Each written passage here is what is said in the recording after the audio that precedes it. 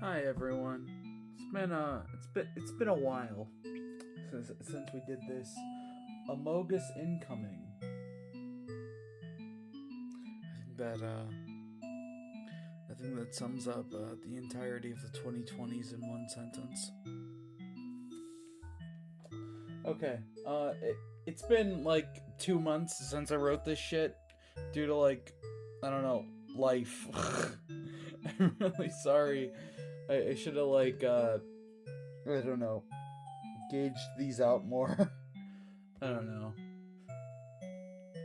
But point is, we're gonna be rereading what we wrote 2 fucking months ago, and then we're gonna be continuing. Chapter 2 of this fucking thing is like 3 times as long as chapter 1. What the fuck are we doing? I feel like the fact that this is so dense is like part of the fucking shitpost, you know? Please include Starlow Homelander. Okay, what the fuck? What the fuck? What the fuck? Oh, dude, I forgot how edgy we made this. Oh, fuck yourself. Is this copyright? This is from Undertale 2, so no. Okay, give me a sec.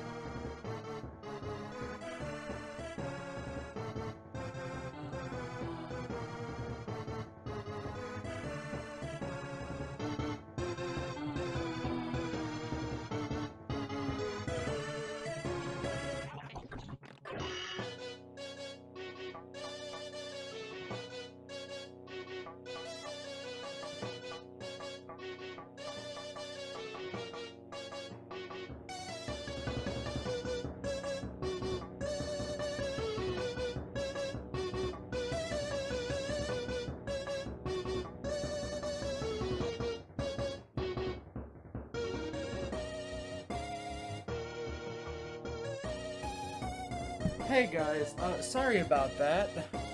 Turn the music off. All my chapters have the same length. What a fucking chud. Alright. Alright. Okay. Let's read this shit and finally move on. Of course we get the chud music. Okay, let me find something more fitting for... I believe this is like Gaster's game exit scene.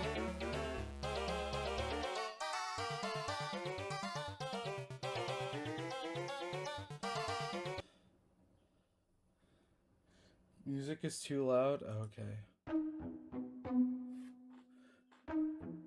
There we go. Sorry about that. Of course I added fucking one-shot music to this. I don't know, maybe I was just like really into being depressed for no reason. Alright, the man began walking down the never-ending spiral staircase. The only thing that filled the room were quiet clacks of his footsteps. Okay. Can't watch the stream. See you in the VOD. Okay, see you then. Hi. Cooler, don't take away her life force via rage bait. It's already happening, chat. The man began walking... Okay, I already read this. The blood on his face had dried. Was there anything even worth walking towards? Oh, right, Deltarune monsters have blood. I keep forgetting. None of that Susie half-human bullshit. I'm not... That shit is sacrilege, okay? I'm sorry. People only fucking promote that so they can, like, support their crucifix. I'm sorry. It's, like, all it is. Anyway, he closes his eyes. ... Ah, fuck. What the fuck does young Sans sound like? Sophia, apologize to them for not... What the fuck do I have to apologize for? I ran out of time week 1 and then week 2. I just fucking couldn't. It's... I don't know. It's just like... I have a lot to do, man. It is a lot. Anyway. They demand an official apology. I have screens. I'm sorry for not streaming for 2 weeks.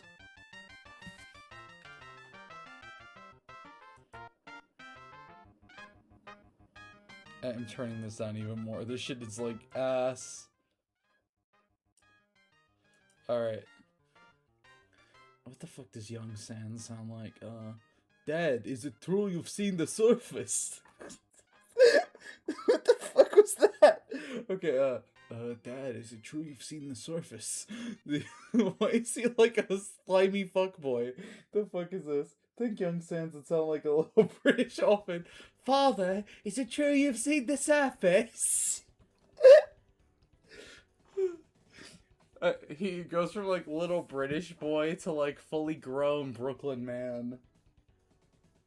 Young Sans would sound like young Stalin. Okay, what the fuck does young Stalin sound like? Okay. The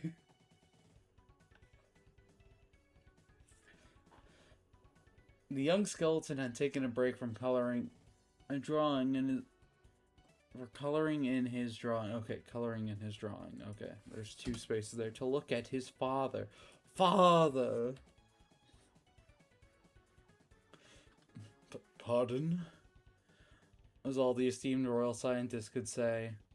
In truth, there was a look of dread etched across it. The next few seconds are filled with the sound of wood in the fireplace slowly burning to a char. You know, the surface, Mr. It's so cursed. Why is he a little British poor orphan boy? Mr. Boom taught us all about the war today. And I saw you in one of the pictures. What's the surface like? God. Why is he? It would sound steely like going in a form. Is Toby Fox even a real person? I'm not sure. Oh yeah, Cooler made a Discord server like a while ago. Here, let me link it. It's genuinely the most heinous thing I've ever been a part of in my life.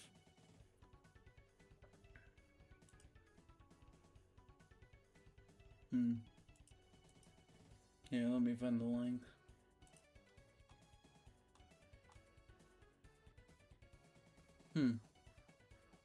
Fuck. I'm such a fucking boomer. I don't know how to get links to Discord servers.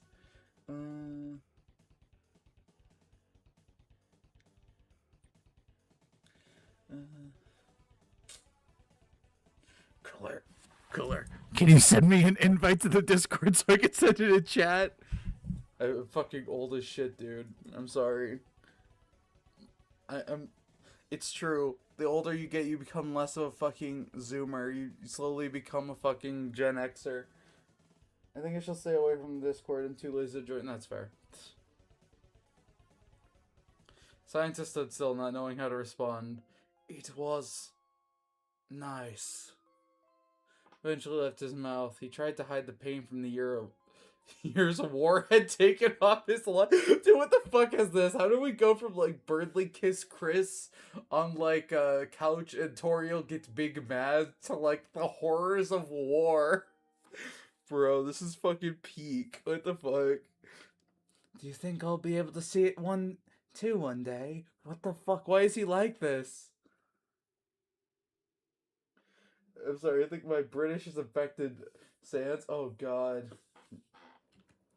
We should stop normalizing British people. I'm sorry. We should stop normalizing them.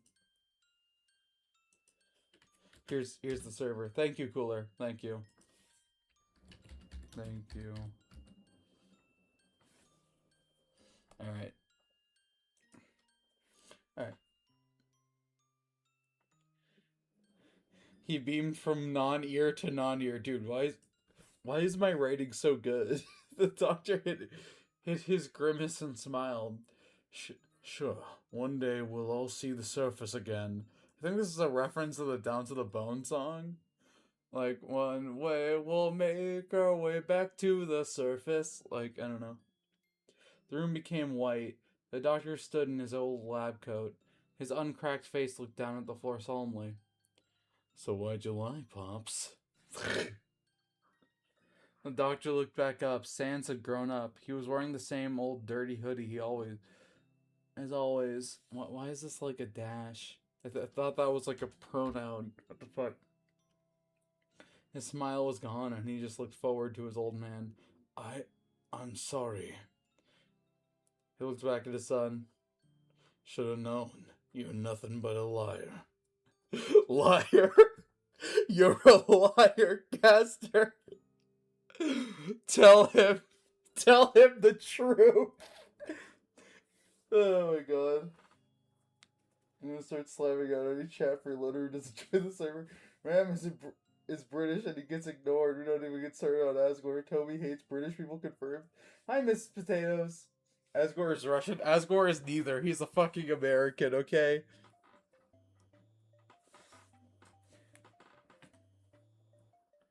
Wait, isn't my Asgore voice British? Oh wait, yes it is. Oh wait, fuck. Asgore drinks tea close enough. Never mind. My Asgore voice is British. Never mind. The man reaches out to his son, but he vanishes into dust. His eyes widen. He's about to scream, but as he reaches for his son's remains, his hand touches the cold, hard brick of the hospital. He starts panting heavily. But before hearing the footsteps in front of him and heavy breathing, Doctor turned to his right. When did we turn Bertley into Gojo? What the fuck is this? Yo, long time no see. Doctor's eyes widened. You. Bertley stood there panting with a manic grin on his face. I thought I lost you for a second. The bluebird continues to heave. Had he flown all around the dark world just to catch up with the doctor? What the fuck? Have you played the new Tomodachi? I can't afford to switch too, so no. Hi, phone woman. Hi, phone. Just to remember.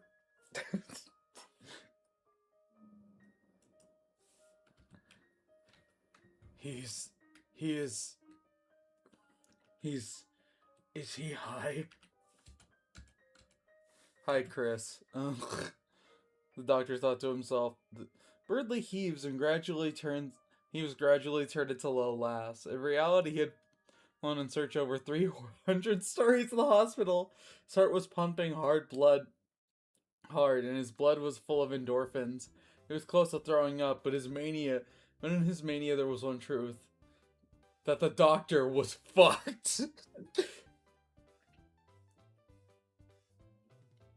It's on the Switch 1 and the light. Wait, it is? Okay, shit. This is like the first writing stream I've watched, so I've literally no. Okay, so here's. I'm gonna like do a best summary from like what I remember. We could have a few Sophia forgots here. So let's open the old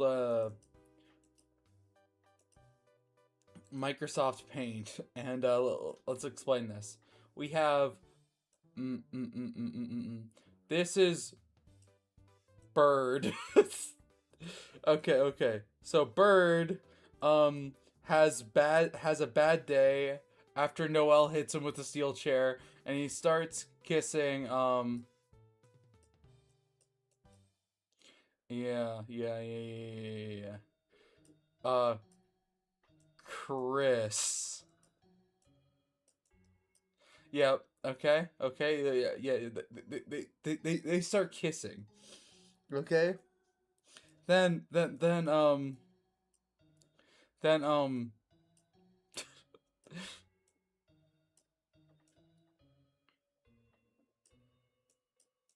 this is Toriel. She's pissed off. Okay, she beats the shit out of Birdly. Okay, Birdly gets his ass kicked. Chris gets upset by that. Starts talking to their mom. Toriel gets upset at that and starts beating the shit out of Chris.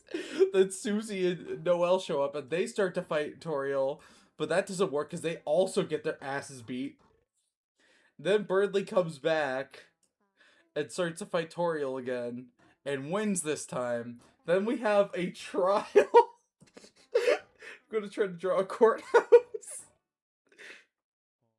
Yep. Yep. Yep. This is a courthouse where Papyrus, who was known as Paprika in this verse because Google Docs does not have the Papyrus font, tries in vain to defend Toriel. Meanwhile, it was a minor plot point in chapter 1 that the Roaring Knight got one shot by Undyne. So Carol, Gaster, and Chris try to make a new Roaring Knight. Chris doesn't want to go through with this, so doesn't. So Gaster ends up killing Rudy and attempting to turn him into a new knight. So they're in Rudy's hospital bed that is turned into Gaster's dark world. Gaster's dark world shows them glimpses into different timelines, which gave like Susie, Noelle, and Ralsei depression. And now Birdly is about to aura farm Gaster, who beat the shit out of him in chapter 1. There we go. There we go. Non-fic writers are just like this. Yeah. Are you on drugs? Goodbye? Okay, bye. Clem likes tangerines. Okay. So, okay. So this has created Peak. So basically, it's kind of funny because as far as villains go, I feel like Gaster lost all his aura. I feel like we peaked at Toriel. So yeah. We're gonna need to like make Carol do some pretty heinous shit. So far, she's just been like pretty manipulative, but like I don't want to make her a total chud. You know what I mean?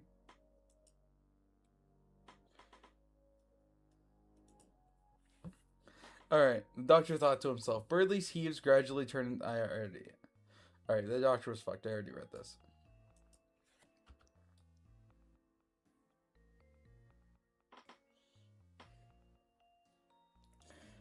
Cooler's a fake fanfic writer. Yeah, Cooler's more insane than me. I'd probably say.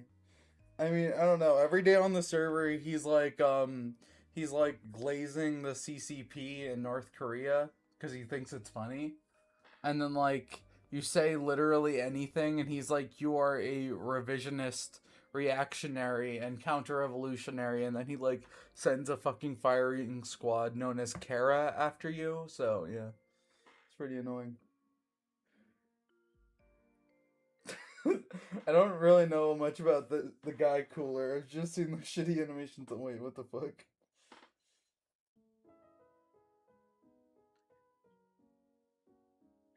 Like it's peak, but I also think there's some sort of undiagnosed mental illness or okay, so are you accusing me of having undiagnosed mental illness because I write fucking peak fiction? Okay, I don't do drugs, okay, man? You think I can fucking afford drugs, dude? Chat, donate so I can afford drugs.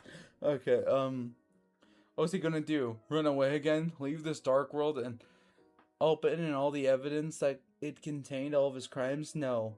The only option was to fight.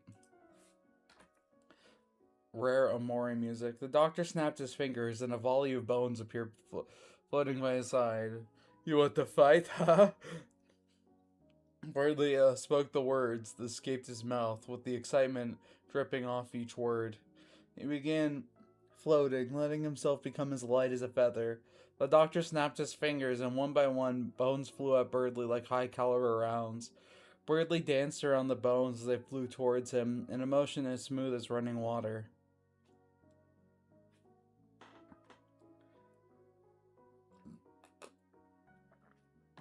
Gaster aura farm? Oh no, this is not aura farming. One after another, they all failed to make their mark, landing in a brick wall behind him. Disgruntled, the man summons a legion of those demented blasters. Birdley smiled.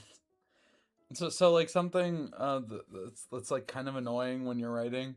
I can't refer to Gaster Blasters as Gaster Blasters because I censored the name Gaster. Because it's like the name itself is like too otherworldly. So they're just called those things or those blasters. Letting the winds of this strange new reality comfort him completely. Bury this, you filthy cat, you up. God damn it. Will you just shut up? The Mad Doctor yelled. Weirdly felt the power of every wind current there was, the winds of the east, the Santana winds of the west, the cold breeze of the north, and the frigid gusts of the south. He held up his hands. He took all four winds and combined them into one single unending gust of fury. It was a product of true love. A wind stream of infinite mass. Hold on. We need music for this. Hold on. I forgot how fucking peak this was. I don't know. I feel like I've been like writing a story, like a non-fanfic story.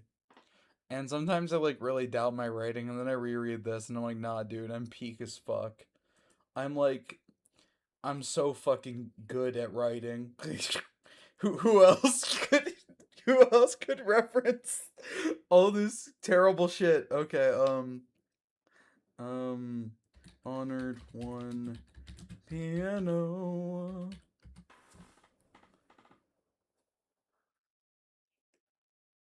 This needs to become a TV show, dude. It so does.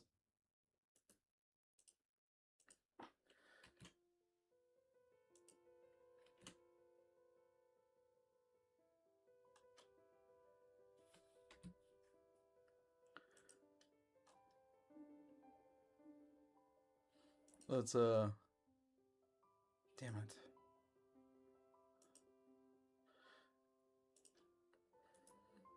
There we go. This shit is so ass. Go men, Amanai. Bro, this shit is ass. There we go. Penumbra, phantasm, he said before flicking the air curtain at the doctor. His legion of ghastly blasters. It's like a Susie line. Chris, these blasters look kind of ghastly. Bro, opened their jaws and fired, but after a blinding white flash, it was clear who the victor was. The man sat at a wooden table. On it was a flat plastic chessboard. All the white pieces except for the king and the pawn were taken out. On the other side, black pieces left intact were a knight, a bishop, a pawn, and the king. The doctor looked at the other side of the game. Surely there was no way for the white side to win. Doctor cupped his face and looked at the other end of the table at his smug opponent. Birdley sat at the opposite end of the table, his fingers interlaced, looking onward. He's doing the fucking Monica pose. The fucking only Birdley pose. Who's your favorite male author? I'll start. J.K. Rowling. Oh yeah, that's right. J.K. Rowling published her novels under a man's name to like... Damn. He's writing once again? Who's he? Bro, what the fuck? What the fuck you mean? Who you mean he? You'll move, he said, exuding the confidence expected of a cocky teenager. The doctor chuckled. Alas, it seems there's only one... No, wait. Alas, it seems there is only one move to make. No, wait. One move I've... Sorry, I forgot. I've yet. There we go. That's a gastery sentence. The doctor coughed. Blood lined his mouth. He knew there was no point at looking. Yet he did anyway. The doctor looked down on his body. His rib cage was ripped open, and shattered bone fragments littered the hall. His legs, even his left arm, had been vaporized by Birdley's attacks. I think Birdley's attack is like... There we go. Blood seeped and stained the dark blue brick he was lying on. Birdley stood in front of him. He knelt down to look at the doctor. "You are me, Gathna." He outstretched to win. The doctor looked confused. Was his attacker offering him mercy? "Get up. I'm sure we can heal you." "Why?" Birdley tilted his head confused. "Well, I'm not going to let you die." The man stayed stunned. His arrogant child. Did he not know what he was capable of? Did he not know his life was forfeit anyway? Here he was, offering friendship to the man he had just maimed. The context made the situation of it laughable. The context of the situation made it laughable. "I tried to kill you and your friends. So my best friend hit me with a steel chair." It's like, it's hard having my ass stuck to a chair. Vriska should be a part of this. I don't know anything about Homestuck. I can't add. Maybe it could be like Vriska got ran over by Asgore or something. "Oh, I'm sorry. What was your name, Miss Scarlet?" And then he like runs over her again. I don't know. Oh fuck. Wait. I know you did bad things, but to me you're just that weird doctor who gave me a concussion. There we go. Doctor stayed stunned. This boy really was an idiot. I think this is pretty in character for Birdley. Birdley is like, you know, I feel like there's like a lot of these like really old comics from like 2021 where Birdley's just like this fucking dick, and it's like, bro, that's not how he is.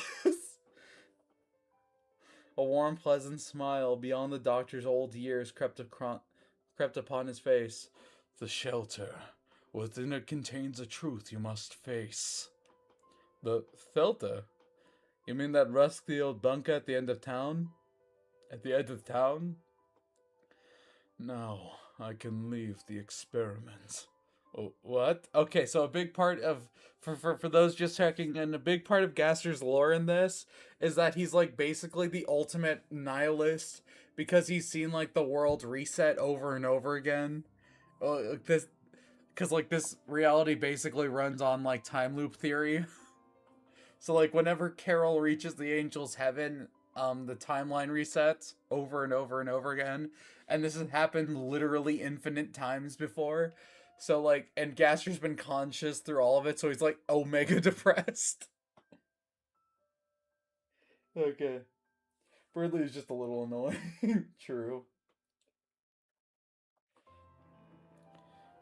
What? The boy's confused face. It shattered the confident aura he had around him just moments before.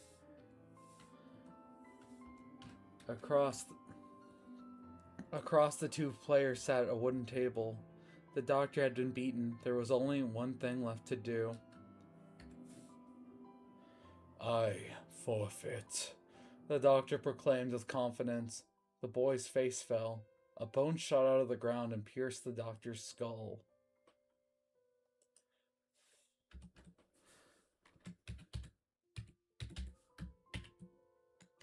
"Hey, what are you?" The man smiled as the light faded from his eyes, and soon his skull began to crack and was reduced to dust. Birdley steps back, his eyes wide, his mouth agape. Alright, alright. Is there like a good 12 a.m. 12 a.m. Deltarune cover?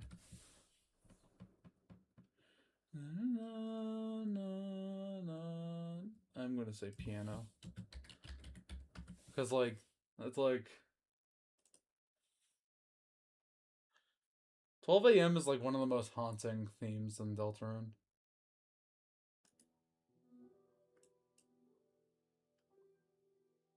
Nah, not good enough.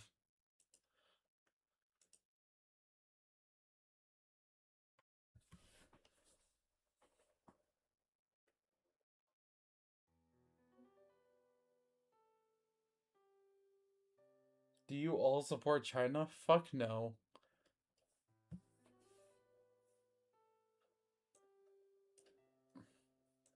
Okay, never mind. Never mind. This shit is ass. This'll have to do. So I've been YouTubing a little bit, and I just wanted to say, you guys think that Man Behind the Tree is Gasser? Probably not. But I did reference it in Hometown Incident. I think the man behind the tree is a darkener that manifests Chris's trauma. That's why it appears in every Dark World. That's why it seems to be linked to Chris's guilt. Um, I think it's very similar narratively to the like hair blob thing from Amori. Even though these two games had very separate productions, I think they might be referencing the same thing. I'm not sure what that thing is, but like this like horrible traumatic memory that reveals that there was no man behind the tree. I think that's like going to be the big twist. There was no man behind the tree. Like Des like walked into the shelter, or like Chris like shoved her in or something. I don't know. I think that's going to be the big twist. And I think accepting and acknowledging that is going to be part of Chris's arc. But that could just be verified fan fiction for all we know. We're only halfway through Deltarune, and for all we know, like each chapter could get procedurally longer, because like chapter 4 was like basically the length of the entire game up to that point. So I don't know. We could just get like more and more lore as we go. Berdley stepped back, his eyes wide, his mouth agape. The doctor's dust blew away gently with the wind. All of a sudden, the only thing Berdley could hear was a loud ringing noise. As he started to process what he had just seen, he started to breathe heavily. A man had just killed himself in front of Berdley. Why? Why would he do that? Why? Why? The ringing subsided. Berdley felt his heartbeat pound like a drum on the inside of his head. He had heaved. Feeling the bile crawl up his throat, he gagged. Sweat fell down his face as he began to breathe heavier.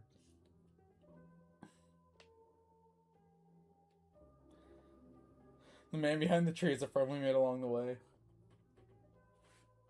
Are we about to reach the part where Gasser somehow ended up in the one timeline where he got his ass kicked by Berdley? Oh, we're already past that. Getting his ass kicked by Berdley was too much, dude. He had to game end himself. He just had to do it.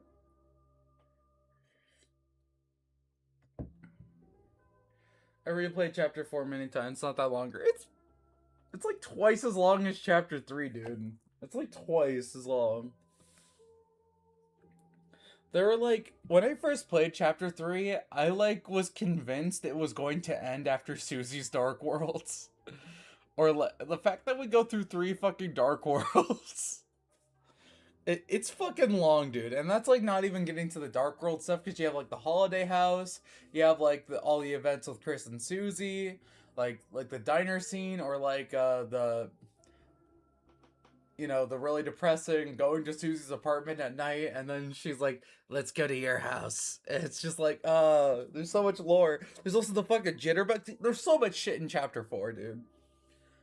If chapter 4 hadn't released with chapter 3, I'm like convinced the community would have like turned on Toby Fox or something. Not that chapter 3 is bad, mind you. Chapter 3 is good, but it's also like chapter 4 like answers and sets up so much more shit that it's like releasing them together as a bundled package is like really smart. You know what I mean? Because chapter 3 is like one last fun adventure, and then chapter 4 is just like, where the fuck do we go from here? Like, Well, you can go to Susie's apartment? Yeah, you can.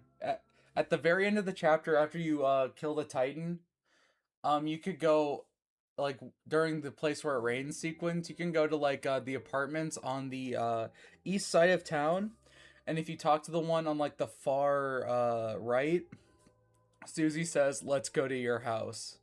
And if you go there in the middle of the day, she says, this place is just boring, Which, to me, implies that some not great things are happening at her house. So, I don't know.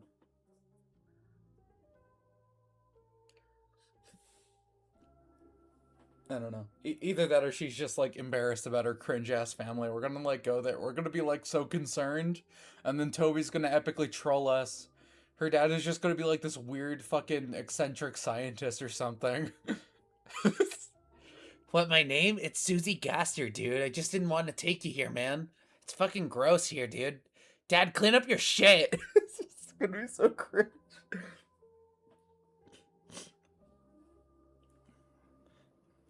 Berdley coughed and fell to his knees before throwing up. The bitter taste of bile poisoned his mouth. Why? Why did you do that? Dude, there's this fucking fly in my room, and it keeps trying to get into my water. This fuck-ass fly. Get the hell out of here.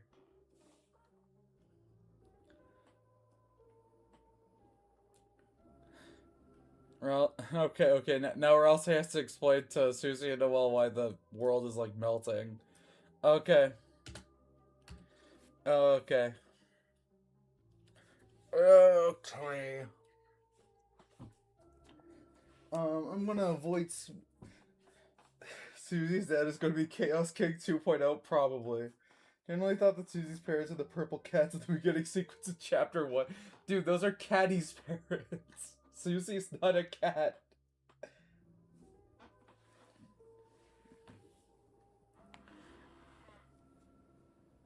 Or else I explain to lesbians how world dying. Hold up, the writing is fire. It always has been. Okay, okay, well, where the fuck do we leave off Susie and Noel? Susie, like, basically bum rushed him, from what I remember. Like, this is like Chris and Gaster's conversation. You know what? Fuck it. Everyone dies. Bro fell for the rage bait. What the fuck? Oh my! I forgot that I wrote like Berdley and Susie having banter. Bro fell for the rage bait. I know, bro. How old is this guy anyway? Imagine being a grown-ass man and beefing with kids, bro.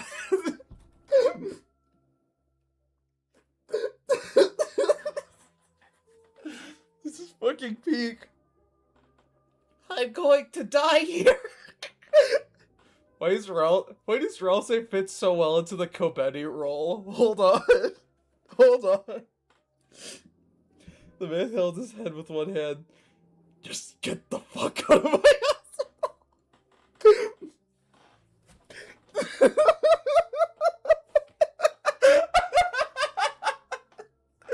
What the fuck? I forgot I wrote this, dude. What the fuck? Dude, holy shit, I'll never doubt my writing again. Wait, what did he just say? Okay. Where the hell is like, where the hell is like, where the hell is Susie? Cause we need to like, cut back to like Susie getting like healed or something. So I need to like know what injuries she has. What is the length of the page? Okay. We are rapidly This is how long the fucking fic is. We are rapidly approaching novel length. We are rapidly approaching novel length. So yeah.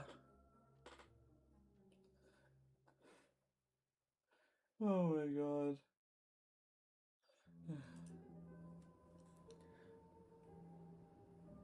Met with a big boot from Susie to the face, caused the man to fall back on land on his backside. Hey, asshole, don't touch her. Okay, that's Susie.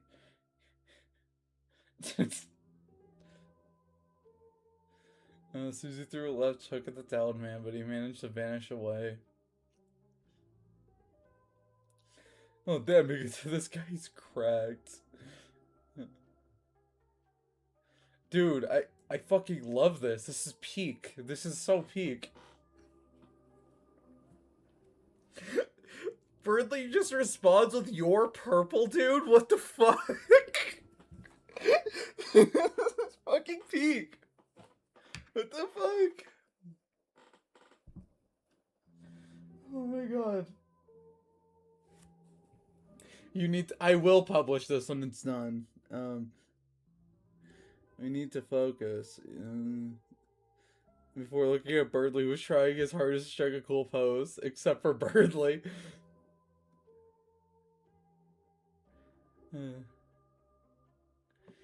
All of us are low on magic except for Birdley.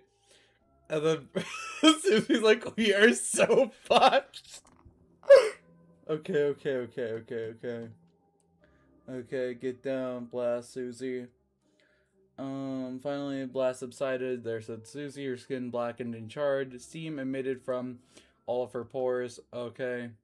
Someone draw, like, the gore from this series. Holy shit. That all you got, dumbass? As she falls to one knee. Man levitates, bone in hand, before swinging it down on her, but notices a piece of paper fall from Susie's pocket as soon as it hit the ground, unfolding with a picture of Susie standing in the middle, flipping off the camera. Rouse looked as if he tried not to notice, and Chris tried not to laugh. On the photo were the words "Don't forget" written in black permanent marker. Dude, this is... As he stared at the photo, he felt confused, almost as if he had seen it before, only had to look at the charred girl who was covered in burns yet smiling. So she's burned. She's burned. Okay. Susie got fucking deep fried. He got up to her feet and punched him as hard as she could in the face. And then she kicks... Damn, is she cooking him for real? Okay, Eat this, you old bastard. She's fired a final rude buster at him. Stand proudly the rest of player one. Go fuck yourself. Okay. I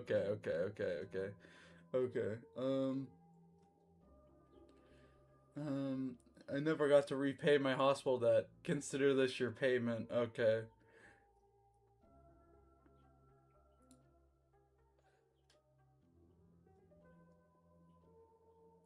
What do you guys think about slave mortality? What? What the fuck? Oh, hi, new viewer. My stility. Hello. We're writing peak. We just need to find out. Okay. You'll have to come to me, right? So he looked on to himself. You wrapped up a heal with prayer. The fallen girl's burns begin to slowly heal. I sure hope you know what you're doing, Birdley. And that's like the last we see of them. You have L aura, no trip, no bitches, and most importantly, you're chopped as hell. What the fuck? What the fuck? Is the rating so fire? What the fuck?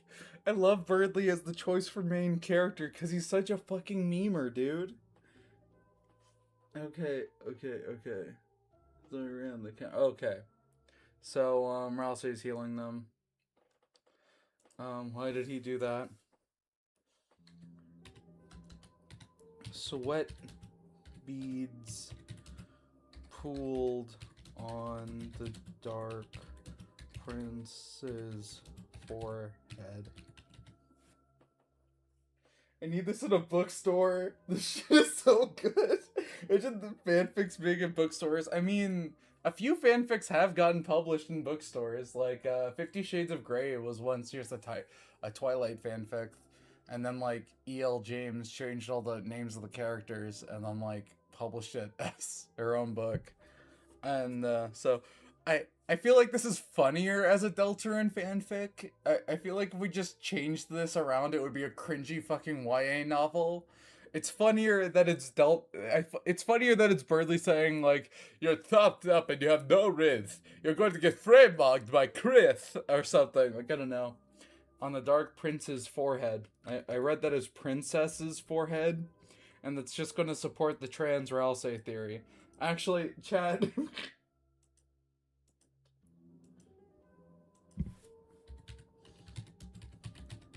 You know what? I'll give you something to vote on. How about that? I'll give you something to vote on. 1,000 more Curdley. No, that's 10,000 more Curdley scenes. Carol can't exactly threaten Gaster because he died, so I guess Carol has to threaten Sans. On the prince's forehead.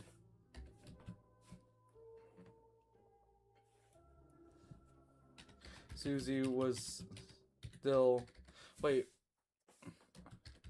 Unconscious. Fuck, I need to... Noel. Birdley becomes a conspiracy theorist, speculating that Noel and Susie are gay. That's pretty peak. That's really funny. Noel found out she'd never forgive them. Nope. Noel must have contacted Chris.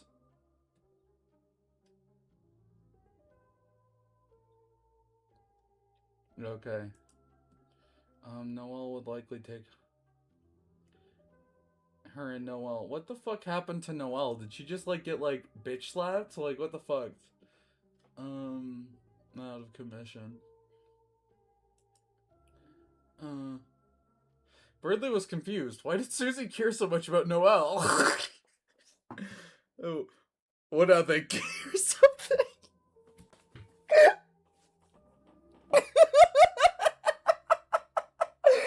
What the fuck?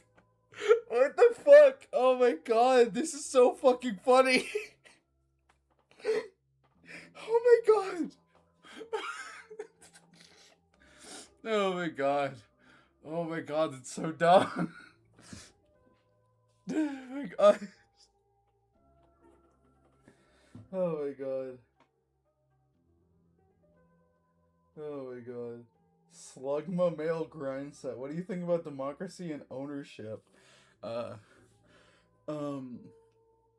Susie, kick his her butt. It's kind of hard to do this voice because I associate it with Nico. Okay, so the old doctor wasn't concussed before. He certainly was now. Noel. Oh right, Noel became a fucking pro wrestler and beat the shit out of Gaster with a steel chair. Why is this shit so fucking peak? Howard, the man turned to her and pushed her back with blue magic. She went flying at hypersonic speed into a stone wall between two doors. Now Noel hit the... She left a crater in the wall. Yeah.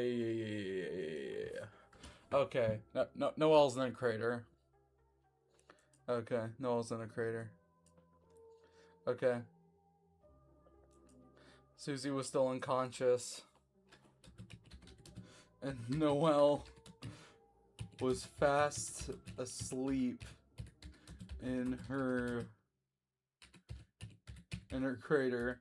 She looked peaceful, that Ralsei felt a little guilty that he would have to wake her up soon.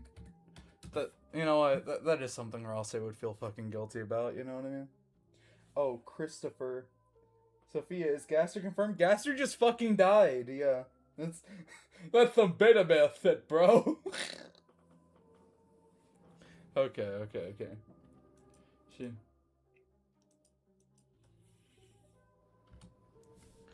Before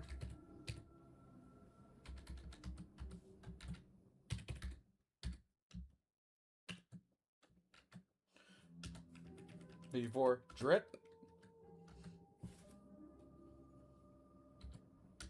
the sound was faint, yet it still echoed in the vast, empty halls of the hospital. I think the hospital arc is, like, the most, like, weird arc in this entire fic so far. Because, like, Demontorial, I think, is solid. The trial arc is peak. This is, like, a weird mix of, like, psychological horror, shonen fights, and peak. So, I don't know. This is, like, the most hit or miss arc, I'd say. Especially because it took, like, 20 fucking streams to complete. The hospital. Ralsei, however, felt a slight panic at the sound. He turned his head frantically.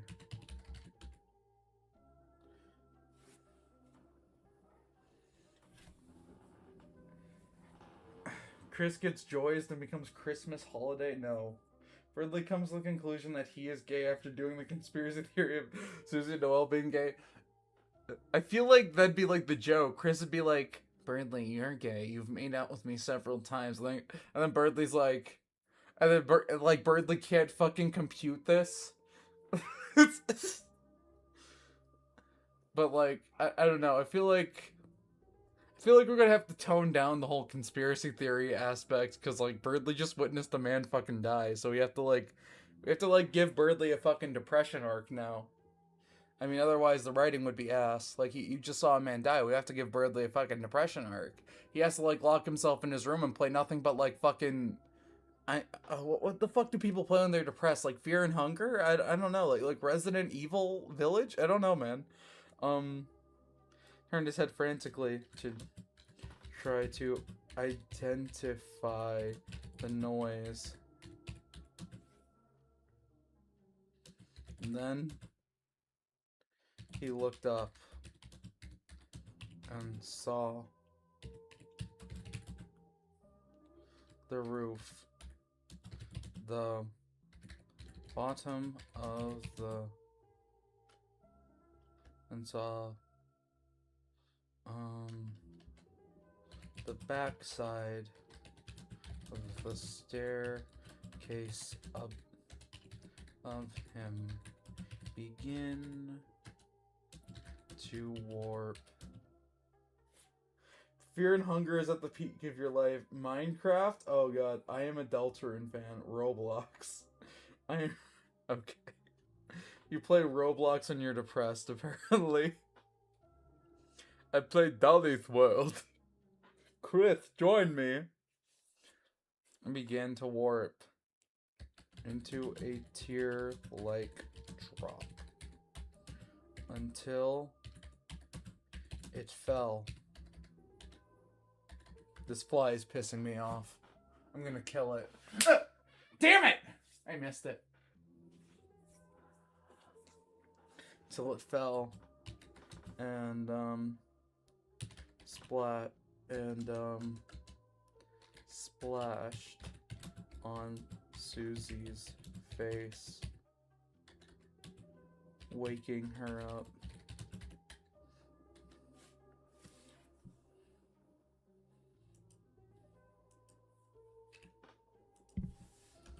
Dude, I feel like lore accurate Susie would just try to drink the Dark World if it was like melting. We'll never guess what it did next. Yo, my name is Edwin. Oh. Imagine if Des is the Roaring Knight. Des is the Roaring Knight in this. She just got she just got fucking fraud checked. I think that's the exact term we used. Hold on. Fraud check. Holy shit. No, wait. Nothing. I just had to fraud check some punk. Oh my god. Dude, I forgot how fucking dumb this was. Oh my god, this is so peak. Okay. Waking her up.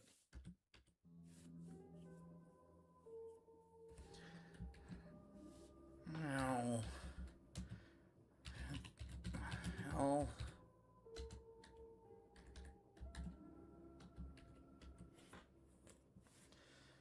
Susie said in a groggy state. This, of course, concerned Rouse.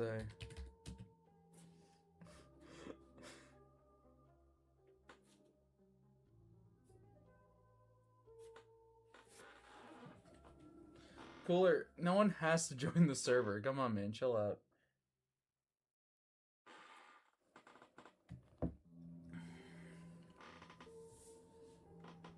This, of course, concerned Rouse. Susie needed rest. She had just been through hell She could damage herself if she continued.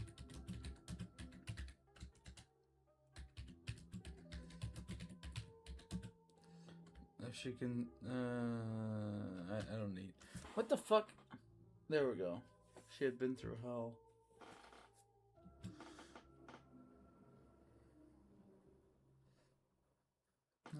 She needed rest. She had just been through hell. I'll say, did you just fucking throw a rock at me?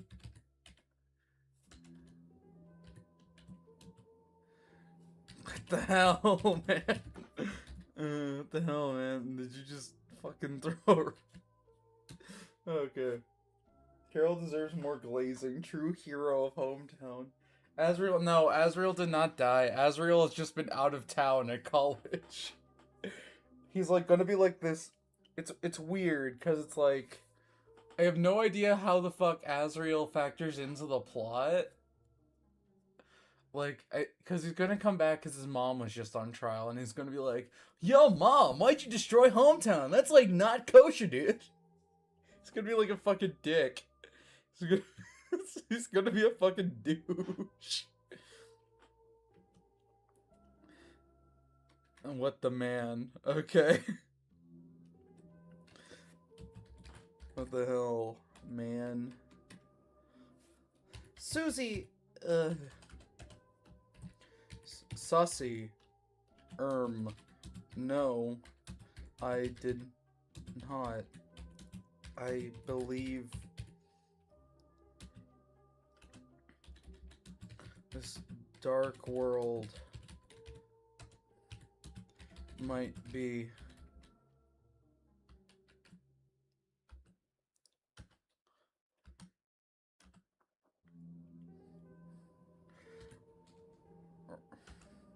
or I'll say looked to his left and saw the walls around him begin to slowly drip and melt around him. You're Loki. Carol is above good mother. She's a saint, the boss monster of Christmas. Okay.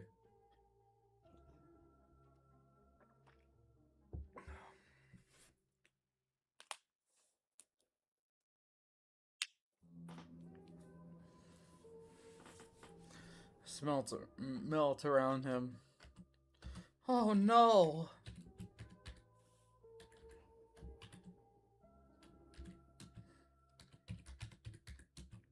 It's funny because like Susie and Noelle are gonna be like, we just fucking kicked that guy's ass, and they're gonna be like happy because like they had like gay moments inside like the dark world because like they were able to like fully talk to each other and shit. But like Ralsei, Birdley, and Chris are like fucking gonna be like out of it. Chris just learned that their fucking life is pointless. Birdley saw a guy die, and Ralsei just like, well, Ralsei also learned that his life is pointless, and that he's probably useless, and he can't stop anything, and yeah. I just popped in here. How's this going? I'm curious. Okay. So there's like an ungodly amount of lore to explain. Okay, so basically, long story short, in chapter 1, Birdley started dating Chris. This caused Toriel to destroy hometown, but that's not exactly important for right now. During Toriel destroying hometown, Undyne no-diffed the Roaring Knight, and the Roaring Knight fucking died. This caused Carol, Gaster, and Chris to try to make another one. They chose Rudy. Gaster turned Rudy into a knight, and they are inside Rudy's hospital room that is now a dark world. Gaster seppuku'd himself after Birdley no-diffed him. So basically,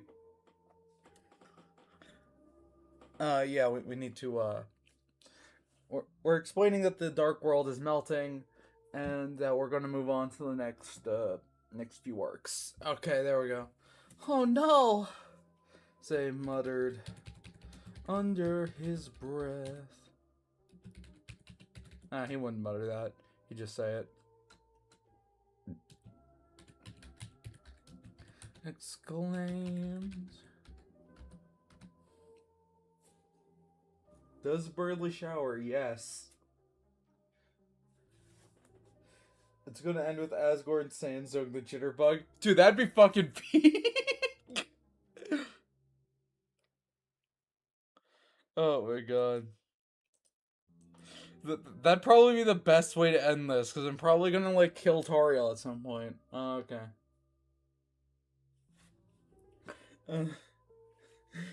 Ralsei exclaimed, this is like Glitch Tail if Glitch Tail was good. Okay, let me change the music. It's starting to piss me off a little bit. Alright. No. Come on, play something good. Let's play something good for me.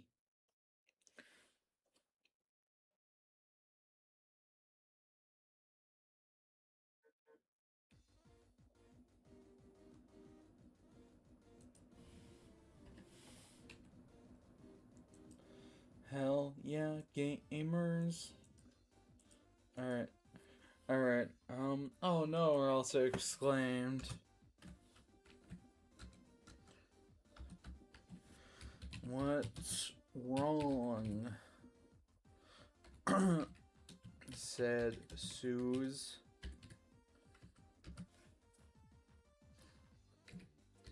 The Dark World! It's liquefying.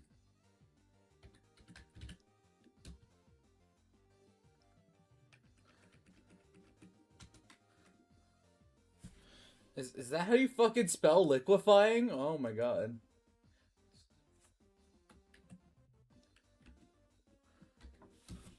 That means Birdly must have.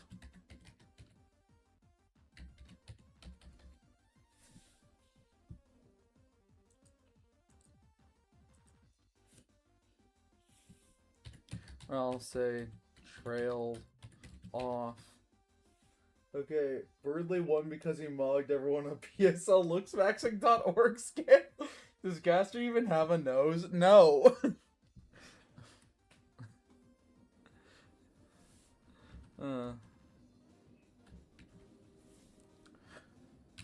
Whoa, whoa.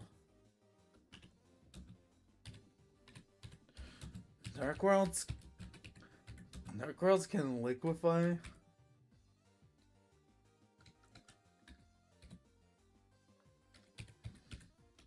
Oh, fuck. Duh. What? Ugh. Why is this so hard? That's not how you spell fucking liquefy. That's liquefy. Oh, wait. No, wait.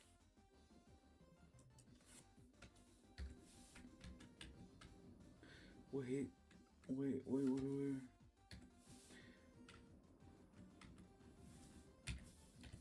Holy shit. Okay. There we go. Dark Worlds can liquefy?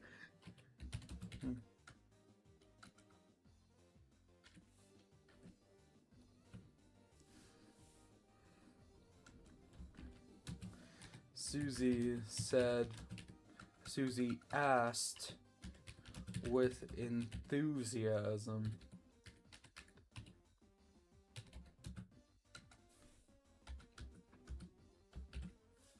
Yes. When the creator of a dark world dies, so too does their determination. That's how spelling works. Oh my god.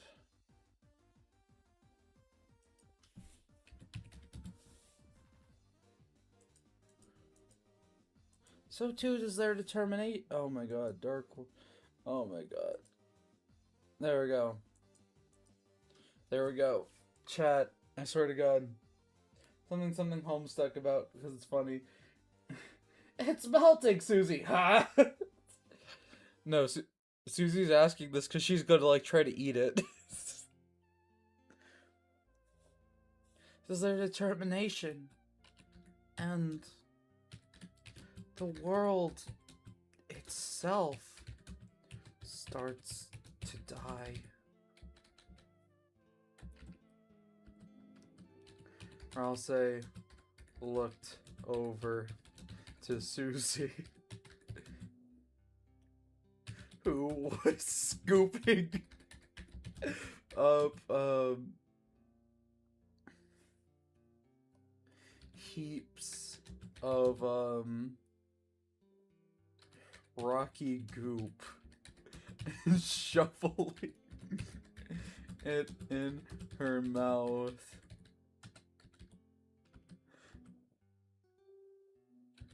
Or else I sat there dumbfounded. Or else I sat there dumbfounded. Yep.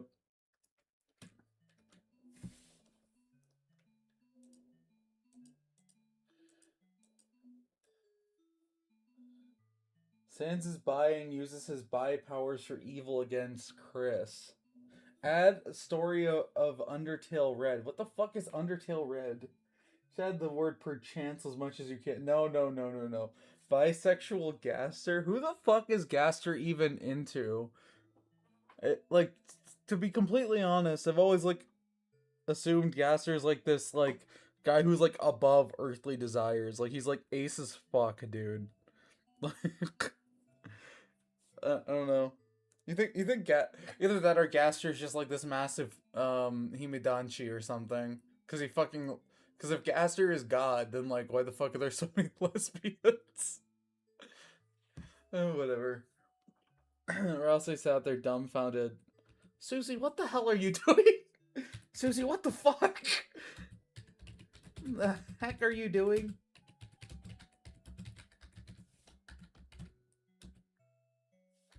I'll say.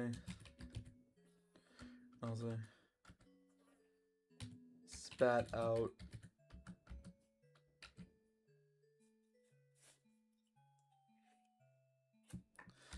Look, dude.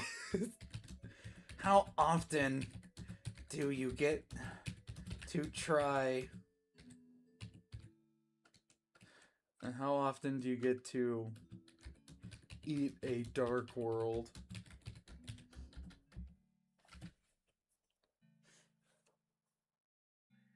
Anyway, I gotta go. Bye. Okay, bye, Cooler. He's into everything. Oh no, he's like this omega pansexual. No. That means anyone can be shipped with him. Who the fuck do we even like ship with Gaster, man? Like who the hell is even on like the same level as Gaster? Like god wise, like Toby Fox? Do we ship Gaster with Toby Fox? Like what the fuck? Like the annoying dog ex Gaster or something?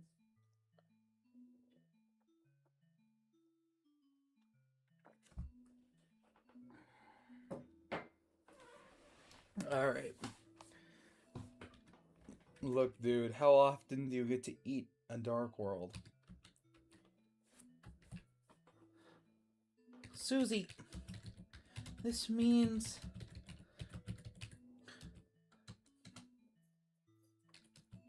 that the doctor is dead.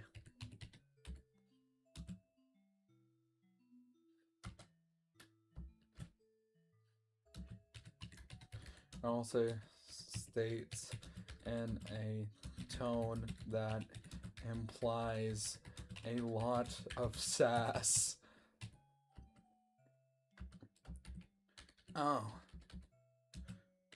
Oh! Shit! That means we won't eat.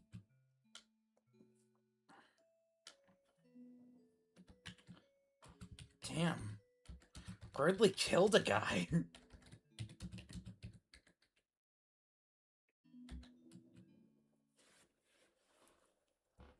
I like how I still have and Gasser and Annoying Dog Dinner Date, something like that. God loves his creations. No. Is this Curdly? Yes.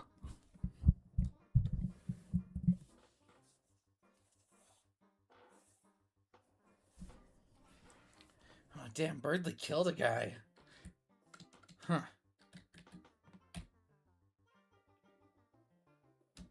Should we, like, turn him in?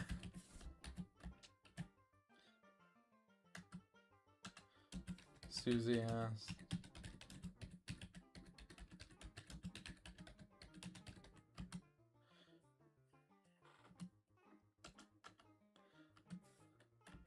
I mean...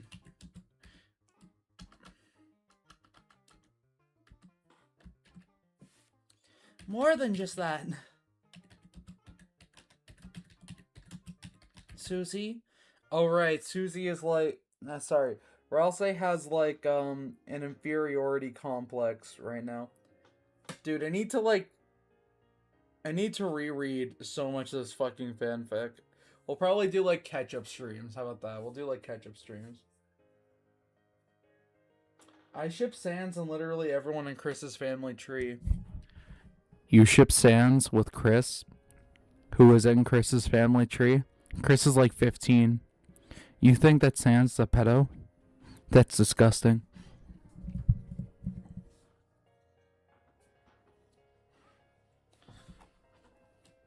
More than just that, Susie.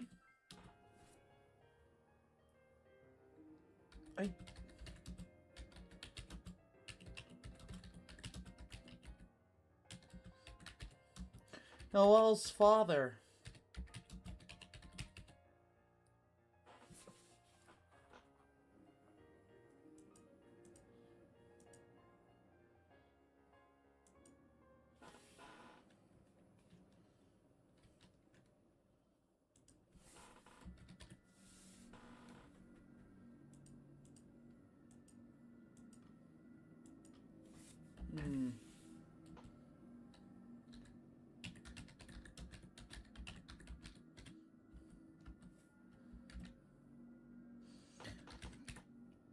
Dude, chillax.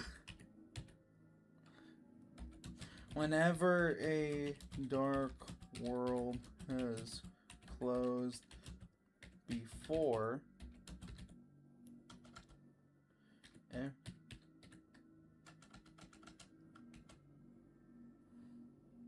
everyone reappears in the light world.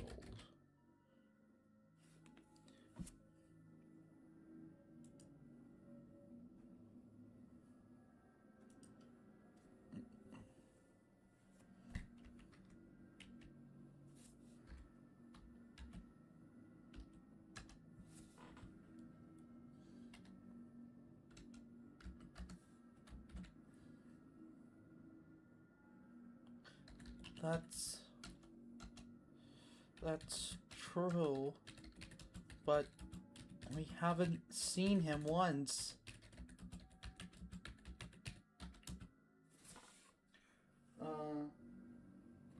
Bye, Diego. We're at 6 of Chris.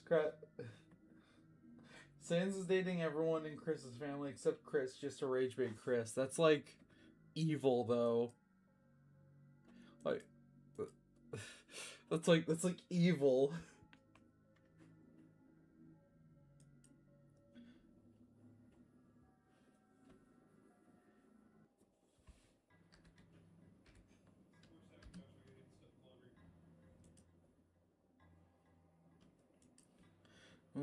But we haven't seen him once.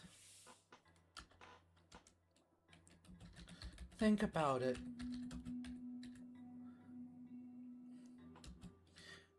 Why haven't we seen Noel's father?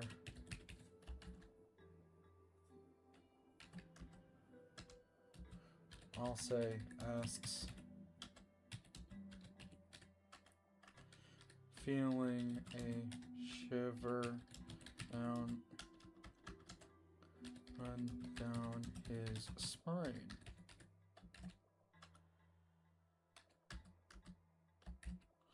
I don't know. He could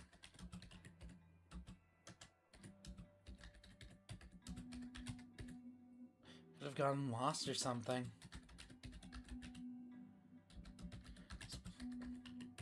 He's hella big, after all. Username. What is your favorite Amori character? Probably Basil. Probably Basil. Like, it's really funny, because, like, usually I like the edgy bully character the most. But Audrey just comes off as, like, really awful for most of the game's runtime. In a way where it's like I understand her actions, don't get me wrong. I understand that she comes from, like, a bad environment, and she, like, idolized Mari, and she viewed what Basil did as, like, deeply fucked up, even though she didn't have, like, the full picture. And she still didn't get the full picture. But, like, I'm sorry, man. If you see one of your friends going through a hard time and then dump out, like, all of the photos of your recently dead friend, maybe, like, try to talk to him about it before forming a fucking biker gang to torment him specifically. That seems, like, irrationally evil to me. I'm sorry. Like, I know that, like, Audrey has, like, anger issues and stuff, but, like, there's a difference between, like, having anger issues and being, like, actively violent, you know what I mean?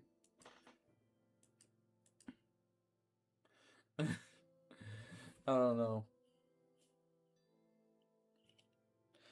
Basil is, like, the right blend of, like, victim and, like, willing to do fucked up shit. Yeah. I don't know. It's, like, it's weird, because it's, like, I feel like if you explain Basil's actions to me, like, he helped hide, like, Sunny's, he helped hide Mari's body by framing it as, like, a self-deletion. And then, like, you know, and then, like, he holds on to the guilt forever until it manifests with him, like, being, like, borderline, like, self-deletion heavy, you know what I mean? I hate having to use these terms on YouTube, but, like, you get what I mean. So it's like, I don't know. I felt like his arc was probably the best executed in the entire game. I feel like Amori is a weird game to talk about, because the only real characters who go through character arcs on screen are, like, Sunny, Basil, and Audrey.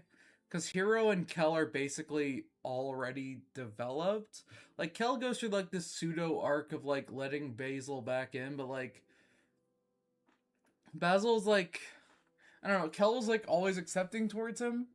I don't know, it's like, Kel, like, blames himself, like, halfway through the game, and it's like, why, bro? You literally didn't do anything wrong. Kel did nothing wrong, I'm sorry. Kel is also, like, whatever, never mind. This place is hella big after all. Susie reasons.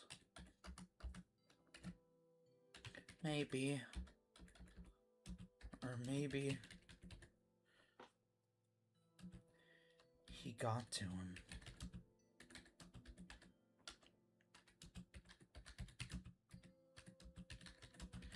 This is like the most... Or maybe he got to him before we got here. I'll say said in a somber tone. Susie paused before leaning forward.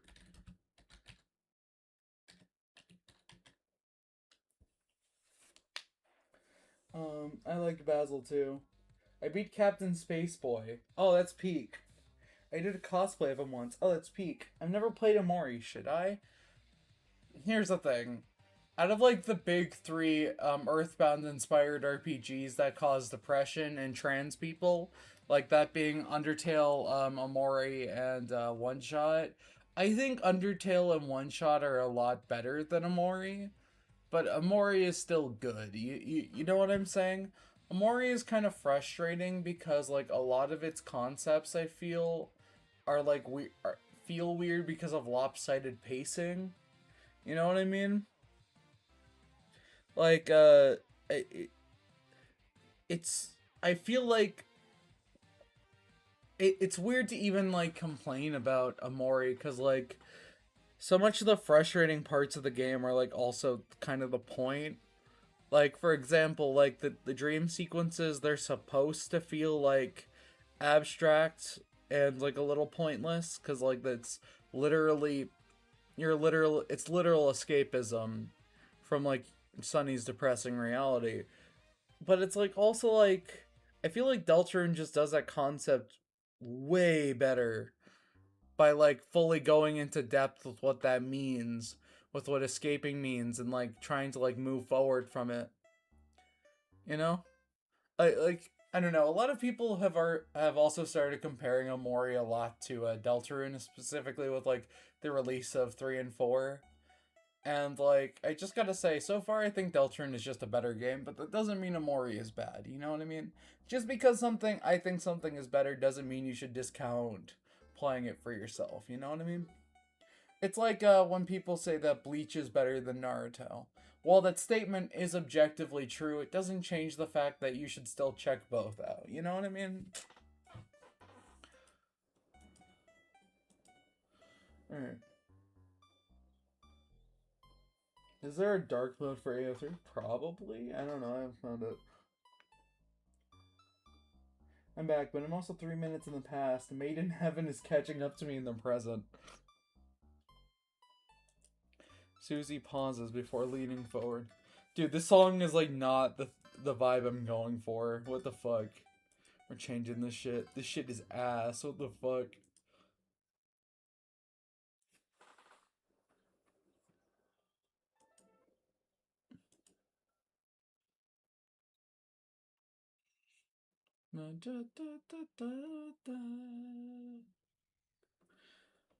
Um, something I've been doing is so my mom got really into Attack on Titan recently, and it's weird because it's like binging the entire show like one season after the other. You notice like both how well written the show is and also like its faults like a lot sooner. Yeah, I don't know. It's weird. I just started keep thinking about it because I've been listening to a lot of the soundtrack recently. It's just like it's weird because it's like I really feel like that show could have been like really perfect, and then like it shits the bed like 5 times in a row, and then like the ending is so shit, it fucking ruins the whole thing. Yeah. For Undertale, Yellow, I like Martlet. She is cute. Martlet is cute. I like Starlo and Del. That's not really basic. Starlo is pretty much my favorite character. For leaning forward. What are you trying to say? That Rudy is...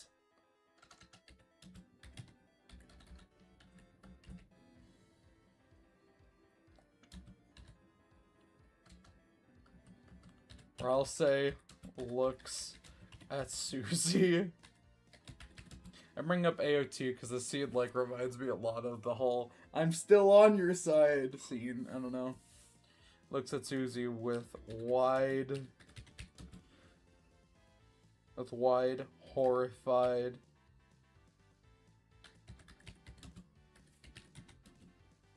I love moms. Me too, buddy.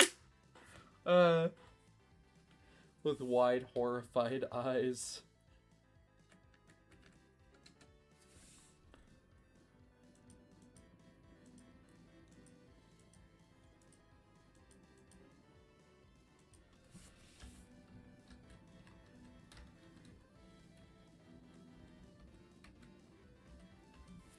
The ground begins to melt.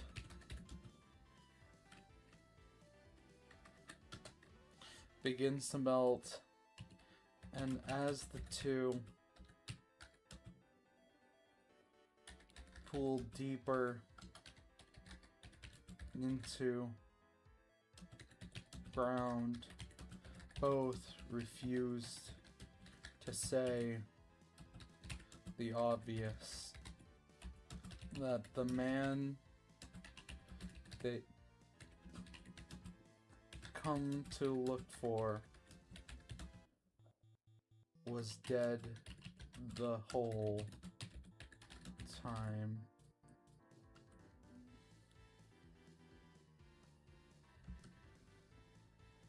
A few seconds passed. They stared each other's faces. The horrifying revelation laid bare before them. Rudy, no! Yeah. Bro got slimed.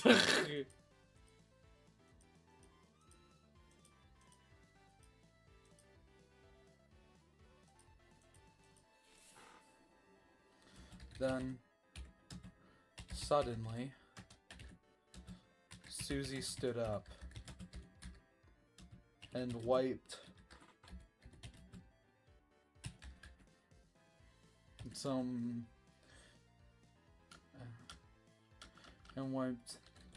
the gunk from her,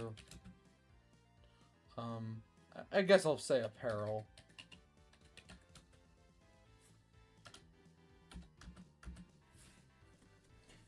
I made it, guys, says Rudy. Never watch, never wait. Really sure the game looks really cool. Every night keeps dying. How does this keep happening?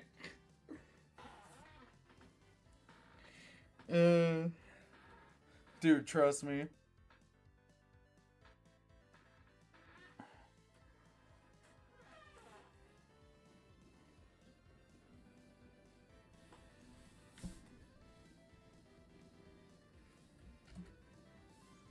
I gonna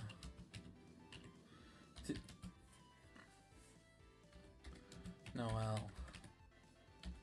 Did we ever like decide that like Noel and Susie have like pet names for each other or something? I don't remember. I know like that's like a common thing in like Chris L comics. They'll usually have Chris call Noelle like Ellie or Ella or something. I don't know.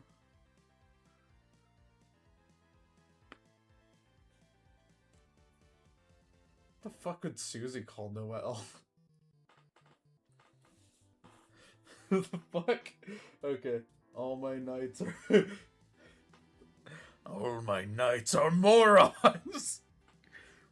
Can't wait for the Toriel and Carol Yuri flashback. Susie said under her breath. I'll say just sat there.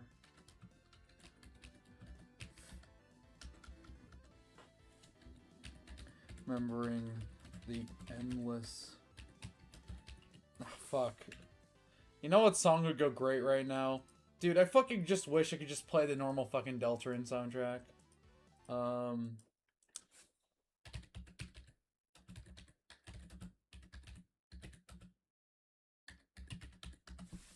Do, do, do.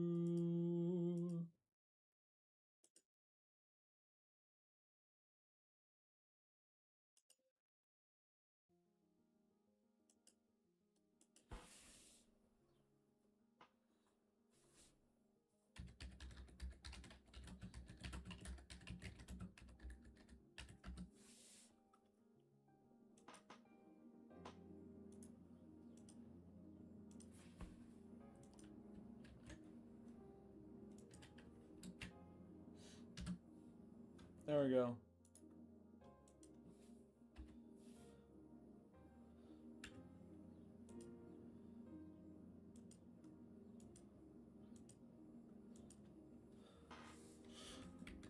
Realities he had seen in the halls, the abandoned hospital.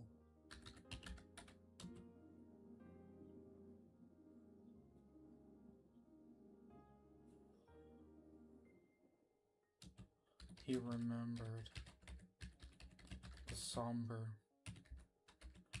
tone of his enemy.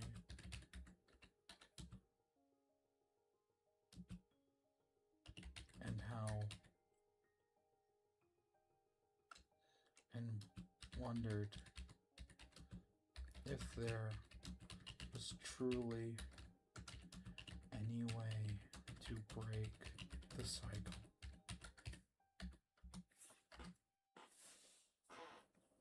There we go. Ooh. I wonder how Rules is doing. I had like this idea for like a scene where like Rousey finds out that Chris and Birdley are dating and then gets like really depressed. And then like Rules like tries to teach him how to like riz. I don't know if I'll still include that. I feel like things have gotten like pretty dark. I think things need to calm down first.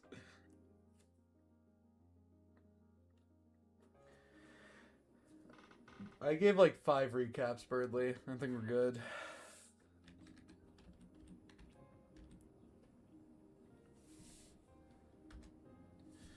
Susie's feet slushed the once solid stone floor.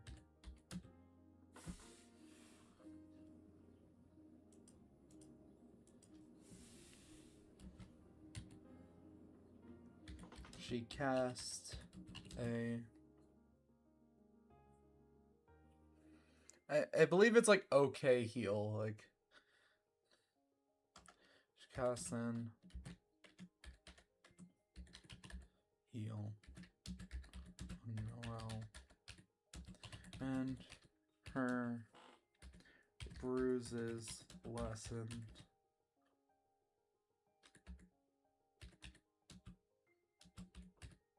Before scooping her up out of the sludge.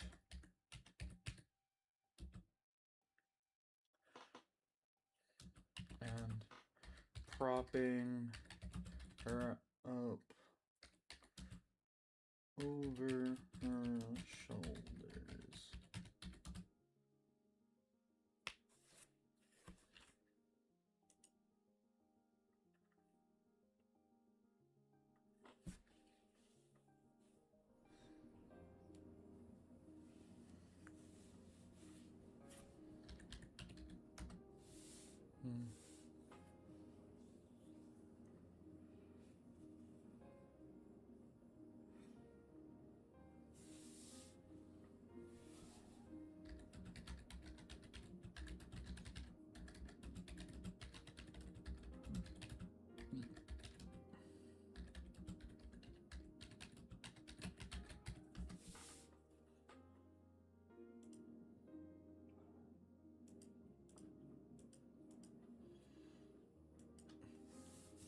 Propping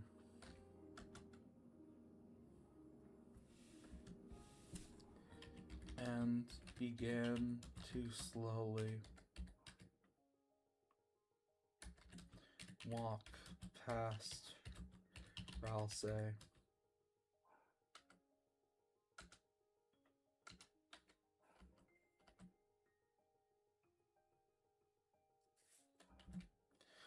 I'll meet you in Castle Town.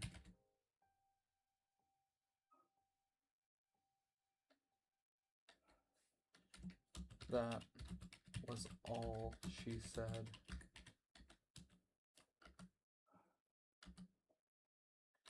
I'll say felt a twinge of despair, but he understood it all too well. Seriously, was I a fucking novelist in my past life? What the fuck is this? The fuck are these pros, dude? We love Yuri. Yup. Trust me, chat. There will be more Yuri to come. Me when I write a yaoi fanfic and then include tons of Yuri in it.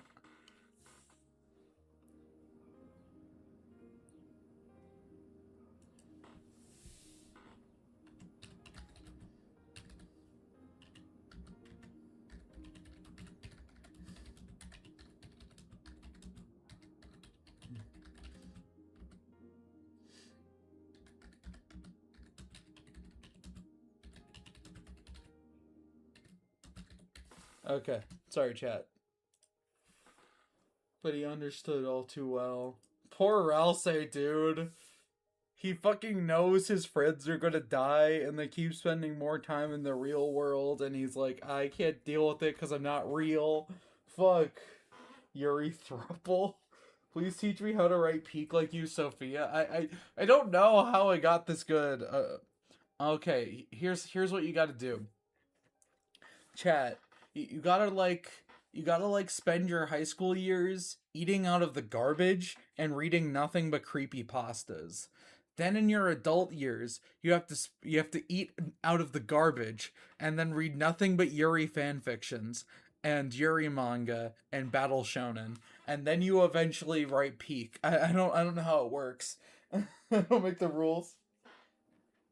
Keep getting jump scared by ads. No, please watch the ads, please. Any money. I'm tired of eating out of the garbage. Okay, but he understood all too well.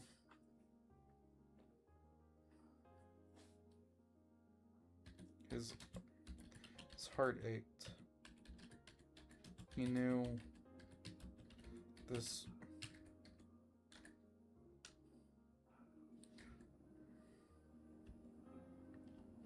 But he understood all too well. I feel like we leave it there, right?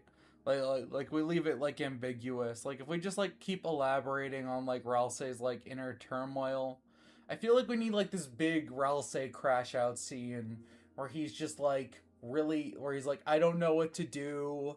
My friends don't talk to me anymore. Chris was here for like 3 days but didn't fucking say a word to me. All of you were like happy in the light world and happy in the light world. Well, guess what? My life sucks, or like something like that. Like I feel like Ralsei needs like a I don't know. I feel like that's like pretty valid for the little guy. I feel so shitty, cause like, oh fuck, I just like, cause like Ralsei's gonna like, I kind of feel like we're gonna be put in this awkward spot where I'm probably gonna have to kill Ralsei at some point, and I don't want to do that. That's gonna fucking hurt me, dude. Yeah. Okay, it's fine. It's fine. It's fine. We keep moving forward. We're like Aaron Yeagering this shit. Okay. But he understood all too well. And then we just like... Chris sat alone in a corner. Their sniffles echoed. Their sniffles now dampened by the melting walls. No, wait. Before continuing up the stairs. Ralsei Clone Machine will fix your problem. What did Ralsei do to deserve this? Look, it's just like the general tone of the story. I feel like Ralsei is gonna like... I feel like if we really want to like give him the most heartbreaking ending of all time, we have everyone, and I mean everyone, including Birdley and Noelle, assure Ralsei that he matters and that they're not going to go anywhere. And then, like, we'll have this moment where Ralsei realizes that the only way to, like, win is for him to sacrifice himself or something.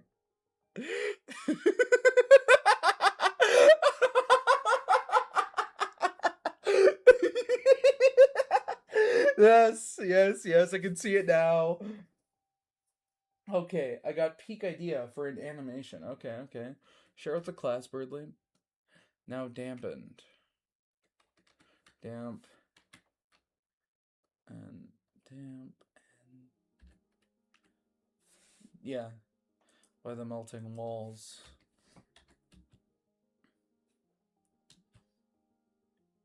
It was all their fault. It's always going to be their fault. That mad bastard had doomed them. Chris could not die and was a slave. Oh wow, the Attack on Titan is really messing with me. You're just a slave, Chris, because of your human DNA. Bro. Ralsei Jaeger, let's fucking do this. I was a slave to their souls' whims. Okay. Impossible to scroll past this live stream. Hell yeah. Birdly, bestow your ideas upon you. I yearn for your knowledge. True. Okay. Their souls' whims. Dude, I feel like everyone is in like a pretty shitty spot right now. Their souls' whims. If only they had more control. If only they were free.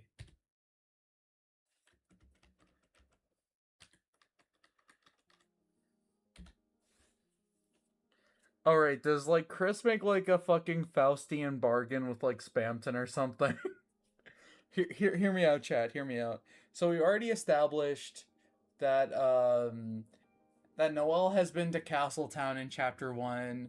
Noelle made like a somewhat of a deal with Spamton to like get like the Thorn Ring, if I remember correctly. So Spamton is in Castletown in some capacity. So I feel like since Chris is like willing to do anything for freedom at this point because they realize they're just like an endless slave to fate. Do we go down the whole Faustian bargain with like literal deal with the devil here? Like I don't know. Like do we do that route? I don't know. Like, cause think about it. If only they were free. Okay, so since Sophia wants me to become the knight, I had the idea that the knight is like a tulpa in my head, that eventually the tulpa takes control and Carol probably kills him. No, we're not doing that. I'm gonna like go deeper into knight biology when like we do like Rudy Knight. That like knights are basically soulless husks that like enact the will of their creator, pretty much like golems. So it's like, if only they were free. Demon deal with Spamton.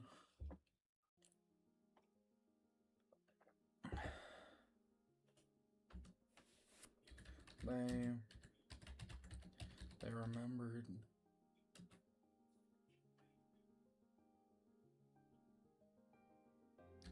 How much easier things were before. Back. Are we doing the whole like back when Des was here? They remembered exploring the woods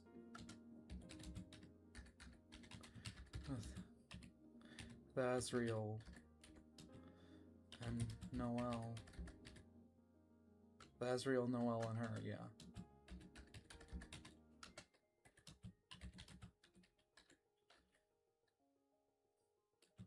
Why? Why did there have to be a man behind the tree? There we go.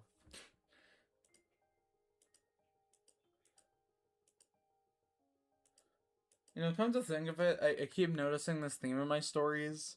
I really like the idea of, like, depressed queer teenagers forced to do things they don't want to do because of shadowy organizations. I don't know what that says about me, but I back when dessert was here. What, you thought Des was short for December? No, it's dessert holiday. She's named after a fucking fruitcake. This is a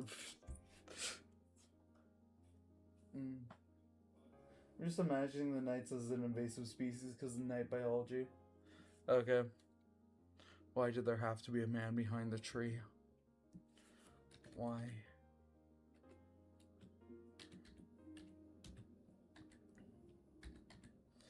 Why did there have to be a roaring night? Why? I mean, wait, I don't know. The ending could be, like, really fucked, or, like, Chris realizes that the only way to, like, get freedom is to do the roaring or something. Chris Yeager. Let's do this. Let's do it. Oh my god. That's gonna be chapter 7, Trust. Trust.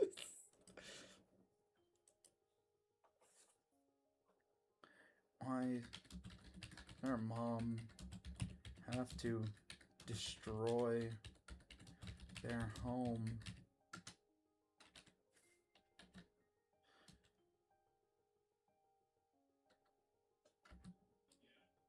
It was so numbing.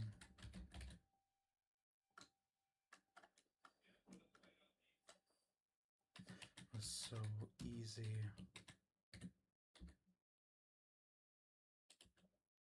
to feel alone.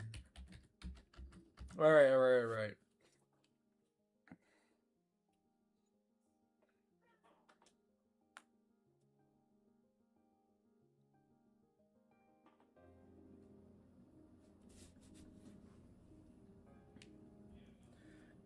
Evil genocides Chris like Deltarune chapter 2, man. No.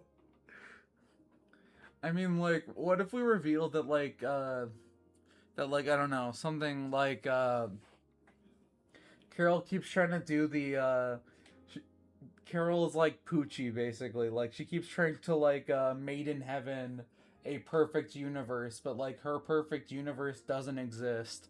And that's why there's, like, slight differences between each of the timelines we see. Because, like, each time she achieves, like, the power of the angel's heaven, she remembers the past timelines and keeps trying to tweak it, but she keeps failing due to her own, like, internal, like, failures, because she's, like, a very corrupt and, like, deeply, like a deeply power hungry, like, sad person. So it's like, what if like Chris, like, realizes that, like, oh, the only way to, like, do, like, a true reset with, like, everything. I don't know. I'm spitballing ideas here. We don't have to do like Chris. We don't have to do Chris Yeager if you guys don't want to. I'm sorry. I'm sorry. That's so dumb. That's so dumb. Yeah. Based. Oh my god. I never wanted to do. I never wanted to be the king. Let's go. Oh my god. It's gonna be so peak. It was so easy to feel alone. And then, like, one last one with Birdley. Birdley's feathers seeped into the deep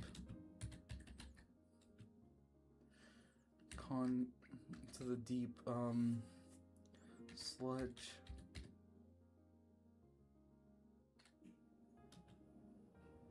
Was he a murderer?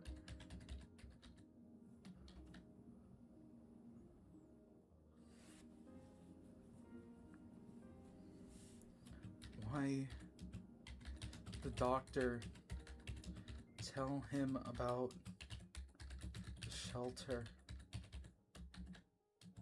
Chris Yeager all the way. Wait, we're doing this?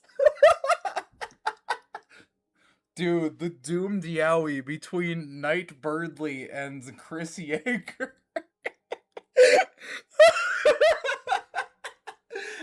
Alright. We have to do like fan art of like of this. I'm like, oh my god. I have no choice, Carol. Just like you had no choice when you decided to kill your daughter.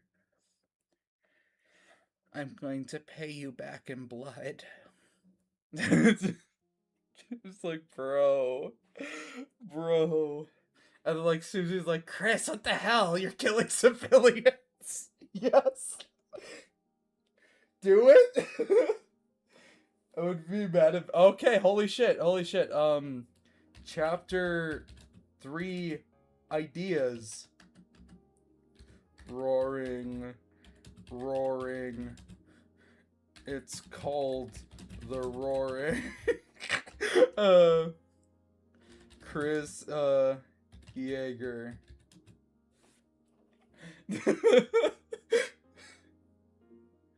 Oh my god.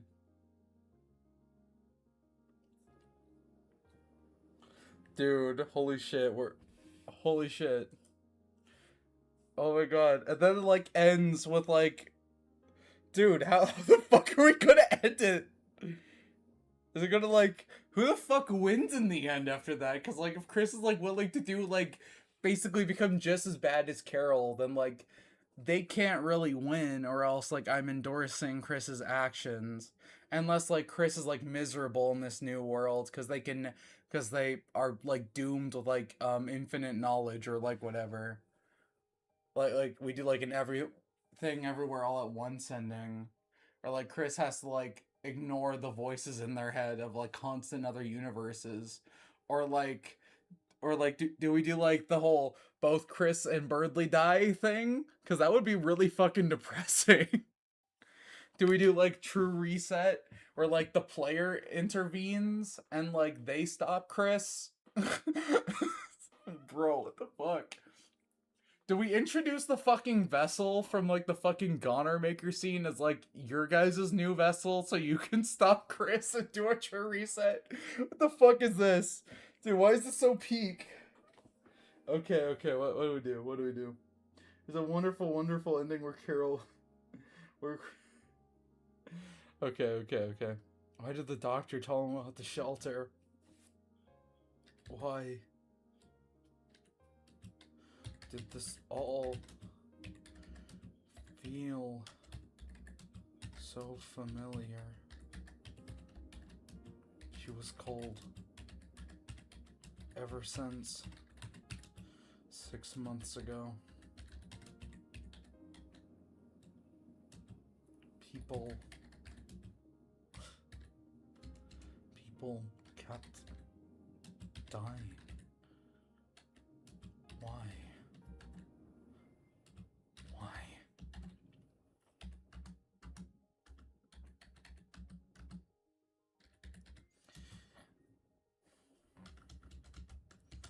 As the walls descended, Carol and Chris cease to exist and are replaced with like Utero counterparts. No, you know what would be the fucked up thing? If in like the brand new reality we like Stone Ocean it, and it's like this weird thing where it's like they all live in not like hometown, they all live in like Mount Ebott City, and like Chris is named this obscure character called Frisk, and they live with like their dad Asgore. It's like this weird like AU of like both things. It's like this like it's like this weird like idealized society that can never really be called a paradise because like reality will always have flaws. Like Paprika is like called like this obscure character called Papyrus, and peak thumbnail, thank you. As the walls descended, as they melted like snow in morning sun. Yeah, that's the idea exactly. Okay. I'm just gonna write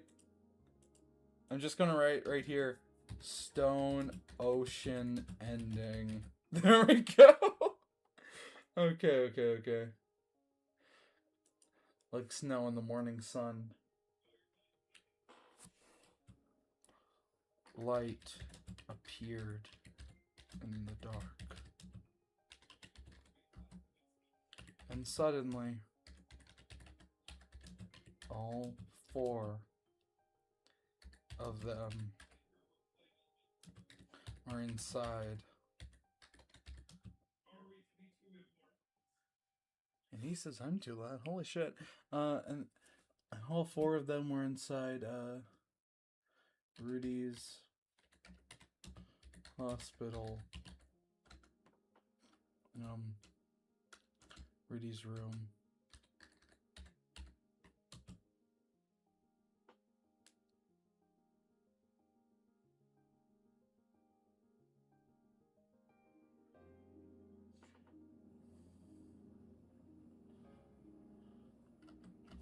Who's gonna talk first? So like Birdley is like, you know, like having like the UG you are my special moment. Birdley noticed the ground was solid again.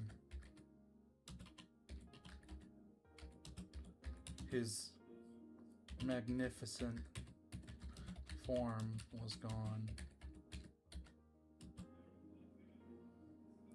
He looked around. Alright, I have an obscure song pick here. Here.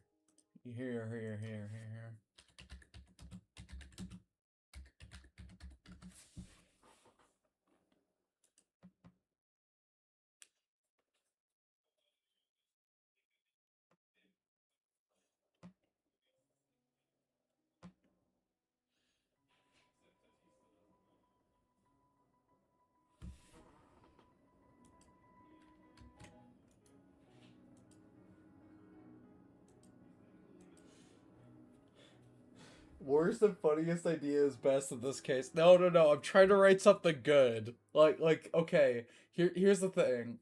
I feel like Hometown Incident is like the perfect mix between like peak and weak fiction, or it's like obviously because it's a fan fiction, people are going to take it less seriously. So like Toriel becoming a fucking serial killer is like funnier because it's a fan fiction, but then like I want it to have like actually good moments. It's weird. I feel like I'm doing a good job of like balancing that. I'm not trying to make this like actually like good, but nor am I trying to make it actually bad. You know what I mean?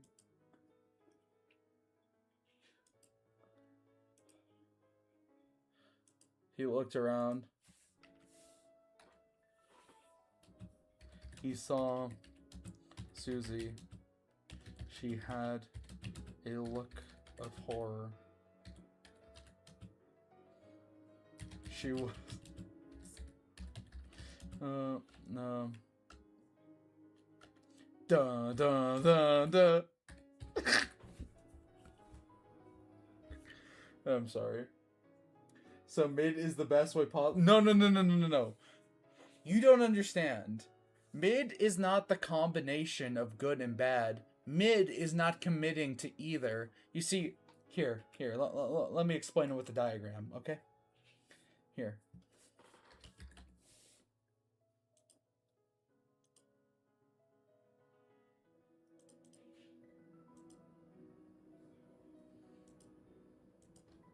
Okay. Okay, chat. Here's the explanation. Okay, so here we have a diagram. Okay. Actually, let me redraw it.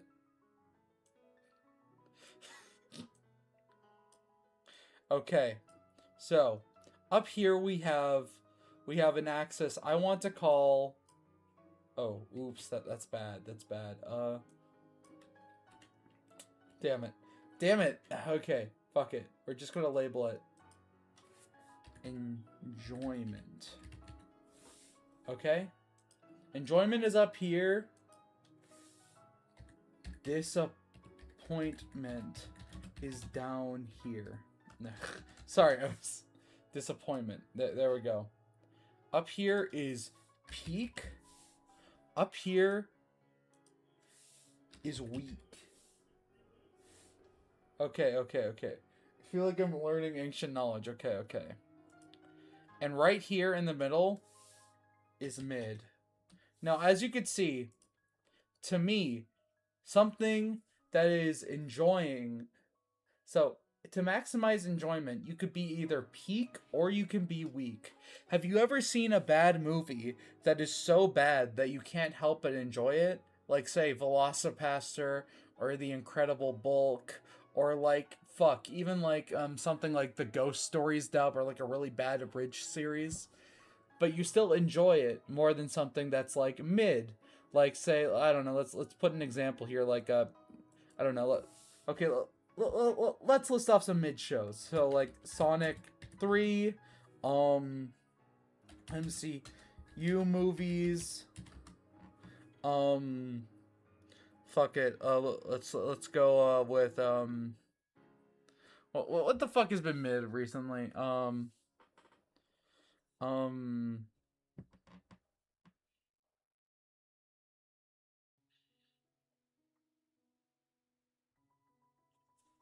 Fuck, I need to think. I need to think, chat.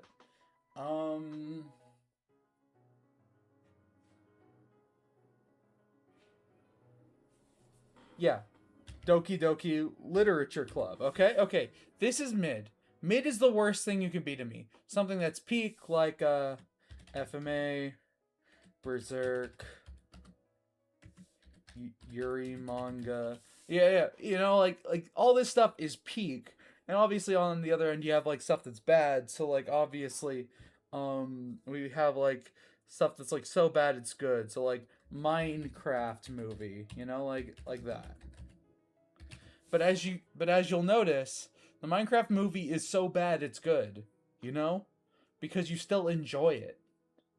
The disappointment level of Sonic 3, MCU movies, and Doki Doki Literature Club mean that they are infinitely less fun to talk about than like stuff that is so bad it's good and stuff that is so good it's good. We, as fanfic writers, we are not achieving mid. We do not want to be mid.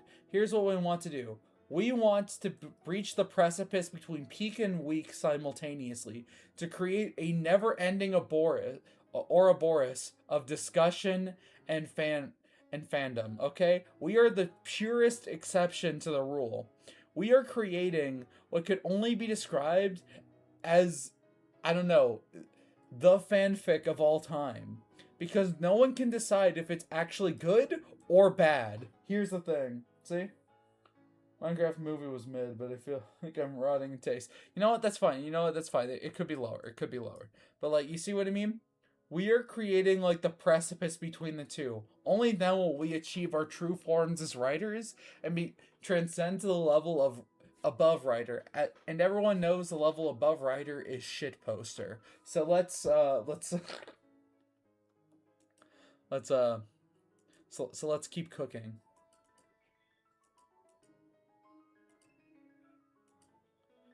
No. Book of Horror. etched across her face.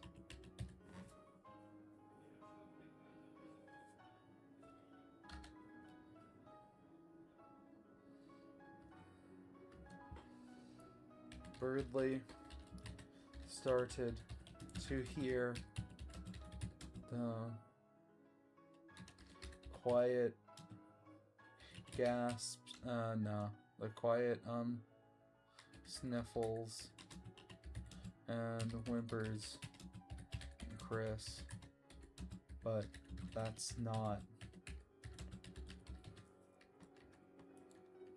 etched across her face. She was Noel. She was giving Noel a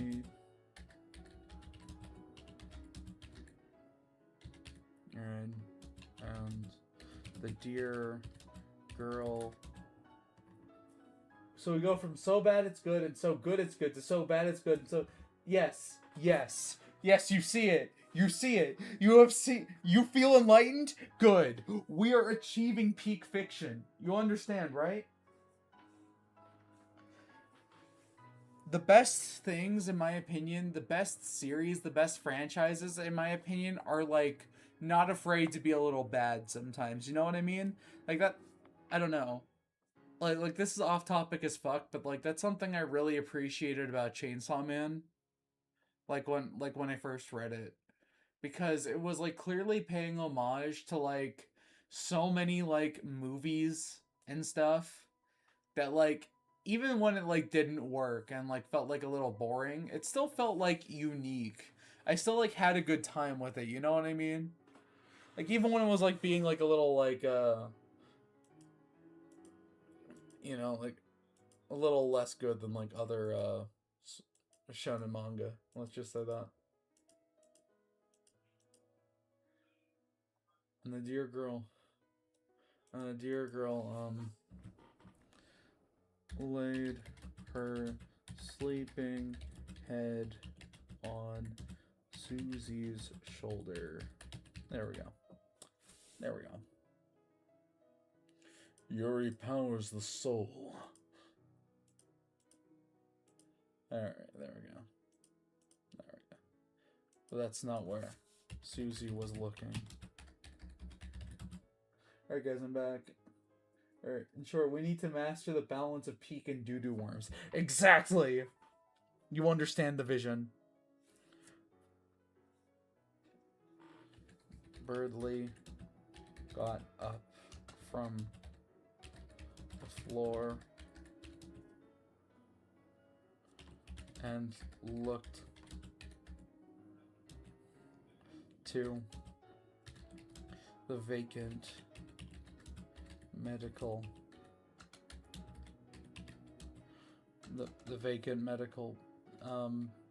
let's just say hospital bed.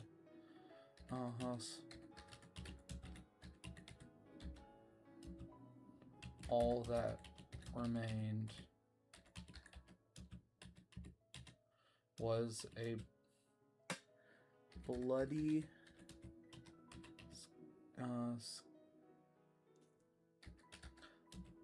scalpel and dark red stains on the white sheets.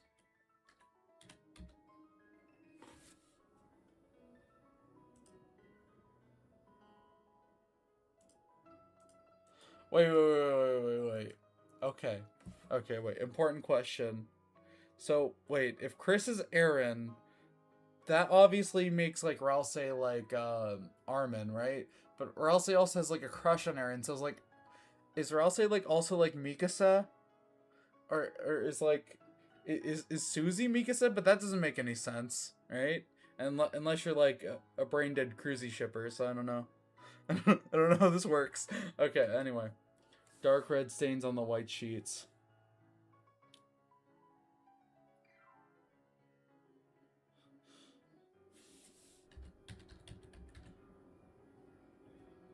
Birdley His face fell.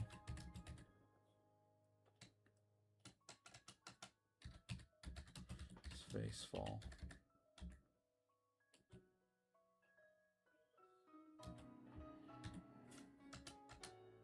And one day, he had witnessed 2 murders. Okay. And that is the end to the hospital arc. Woo! We did it, chat! We did it! So you know how Gasser essentially had infinite knowledge due to, like, since being out of the loop? And he passes that curse on to me since I'm a right... And it's seeing him a right out. Oh, okay. Maybe, like, in the... Okay, chat. We are out of the fucking hospital arc. Let's fucking go! Alright, chat. Okay, so... I need to eat something, BRB. That's absolutely fine. So, you guys can't decide if Ralsei is trans or not. That's fine. I don't think Ralsei can decide that either. Alright.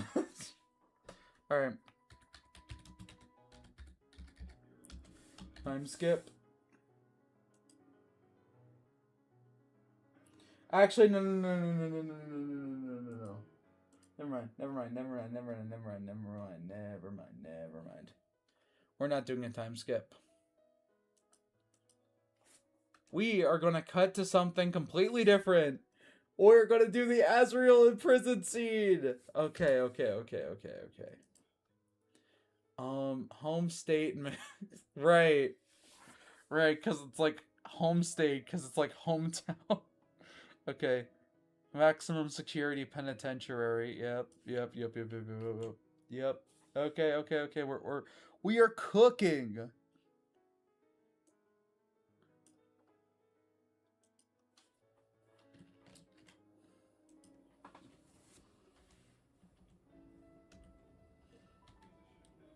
Home state Mac. Alright. A car. Alright, I'm gonna like a beat up old sedan drove up pulled into the parking lot of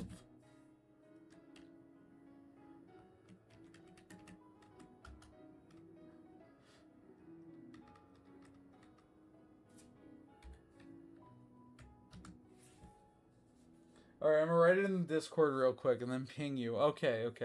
Then I'll share it. I'll share it to chat. We're done. I'm back. Okay. Pulled into the parking lot of Home State Penitentiary. The driver's door opened frantically, and out walked a very distressed young man. And then, like, if this was like an anime season, that's where they end the episode. Since this is not, dude, how much do I have to pay to get Studio Mappa to animate this? Come on, chat. How much do I have to pay? Oh my god.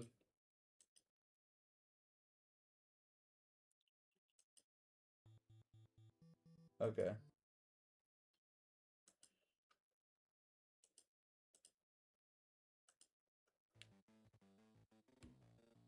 Alright. And it's just.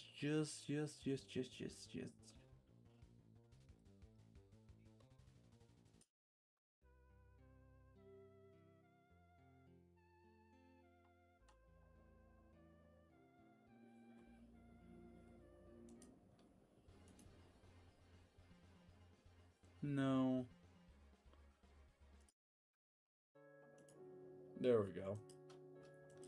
we go.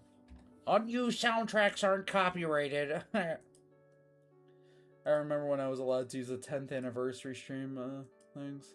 That's how long I've been working on this. There was this one dream I had where I buttered up Tennant to go on a date with me, and he actually said...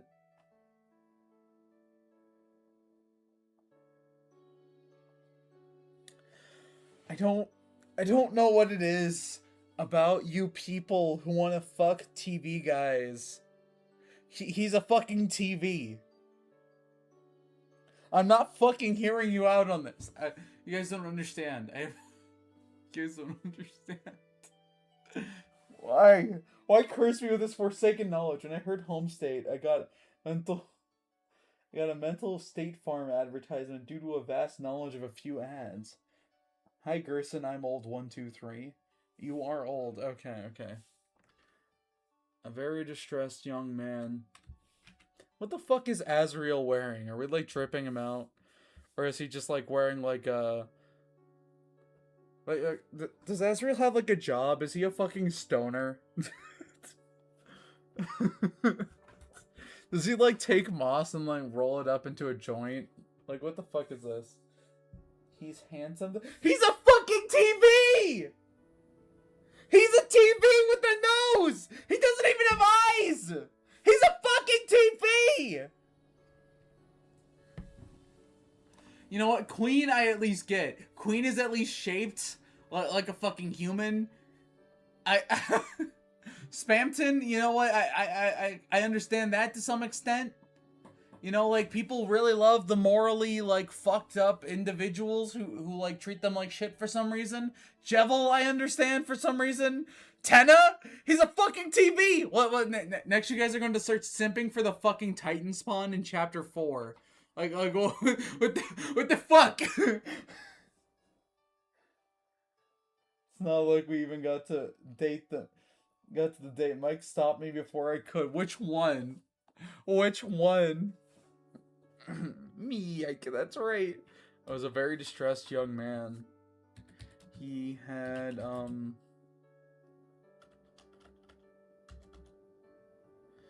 he was drenched in sweat, and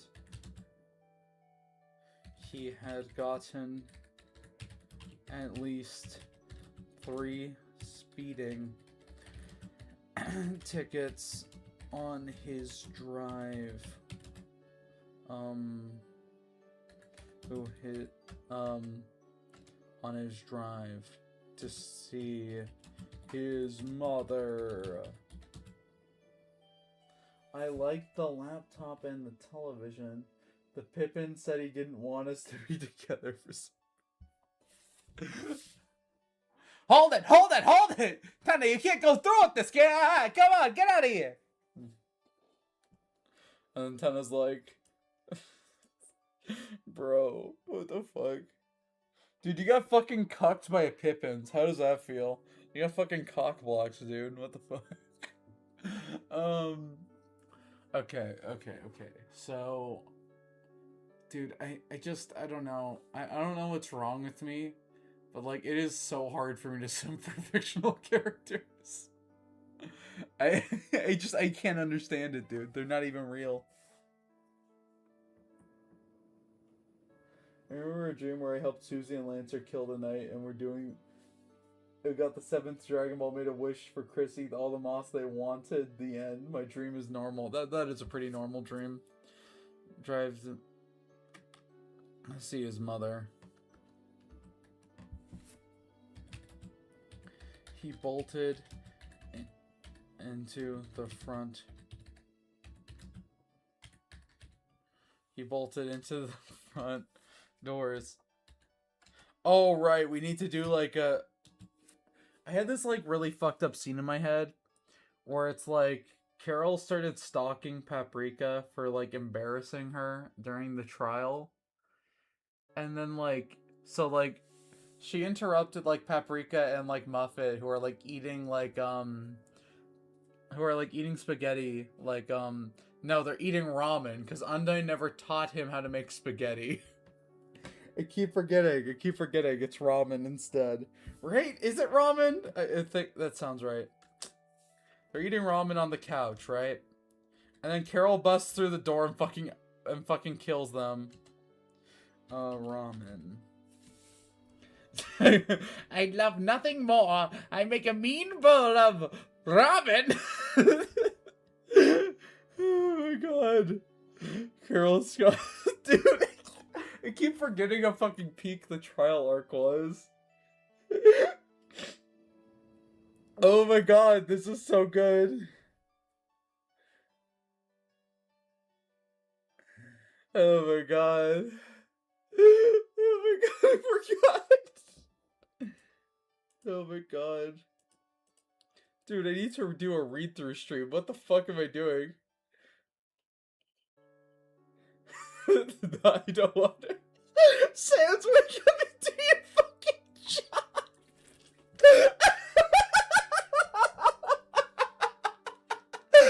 What the fuck? Dude, Sans, wake up and do your fucking job. And in a dream where evil genocides Chris and Queen were exploring dark worlds created in an abandoned apartment complex. Okay, that sounds like fun.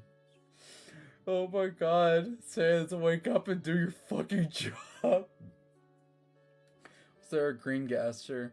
Gaster is not green in this shit. I'm not. Greenster is just fucking device theories like...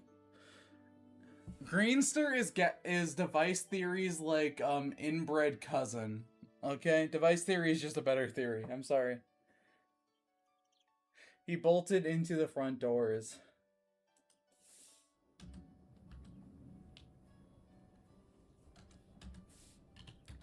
After waiting and doing some paperwork,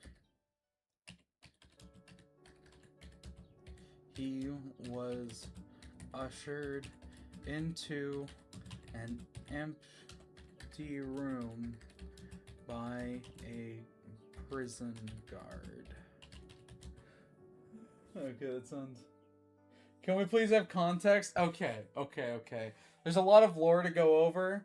You basically got me like halfway through fucking if this shit was a soap opera, it would basically be like you're basically got dropped in the middle of season 2. So here's what happened. Oh, this is perfect to explain shit. Okay, I explained this once before, but since I love using Microsoft Paint to explain my point, we're gonna do this again. Okay. Oh shit, that is the wrong fucking... Oops. Oops. Here we go.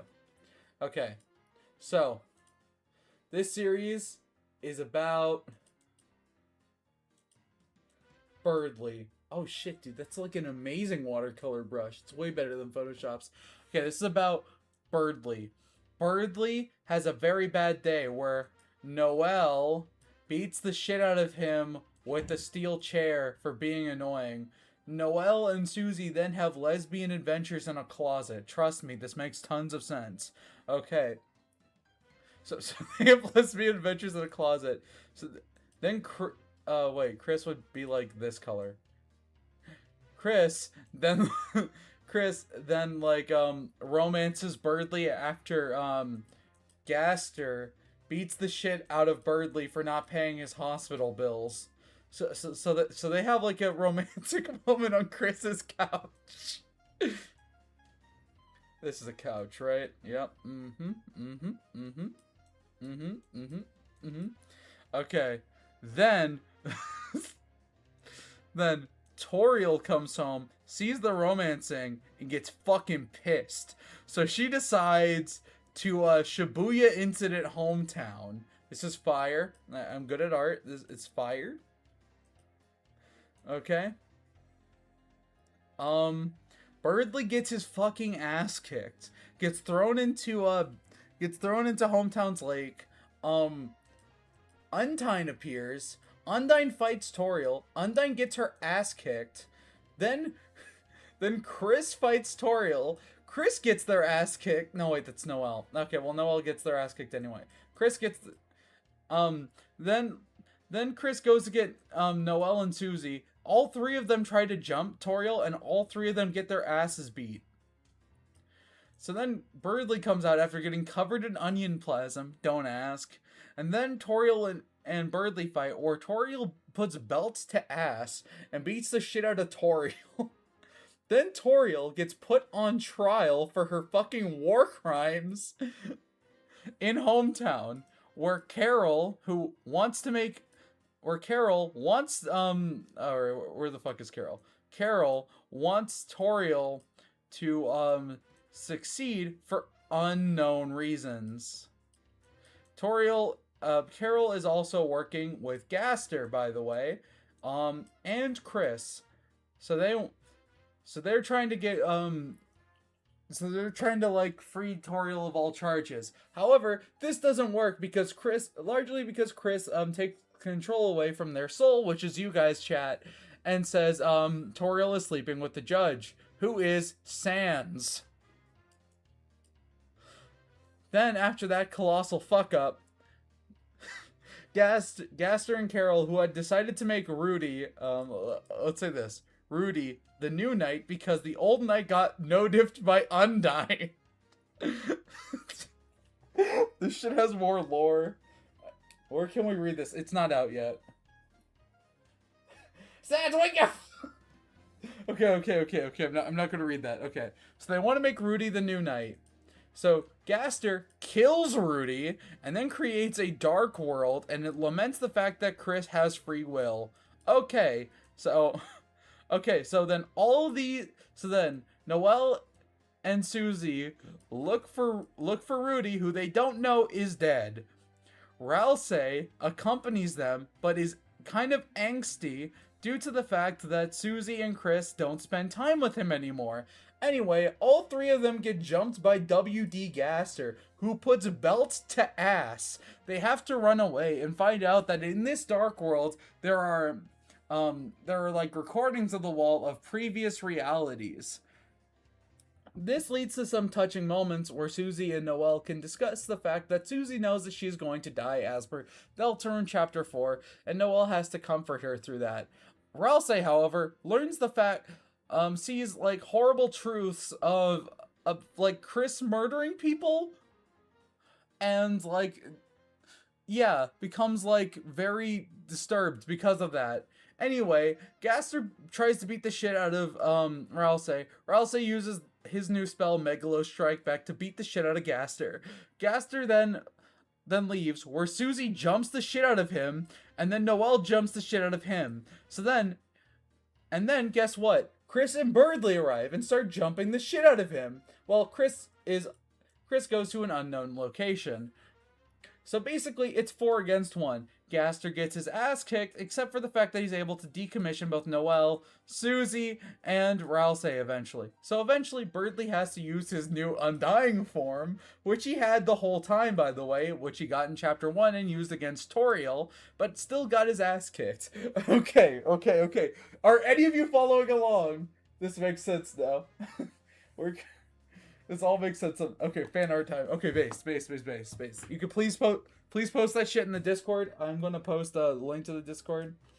Okay. Hold on. I'm gonna post a link to the Discord. You could also post it to like your YouTube channel page, and then like tell me to just view it on stream if you want me to view it on stream. If not, I could just... Yes, okay. Okay, you're following? Okay, good. Good.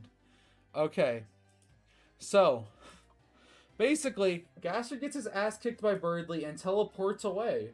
Gaster then gets jumped by Chris. Chris is very pissed off at him because Chris knows that Gaster killed Rudy, and Chris didn't want that to happen, despite the fact that it is technically their fault, because you guys, who control the soul, selected it. You selected kill Rudy. So Gaster did it happily. Gaster's like, oh, well, guess what? I know that this would happen because I'm the reason why you're possessed by an eldritch entity. Chris gets depression because of this. Chris realizes that they don't have free will. And Gaster laments how nothing really matters due to the limitless amount of realities that have happened beforehand due to Carol, who he secretly hates, by the way, achieving the angel's heaven. Gaster gets some sad boy aura points, and then Chris tells him to go fuck himself. Chris leaves and then goes to cry in a corner. Birdly then comes out of nowhere and and jumps the shit out of Gaster. Gaster realizes that he can't win and that this is his fated end in this timeline, so he ends himself in front of Birdly. Birdly gets big sad because of this. Then the Dark World closes because the one who made it is dead. Susie Moralse realizes that Rudy must be dead because they haven't seen him once in the Dark World. He tells Susie this. Susie gets sad because she realizes that her girlfriend's dad is dead and that's going to make Noelle sad, and then solemnly leaves the Dark World. Okay? I feel like I'm explaining like the fucking plot to Kingdom Hearts. Anyway, the Dark World dies. They all wake up in it. And Birdly sees that Rudy's dead and is fucking sad about that. Okay, so now, now Asriel is visiting Toriel in prison because Toriel did the fucking Shibuya incident, and he saw the trial on TV, and he's like, "What the fuck, Mom?" And she's gonna be like, "It was for fucking vibes." Okay. This is Shakespeare. Something tells me you like Birdly. What do you mean? I decided to make Birdly the main character because it would be funny. Like, look at my channel page for 2 seconds. It becomes very obvious who my favorite character is. Okay. That was a pretty concise explanation of the plot so far. Oh my god. This is fucking peak. Oh wait, Toriel's theme? Or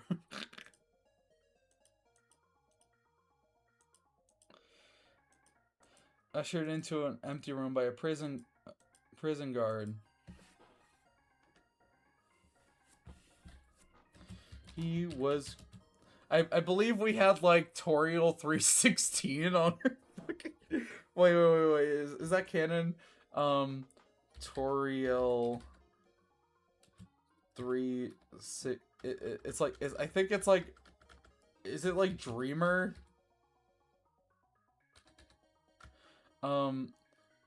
3 is it Mom 316? Yes, Mom 316. Oh my god, damaged prison Toriel is the funniest fucking visual to me. Oh my god, she was covered in scars and was wearing a shirt with Mom 316 on it. Bro, she does not fucking care. Oh my god.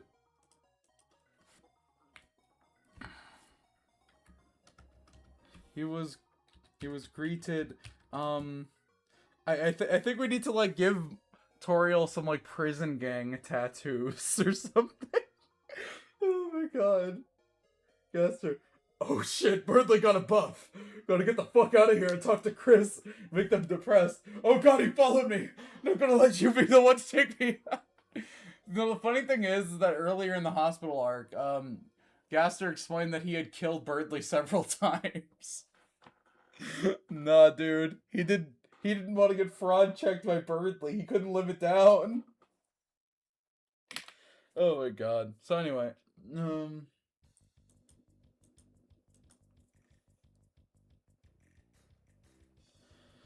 alright. He was greeted by his mother. I feel like okay. I know I changed the music a lot, but it's very helpful when it comes to writing. I'm so sorry. Fuck.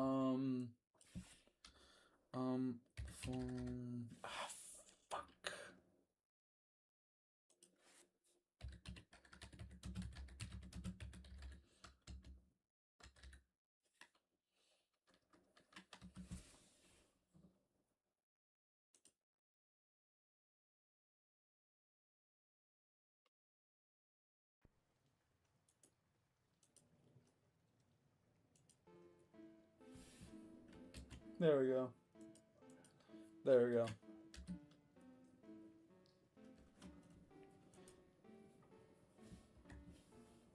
Oh my god, this shit is so fucking peak. Demon Toriel is like the funniest fucking. It was so funny to me because like of the juxtaposition. Just like Toriel's like, oh, you need to fucking die. I think some of the best choreography I've ever written was also like all the Toriel fights because she was like a master of kung fu. Oh my god. Greeted his mother, though she was. No, she now looked a little more muscular and had a damaged tattoo on her forehead. Oh my god. So fucking pink. Her orange jumpsuit had the sleeves ripped off, revealing her massive arms.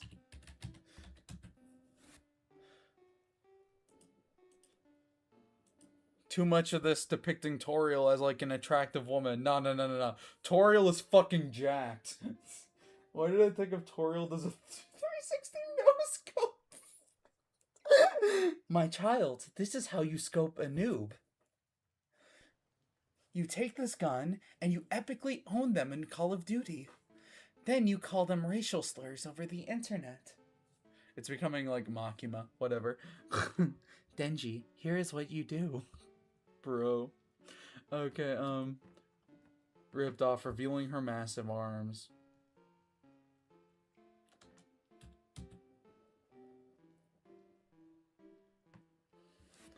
Her face fell when she saw who it was on the other side.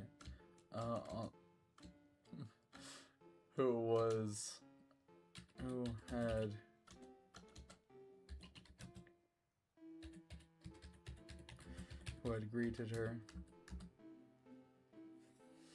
I feel like I should do like a full reading of Hometown Incident on like the channel or something. Just like this massive like 23-hour long video that's like literally just like me reading it with like advanced like shitty voice acting and shittier visuals.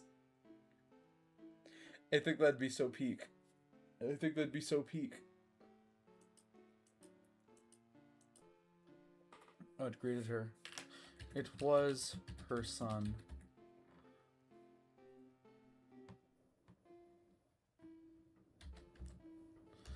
Mom, what the fuck? Mom, what the hell, man? Oh my god.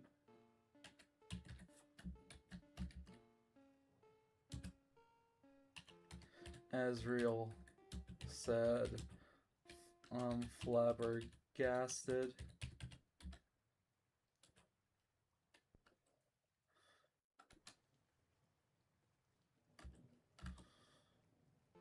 Toriel felt. Yo, wait. Oh shit, I got an idea. So like near the end of the conversation, okay, there was like this idea I had for like this fanfic where it was like Asriel like was like knowledgeable of like Carol's plan, and like so here's the thing. Here's what we could do with Asriel. We can either make him like manipulated by Carol in some way because he's like a dumbass. We can make him helpful to Chris and like the gang. Well, not Chris, just like the Delta Warriors. Or we can make him like a co-conspirator. Like he like after Carol explains the plan to him, he like completely understands it and respects it. Of course, probably not knowing that Carol killed Des, but whatever. Toriel can lift 10 tons. in this, can't she? No, she can live 20 times. Okay, so I'm gonna, like, as real characterization.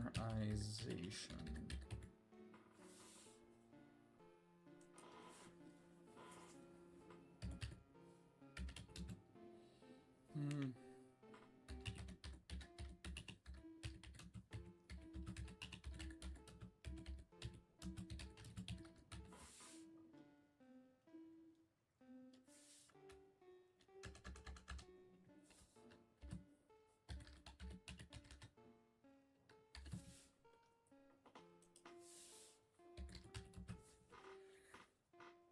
Hmm.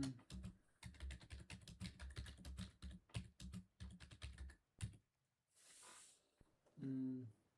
New sides of the heroes.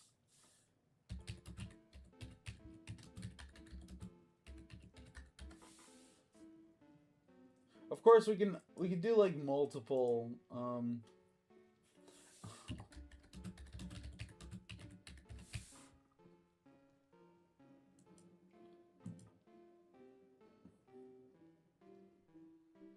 Okay, I need to go for dinner. Bye bye. Yeah. Okay, bye.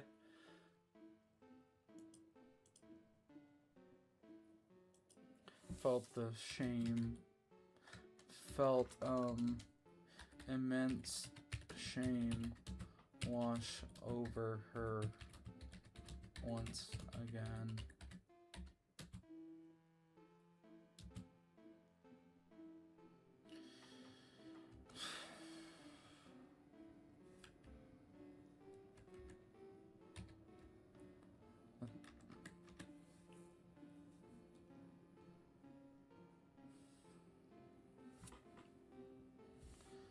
Was her free.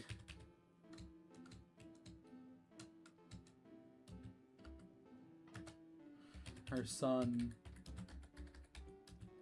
at her with a face of anguish and horror.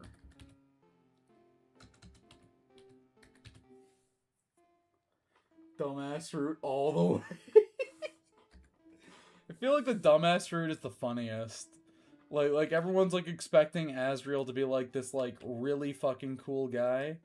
Like this cool guy, but nah, he's just like basically a fucking dumbass. He's just like, oh well, Miss C said I could help you. I feel like Asriel calling Carol Miss C is like really in character for some reason.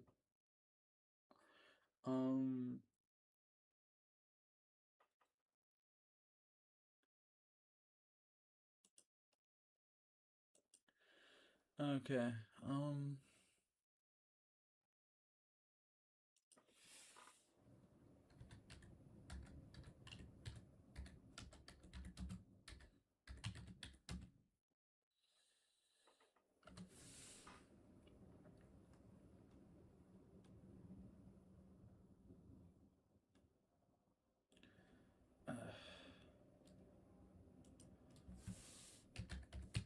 Give me a sec. I need good music. I need good music. This works. This one.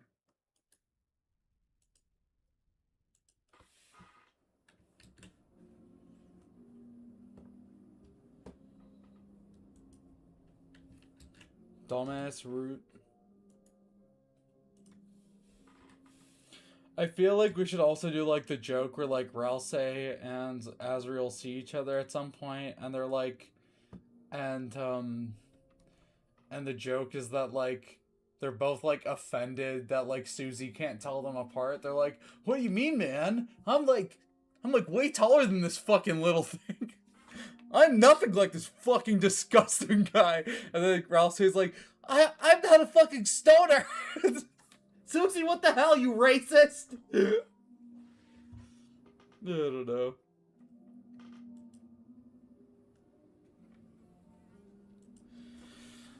The face of anguish and horror. She did not answer him. For he would be ashamed at her honesty.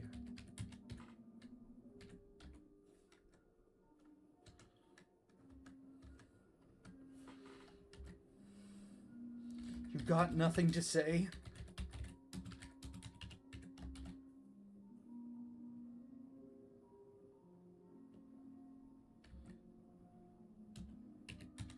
Azrael.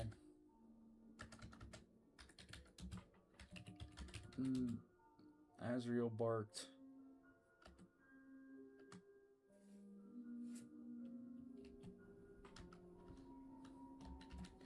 You destroyed our community. My home. Is it true that you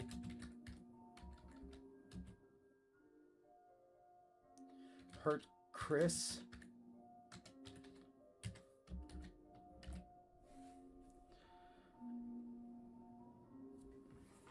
Okay, Sophia, I did it. Okay.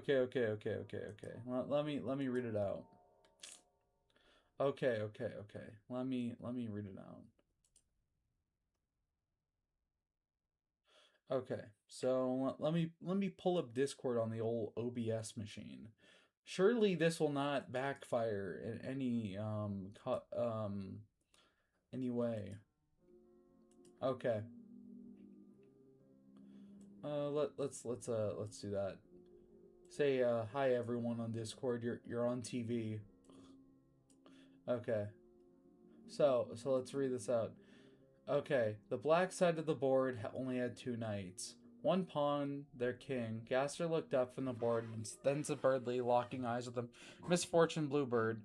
Gaster, I have lost. You still have your king. Do I really? No, wait. I've lost. You still have your king. Do I really?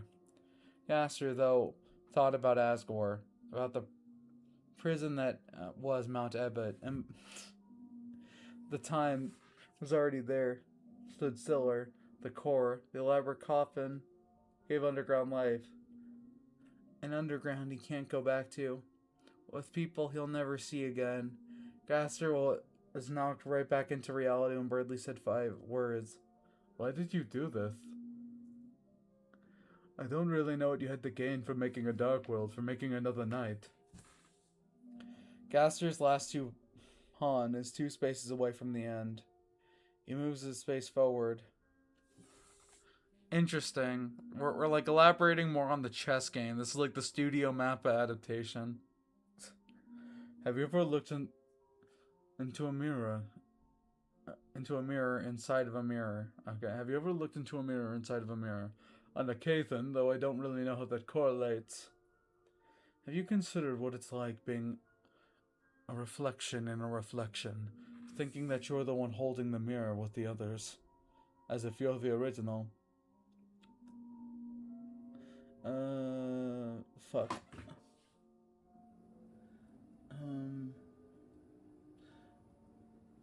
I think you understand now. I still don't, actually. Where the fuck am I? Okay. Birdly moves his rook 1 row in front of the black king. Gaster is about to grab his pawn and put it to the other side, but then he stops. He doesn't want a new knight, or a new queen, or a new anything. Then I'll show you what I mean. I pass my curse from me to you. What do you mean? Gaster knocks his king off the board and looks into the young bluebird's eyes, seeing his old self in the... Holy shit, wait, are we... No! Is smoking weed vegan because it's involved? Weed I plant... Wait.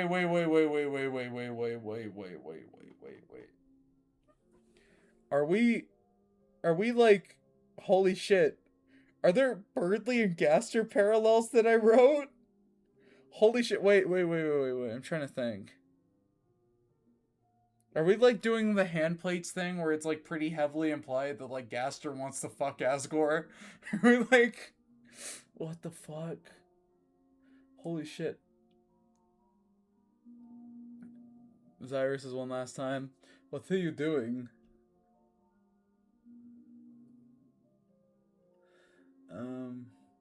Okay, I'm gonna translate this from Wingdings.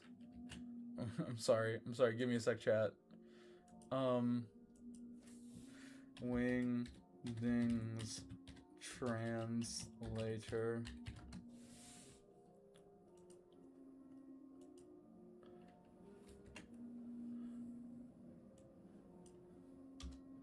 No, that's the wrong way. Okay. I'm freeing you. Oh, shit! I'm freeing you? Holy shit. Wait.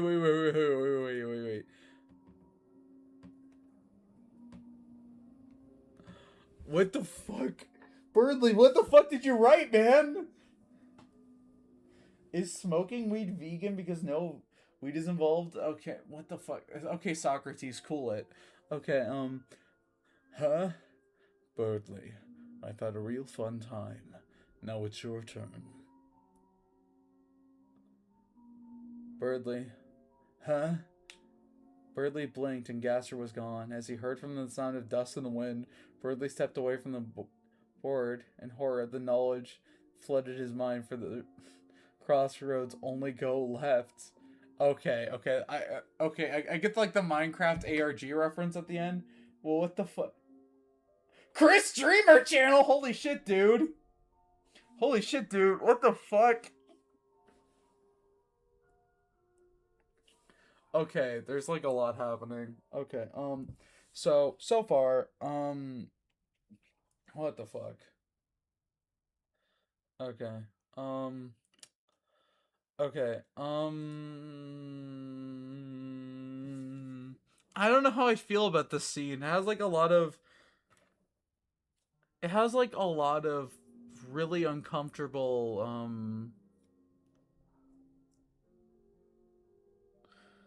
ideas in it. My question is like, how would Birdly get the infinite knowledge? The reason why Gaster has like, you know, he's able to remember the resets is because like he has advanced knowledge of the human soul. So like, does Birdly go into the bunker and then like find Gaster's research? Maybe like this scene plays when like Birdly gets knighted. I don't know, let's think about this. Maybe like Birdly with advanced knowledge of the human soul, then like gets knighted, and then like Birdly like sees all the timelines at once. If anything, like it's weird because like if we go like the Chris Yeager route, like we want to do, you know, like with the whole Chris enacts the roaring to like free the earth thing or whatever. It's weird because it's like, if anything, I feel like this would fit Chris more because like I feel like the Angels Heaven would like give Chris that knowledge. It's weird. It's a very cool scene though. It's weird though. Like holy shit. I was kind of limited by the word count. Oh my god. Wait, what the fuck? Peak. Okay.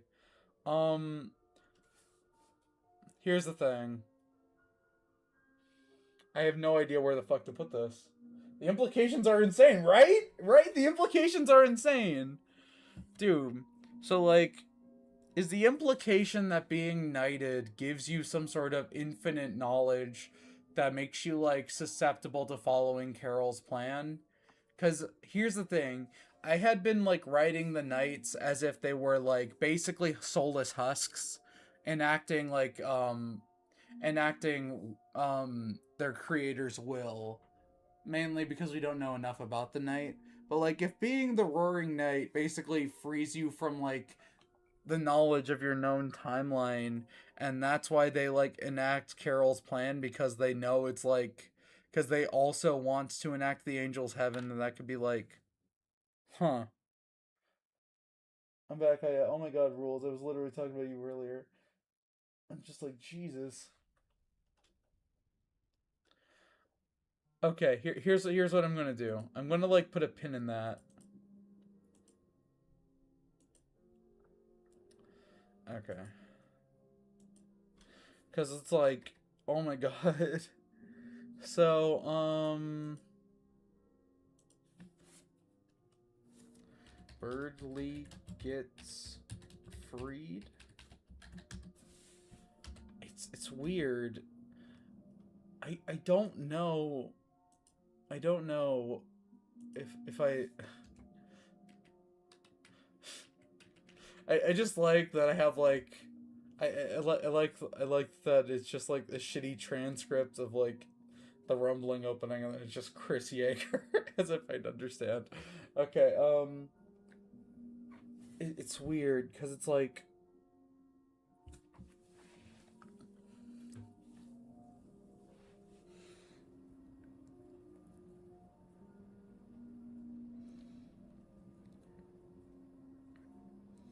because it's like I know we have like decided for a long time that like the whole tragic twist at the end of like chapter 2 is that like Chris and Birdley are going to become like really close and then Birdley's going to become a knight and then that's going to like fuck everything up.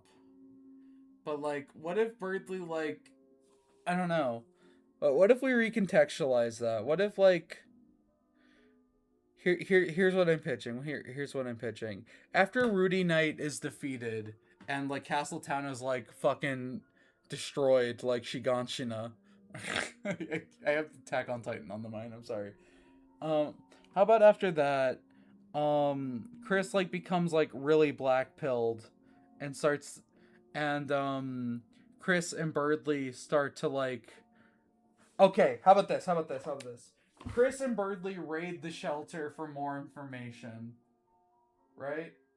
This is like after Noelle had revealed to the group that Chris was like an accomplice in Rudy's death, so there's like a wedge in their relationship. And then like they find Gaster's research.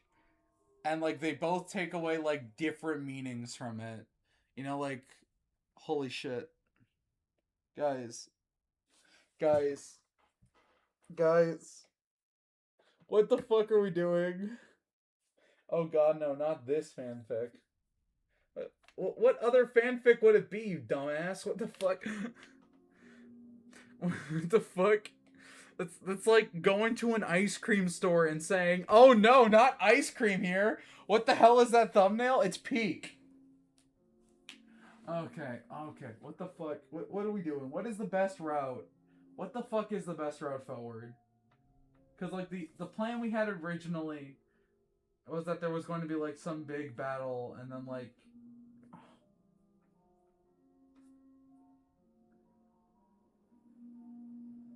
hmm.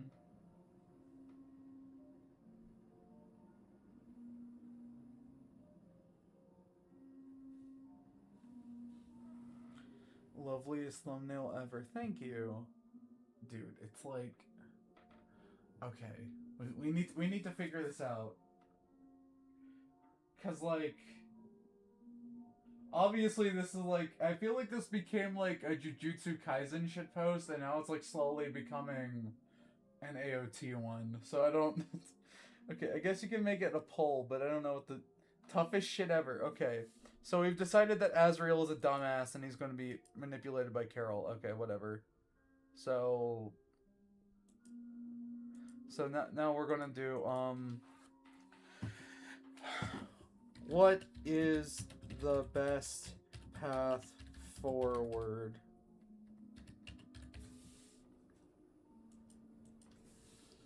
Original plan. Chris and Birdley seek freedom.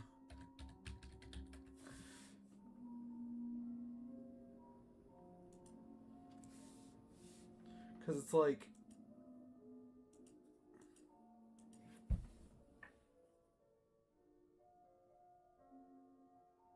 oh no, not the fanfic I already knew about. Yeah, okay, because it's like, dude, it's like, that's like a really good idea, Birdley. Holy shit, I hadn't even, holy shit. But then, like, I wonder if we even, like, do Birdley Knight. Or is it, like, do we do, like, the really fucked up twist and then it's, like, Chris who knights Birdley? Or is it, like, Birdley chooses to knight himself for, like to stop Chris? Is that like, the route we do? Because it's, like, holy shit, like, what the fuck are we doing? I feel like we're in like this boardroom full of like writers because we hadn't planned out the ending to like a fucking show and now we're scrambling. Oh, dude, what the fuck? Okay. Okay. Is it true that you hurt Chris? Okay, you guys vote on that. I'm gonna like mull over these implications.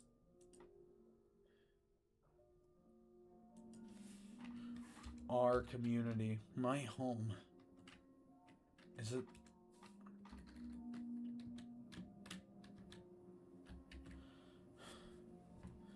Azrael. Please. You already know. You already know the answer.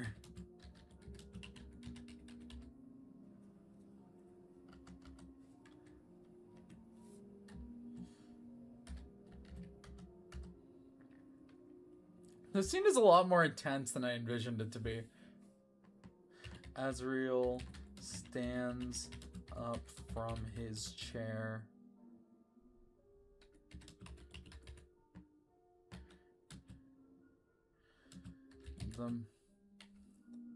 The metal chair collapses and makes a loud bang sound when it hits the floor. I've made Sophia's steak too juicy and her lobster too buttery. True. What does knighting mean? Okay, so in this fanfic, the process of becoming a knight is like an unholy ritual done in a dark world, where basically you need to kill a lightener, then take their remains to a dark world, in which case you make another dark fountain within them. This makes them half lightener, half darkener, and half titan. There we go. It's like some Choso shit. Basically resurrecting them as like this unholy revenant, basically. You know what I mean? That's why the Roaring Knight is so strong. That's why the Knight looks like the Titan. That's the thing. Of course, this is made of bullshit for like the fanfic. We don't really know what the Knight is. Like there's like one line of dialogue mentioning that the Knight removes its helmet, and it is implied that the Knight is still alive. But fuck that.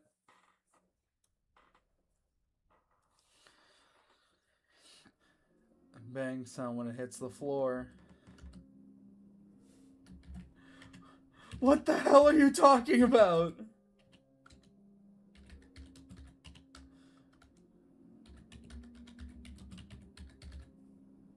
No, wait,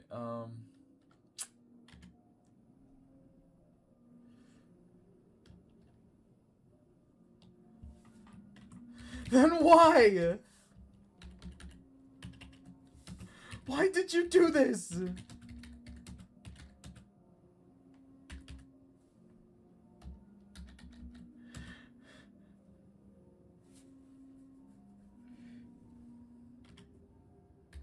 I saw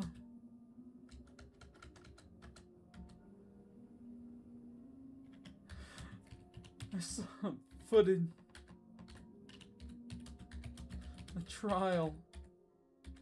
It was a goddamn joke. Please, Mom, just tell me.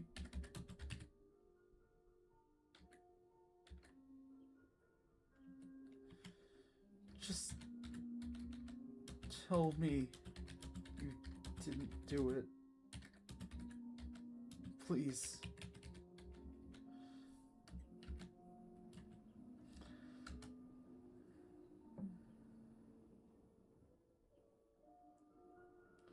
Azrael begins to... It's weird. I feel like I have this problem where, like, in my head, I'll imagine something very, like, wholesome, or, like, not at all, like, that serious, and then, like, I'll actually, like, write it and draw it out. Like, I have this problem when I'm, like, making, like, comics and art, so, like, I'll, like, imagine this scene and it'll be like, oh, dude, wouldn't it be, like, cool if, like bombs worked like actual explosives do in real life, and then I'll like draw someone getting their face blown up, and then I'll be like, oh my god, dude, oh my god. I don't know, it's weird. You don't fully think about things when you think about them. Asriel begin to cry.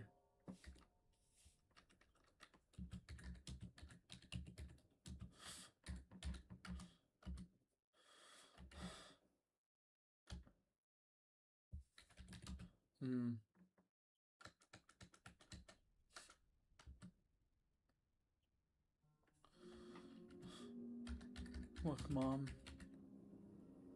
I've been talking to Missy.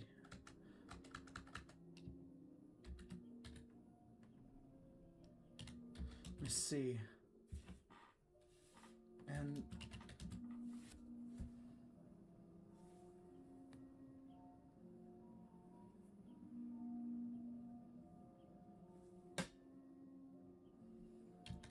she says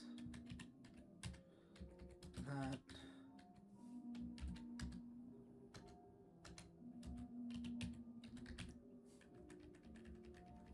alright. This is the best way to spend your Sunday, chat. Homosexuality is a font to the Deltarune editorial. What? Asriel gets cut off. What?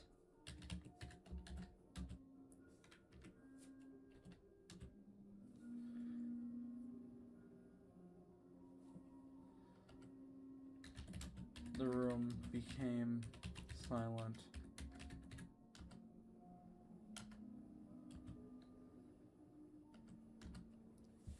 No.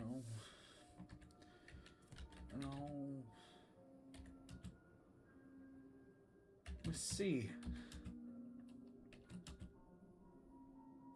She's really worried about you.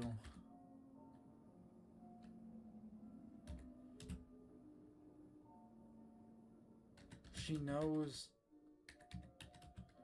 you just have a lot to deal with.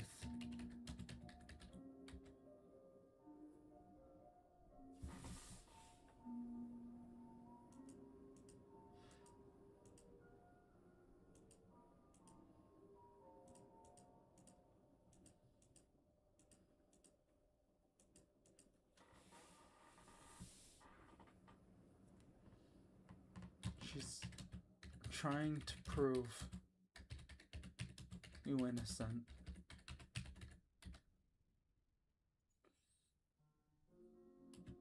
She told me the footage was faked.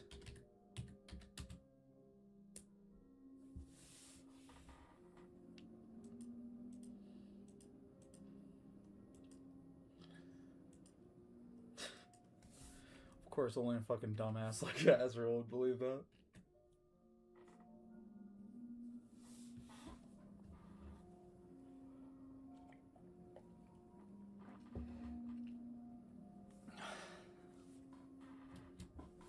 Asriel explains. For real.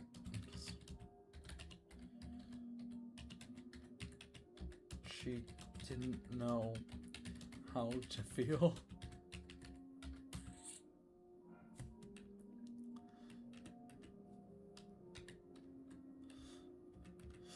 She didn't know how to feel.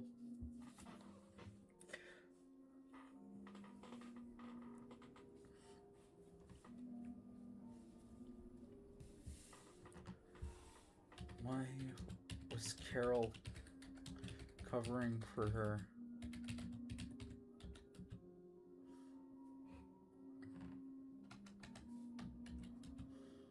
Why?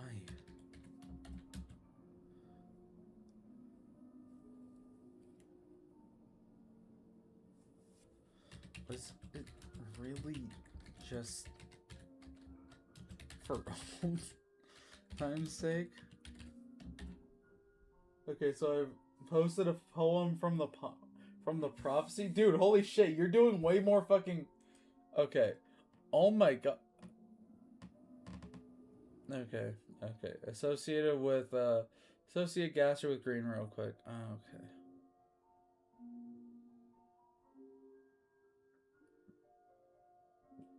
Where the hell is this from? Oh shit, dude. I didn't scale down the fucking Google Docs. Jesus. Tell me next time, you dumbasses. Okay.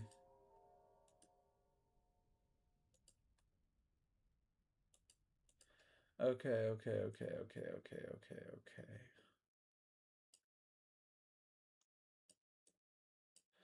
Okay, I don't remember this ever showing up in game. Associate Gaster with green real quick. A cage that never opens. A knife is a knife no matter how much it wishes to be a brush. The wind is as free as the sun is bright, nor it turns from the moon to night. The earth shan't yell nor cry. The cage seals the angel for eternal servant. Gaze upon... Okay, so you wrote this. Okay, I see. I see, I see, I see, I see.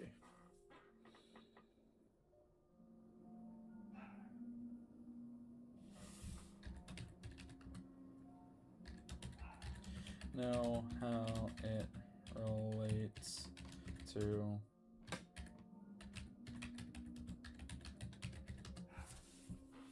watch like the ending of Deltarune come out and it's somehow like darker than whatever I end up writing. That'd be really funny. Okay. Birdly, just tell me in chat, man. Okay. But you are cooking. You are cooking for real. I kind of wonder what like Birdly's hometown incident would look like. Okay. Was it really just for old time's sake?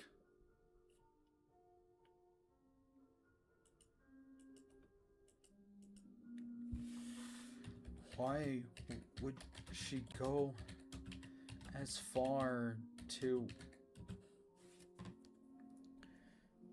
try to rig the trial?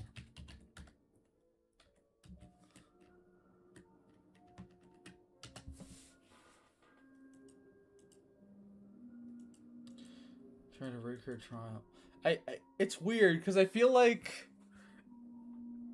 on the surface I keep like thinking like that we're like being really tonally inconsistent, and then like because I think about like Susie and Birdly bum rushing Gaster and how like playful and stupid the dialogue is, and how the scene right after that is Chris learning about like their fucked up fate, but it's also like that's just how Deltarune is. I don't. I'm trying to say the tone is all over the place here. I don't. Break her trial. Why was she lying to her son?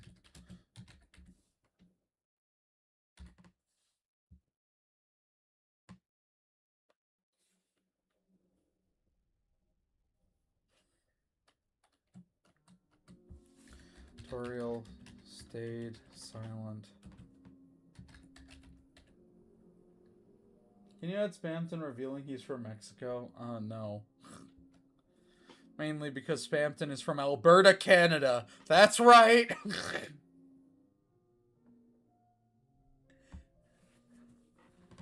Well, what the fuck was my Spamton voice? Was it like, ah, correct Amanda? Was it like that? Chris, I am from the Holy Land. Alberta, Canada.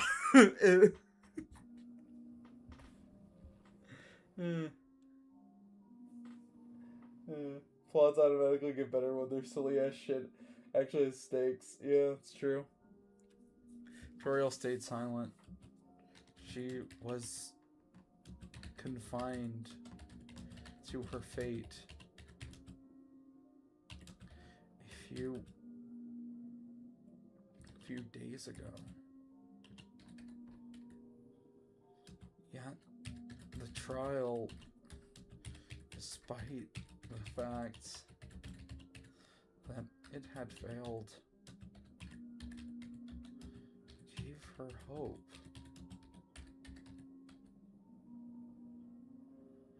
truth was, she knew how horrible those things were. The crimes she did. But it was so freeing.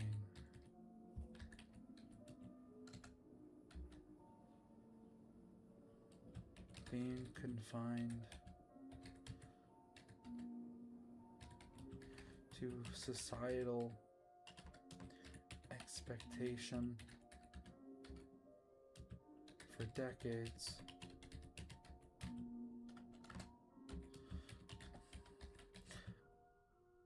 Walking in for decades. Watching your husband murder exactly 6.5 children.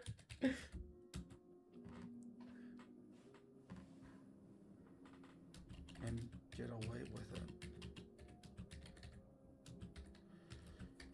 Purely because he had connections to the police.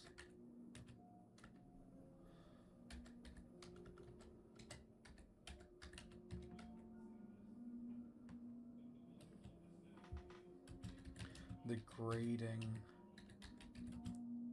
of normal, everyday life.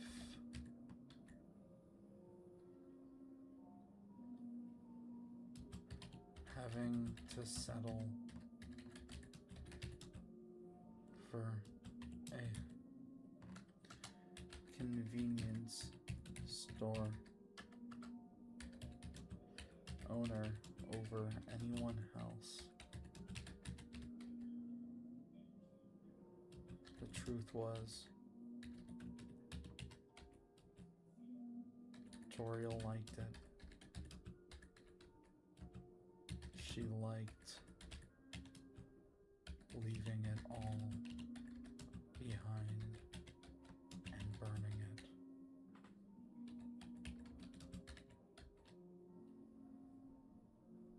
After Nicholas Gore, Samson, please get the fuck out of my country. That's why Jevil hates him.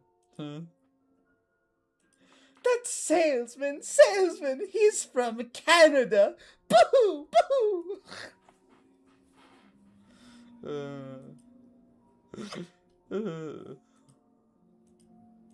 Something about Spampton gives heavy Canadian vibes to me. I'm sorry. I know he's like the most American character of all time. He's like basically a used car salesman, but like... Wait, do they have used car salesmen in Canada? I don't know.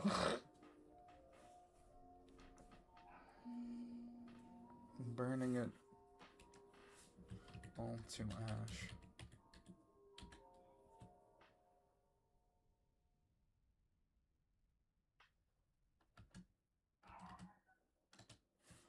It scared her.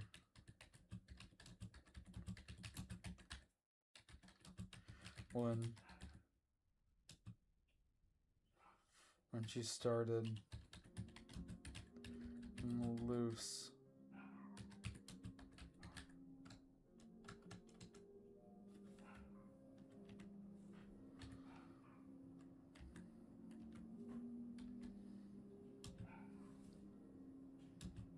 Beating Birdley to a pulp, but in hindsight, what did she have to fear? Every now and then I write peak and then I go back to being dumb as fuck. I don't say that about yourself, Birdley. You've always had pretty banger suggestions for like this fix, so I don't know. What did she have to fear? What did she have to fear? Exactly. compared to these small people was a god. It's weird. I have no idea how the hell Toriel factors into the rest of the plot, because I think I've made her pretty irredeemable. I know, like, I've already compared her pretty heavily to, like, Conquest and Omni-Man, but it's like, Toriel isn't that. Toriel is, like, basically a serial killer in this, like, isn't she? Like, here's the thing that's, like, disturbing to me about most serial killers. Like, I feel like everyone feels, like, pretty upset and disturbed with their real life. They feel confined and trapped into a world they don't understand that's like foreign and alien to them. But serial killers, they take those grievances that everyone deal with, and because they can't deal with it, they decide to commit horrible acts of violence in an attempt to feel free from that very society that shackles them. And that's what's disturbing to me about them, because and it's what's irredeemable about them, because instead of like fighting, instead of like fighting, for themselves, they decide to take other people's autonomy away from them by killing them, you know what I mean? And Toriel's already killed people, so I don't think I could ever like really redeem her in any way. It's weird. So I don't know what to do. Swampton chugs ungodly amounts of maple syrup and then dies. I feel like Susie would be like, chug, chug, chug, chug, chug.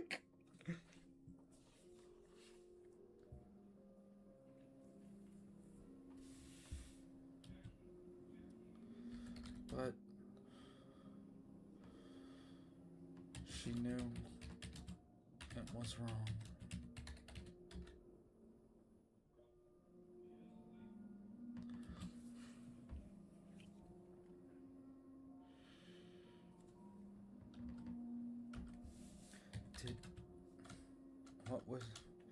What was she to do?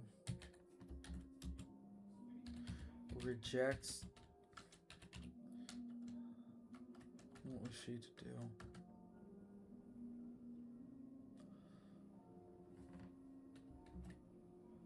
Miss C told me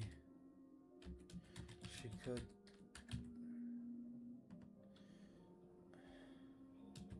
move you to another prison or something, like a nicer one, but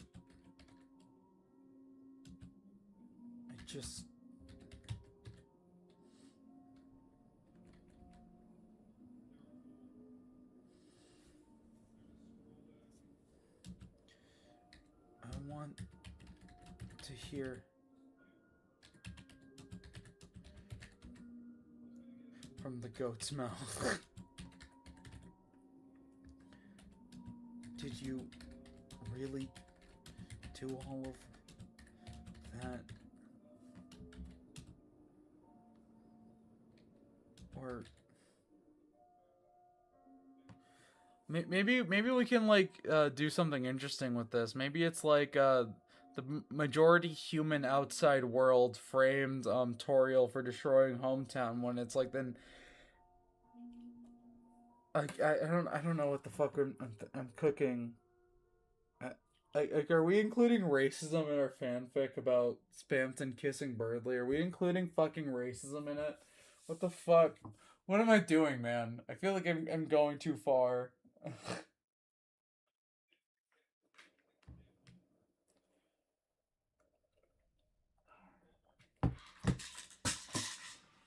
And I dropped my ibuprofen.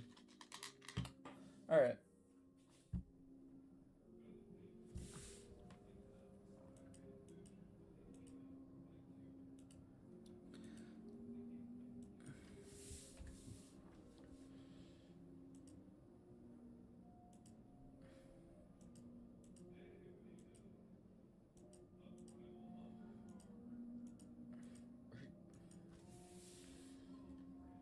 Did you really do all of that? Is she she lying to me? I won't know Eve anymore.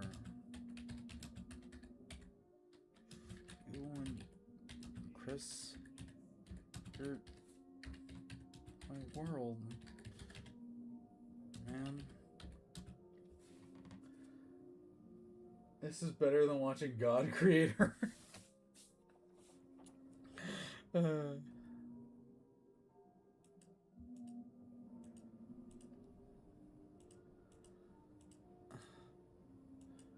world, man. I just... Holy shit, dude. Is Azriel fucking pissed at Susie? Wait, guys,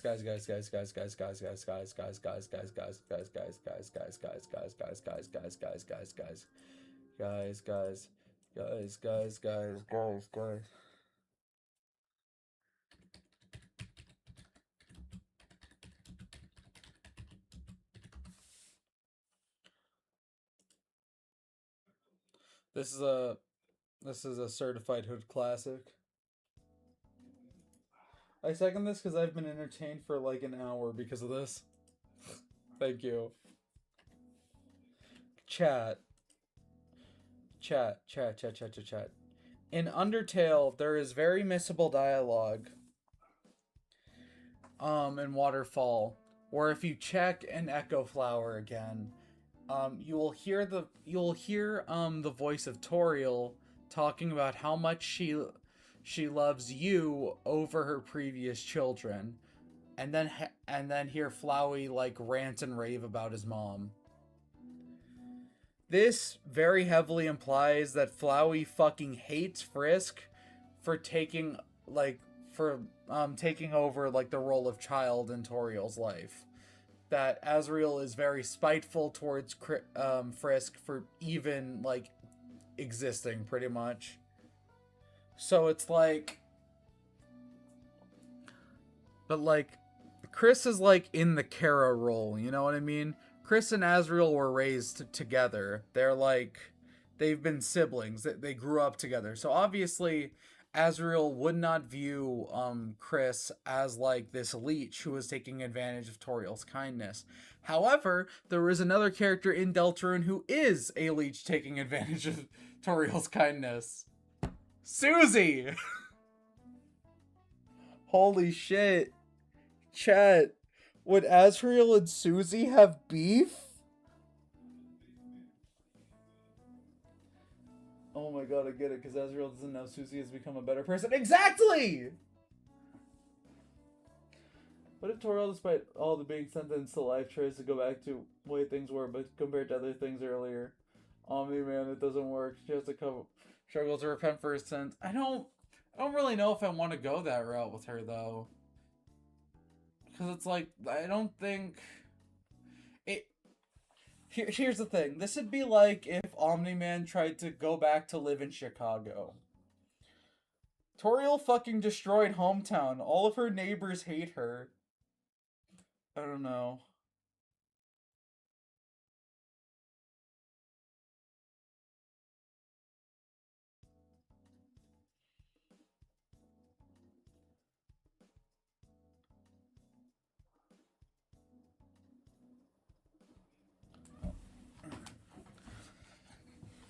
Just...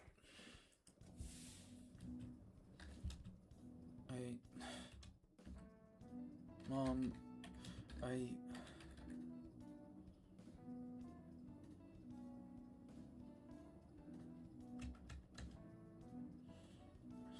just... Please... Tell me the truth.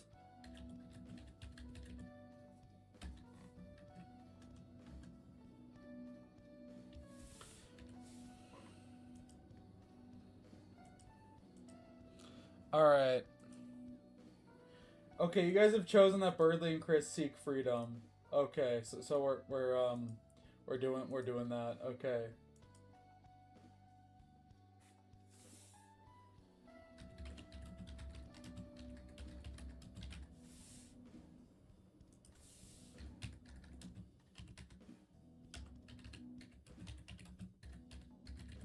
So I have like an idea for Asriel in the story. As of right now, Chris is living with Asgore. Here's my idea. Asriel comes home. He talks with Asgore and he's like, "Hey man, what hey dad, it would probably be better if Chris lived with me for a little bit." And then like Asriel starts like leasing out an apartment, and then like that's where they live for now. So like Asriel is like effectively Chris's like new guardian, which effectively means that he is unknowingly like playing into Carol's hand, because now Carol has like access to both of them 24/7.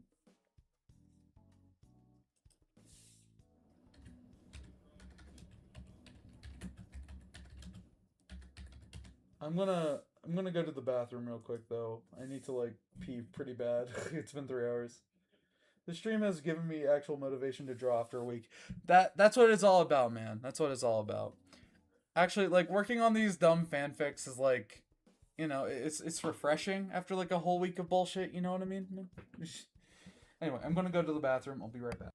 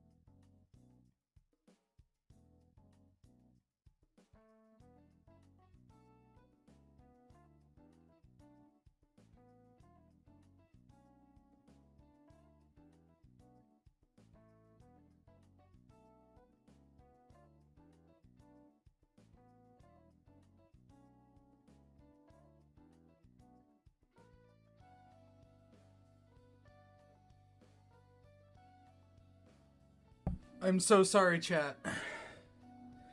Alright, let's go. Alright, guys, let's drop peak. Hey, yo. Hi. Sorry, chat.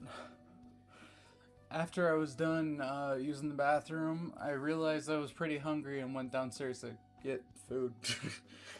So yeah, I'm back. Alright. Tell Azzy the truth is one. You guys are very predictable. You guys cannot have any fun. Come on. How's it going? It's going good.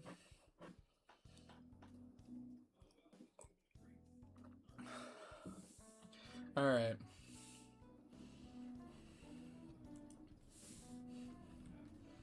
Please tell me the truth. We haven't really done any, like, reread throughs this stream. Fine. I'll tell you.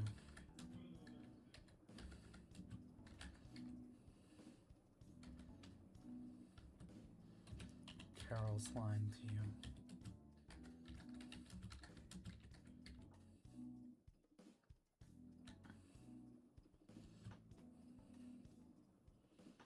I did do those things.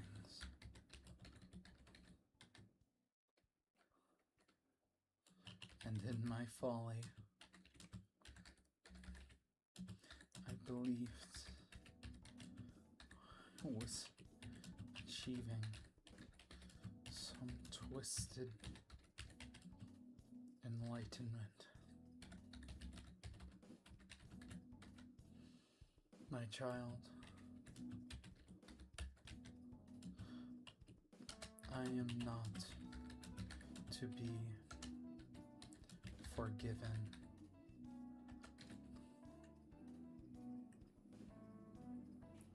I voted for lies, Sophia, though I don't even know what we're talking. Okay.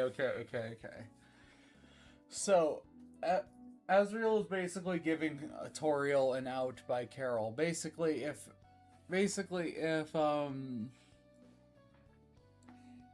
Toriel lied to Azriel and said that she didn't destroy Hometown,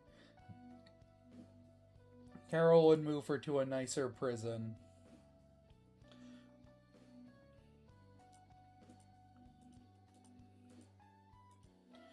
And yeah, but you guys voted for the truth instead. Alright, guys, I'm back. Okay. I am not to be forgiven.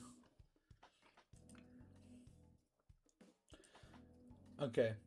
After the prison scene, we're gonna write one more. We're gonna write, like, maybe, like, a few more scenes.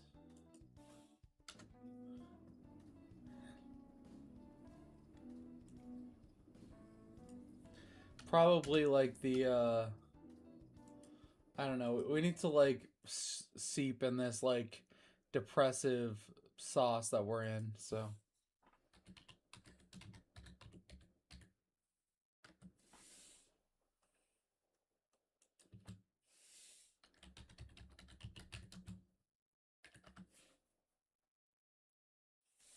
Yeah. Chat usually is a bunch of goody two-shoes. Probably because chat thinks that all of these characters are going to make it out, okay?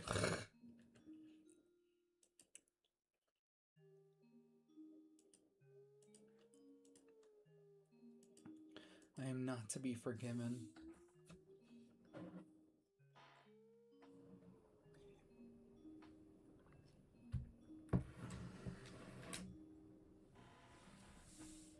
I am not to be forgiven.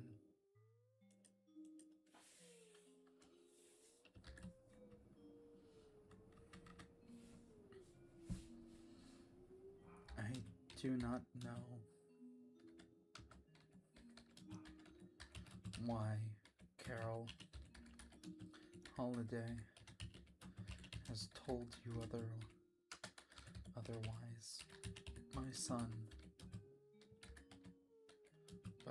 I keep remembering she has a fucking damage tattoo on her forehead.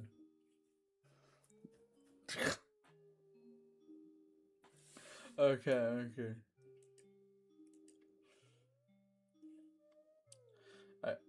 I need to get rid of that. That's so dumb. I can't.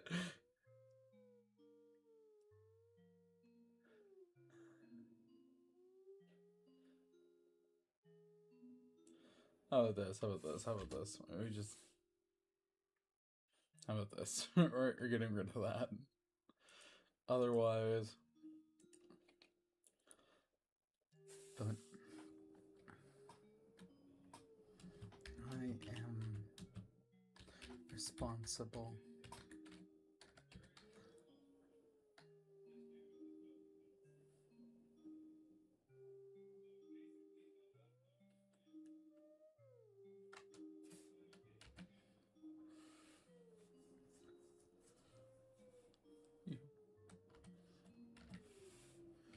You hurt Chris and Dad.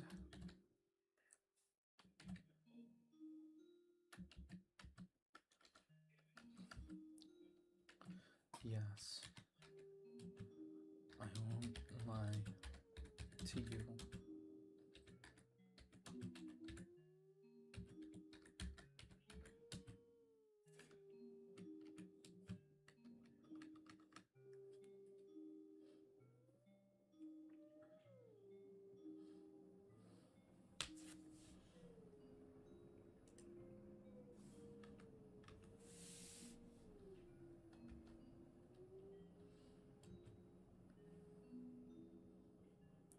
Chris rightfully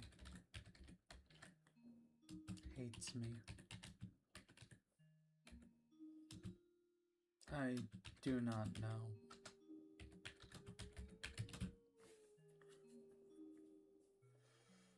I do not know about Asgore.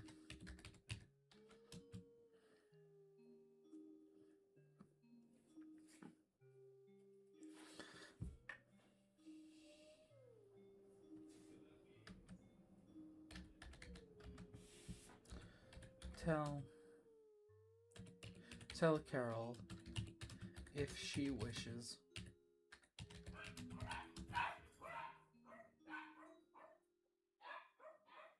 Damn, okay.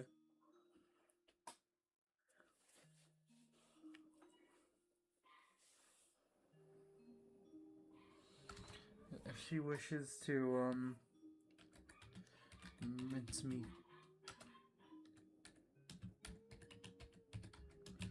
she should do so herself.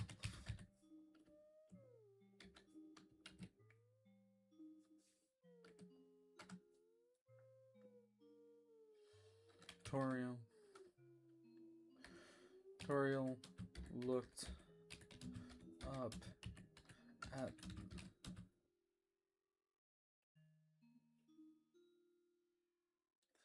Isn't this supposed to be a redemption arc for Toriel? I don't think Toriel can be fully redeemed, to be completely honest. Here's the morality chart of characters in this fic. Of course, since we're always gonna go back to the fucking chart. How about before we end things off today, we do like another Curdly scene? How about that? Okay. So this is good. And this is bad.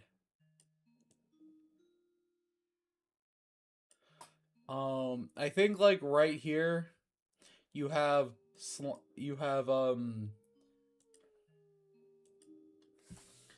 sliming out your community because your kid decided to date a nerdy boy. Okay, that's pretty bad. That's pretty bad. Chat. The like over here we have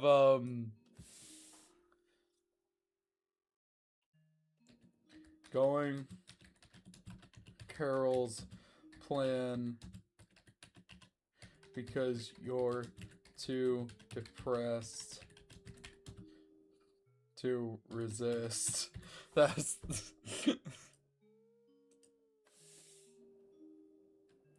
Carol. This is chat. Chat, come on. It's not as bad as these two, but it's not good. Come on, chat.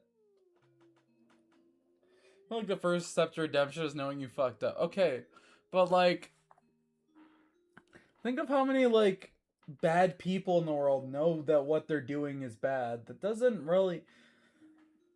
Here's how I view it. Knowing what you did was wrong is a major step, sure, but if you don't take steps to make sure that you've changed, then acknowledging that you're a bad person doesn't necessarily help you all that much. Bye, y'all. See you later. Okay. Bye, Diego. Don't save. I've done so many fucking MS Paint things.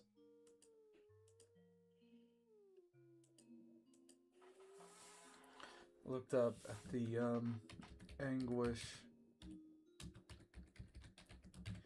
face of her son. He was staring at the floor. Tears were running down his face.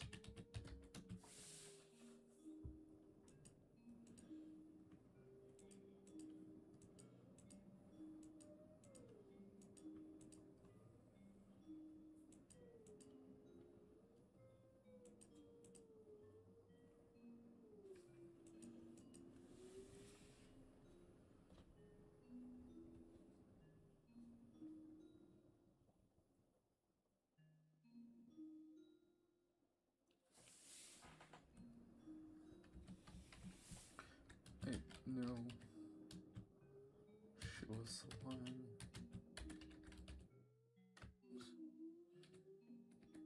Deep united, but I just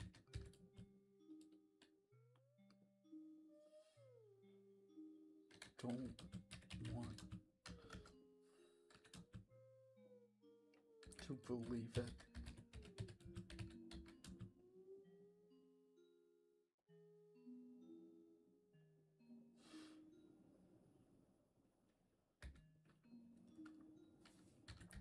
It's been so hard to move forward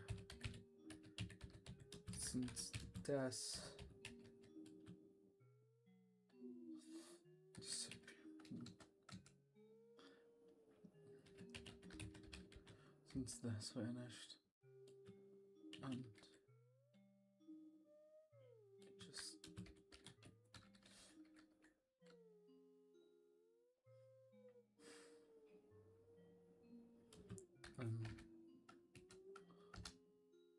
I'm sorry. I'm sorry for being an idiot.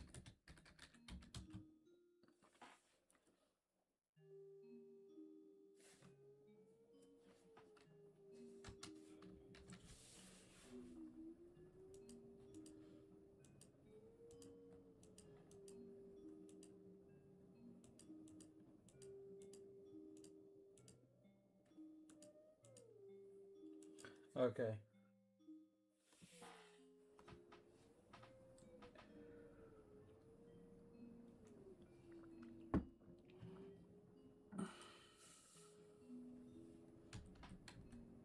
Toriel didn't know how to respond.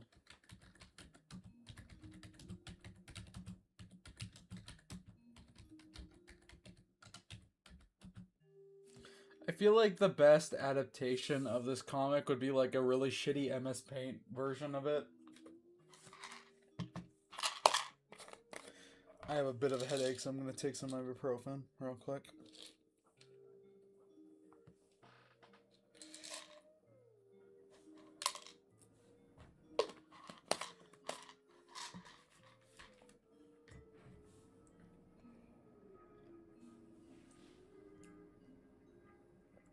Okay.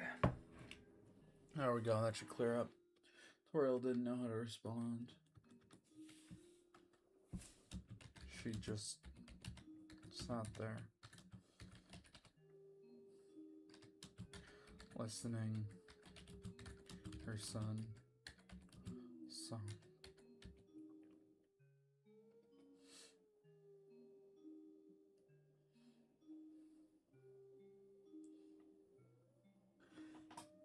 So Homestuck is the best adaptation for this? True.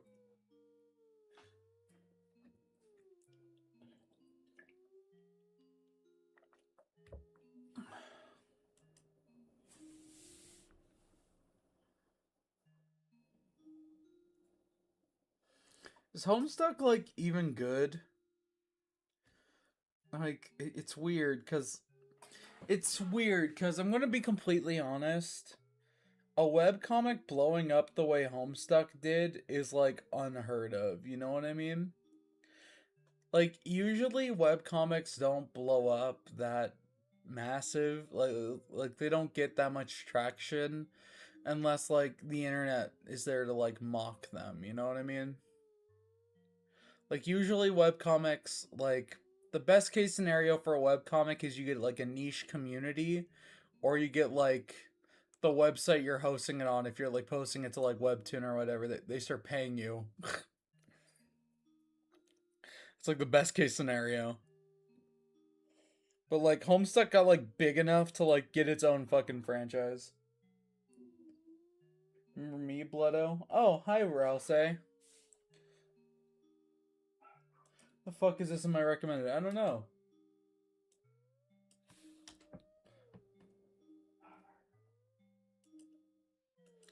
Listening to your son sob.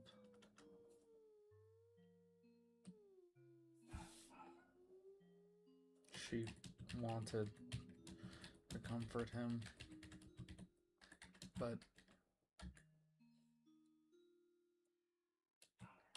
she knew it wouldn't make much of a difference.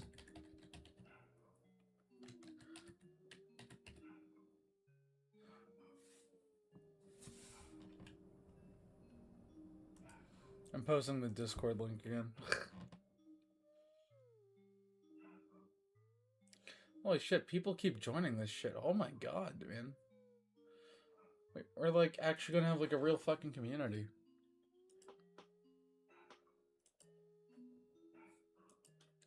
Here you go. Here you go. Tonight's the night.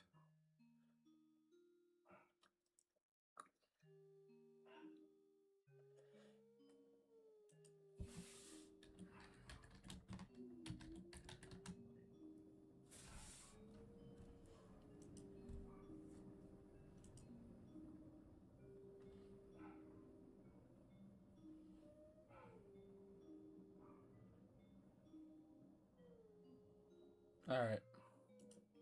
So, but she knew it wouldn't make a difference. Okay.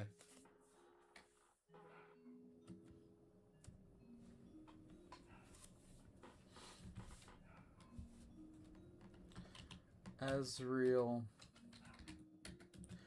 wiped his face with his sweater sleeve. Yo, what's up? The Sky, buddy. Oh my gosh. I'm conflicted on Discord. I really don't want to become addicted to it. Then don't. I don't know. Like, join it if you want to. Not, it's just there. With his sweater sleeve.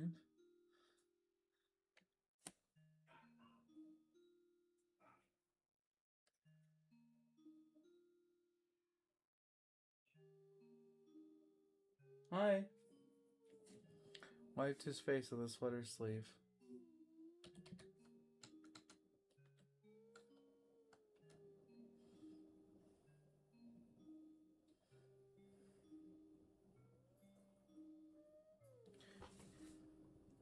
He then turned around and left the room.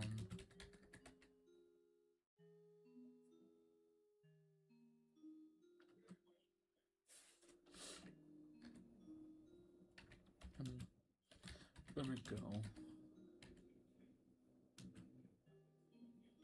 clean up the mess you made. Holy shit, wait. If Toriel is Omni-Man, does that make, like, Azrael, like, Oliver? Like, he wants to, like, reform his mom's image, so, like, he's gonna try his hardest to do that?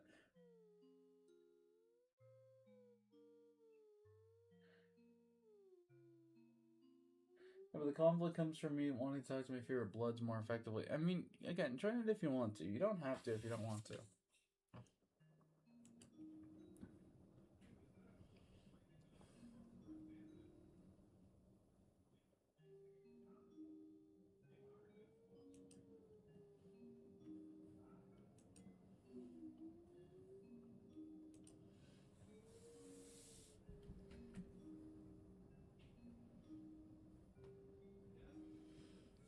Okay, that's gonna be... Azrael said. Then he forced a smile.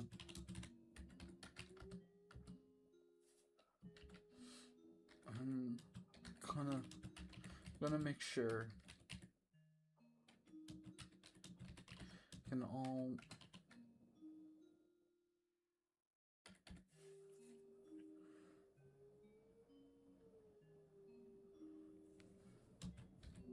get through this.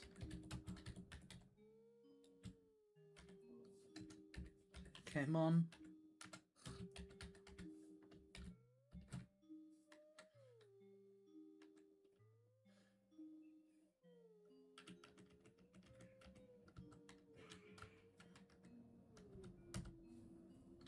Toriel felt the seams, mouth curl ever so slightly.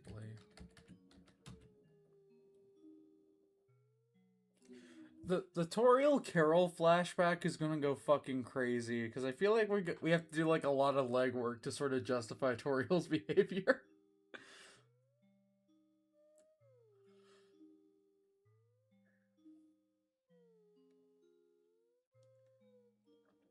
Curl ever so slightly into a familiar, patient smile, if saddened.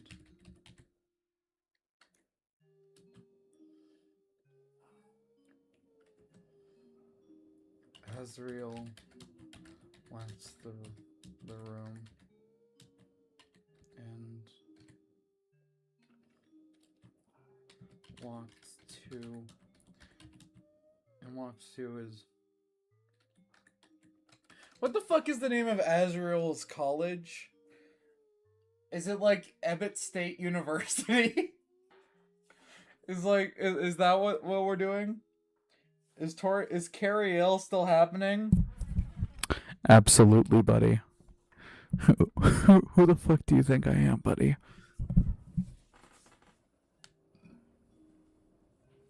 Yeah, Toriel's not the best mother though. I don't think this is a good shit they'd ever do. This is not a good reason. Yeah. I don't know. I feel like Toriel's like I did it cause society explanation is good enough for like her being a villain. But I feel like in the flashback we really need to like recontextualize, like if we just like give her like a really hard life or something and then like I don't know. I pitched the idea in one of these streams that like Toriel mirrors Susie in some ways. And I pitched that because I felt like it would be like a great subversion of like what we thought we knew of Toriel. Because like most depictions of like teenage Toriel have her act as like a church girl, like this pleasant, quiet yet firm person. But, like, really, I haven't written her like that at all. She acts like that, sure, but that's like a facade. I don't know. Maybe Toriel is like Susie bad ending. Toriel is Susie but straight. So, I don't know. Would you rather never get to see Deltarune chapters 5 through 6 or never get to see how Invincible ends? Well, Invincible's comic already ended, so I mean, I guess I'd rather never get to see how Invincible ends. Would Susie be a good mother? It depends. It depends on what you mean, and it depends, because, like, Susie is, like, what, 16? It's, like, really, it's, like, would your 16-year-old high school bully be a good parent? It's kind of hard to say, man, like, because Susie has, like, a lot of experiences that, like, both could and couldn't lead her to be a good person. My brother, he really wants Deltarune to end with a flash forward to Susie teaching, like, a class full of, like, the next generation. He thinks that that would be, like, the best end for her. I think that like, Deltarune is either going to end with, like, a flash forward or, like, Susie dying, so I don't know. I don't know. It's kind of hard. Kind of hard to tell you. And walked to his car right after. Walked to his car. He pulled out an ancient-looking flip phone.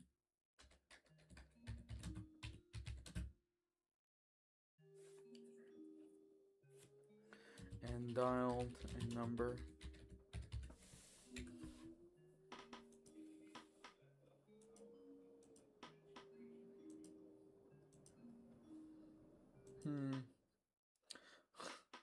Why the fuck am I getting recommended Papyrus Has Gone Too Far theme? I'm saving that for later. That theme's a fucking banger. Alright,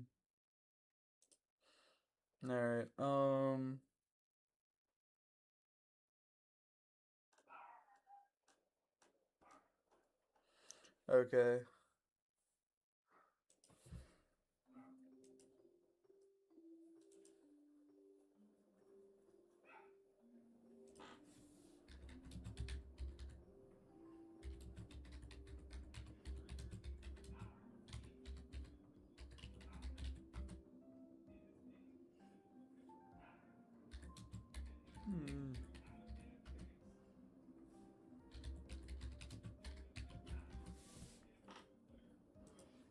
Alright. Alright, so this next part is like somewhat inspired by recent events that I won't get into. Gotta go. Okay, give me a sec. And down the number.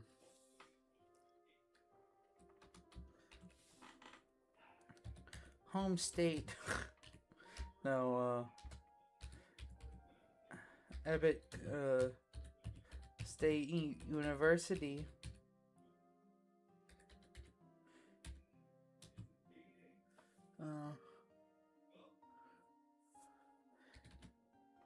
Enrollment for the spring. The other line. The other line was cut off. This is Asriel Dreamer. I'd like to drop out. There we go. See you, else. I know that's not how fucking university lines go, okay, man? I'm not gonna make it super fucking accurate, okay?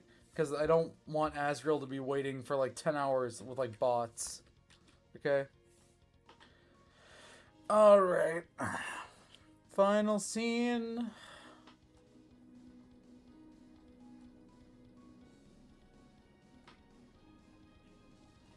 We've written like 5 pages today. That's kind of crazy. Well,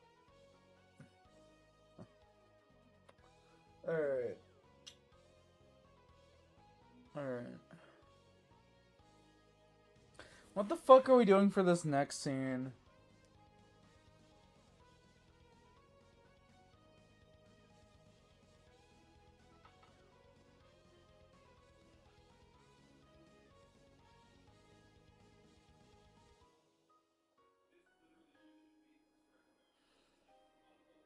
Is the next scene just going to be like a really depressing like date scene?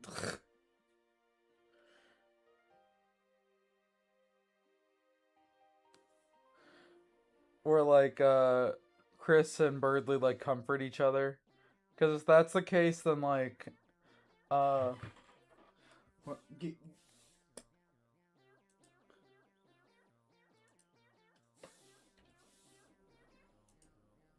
here's the thing. Here's the thing. How about this? How about this? Let's read through what we wrote so that way we could like figure out what we're gonna write next.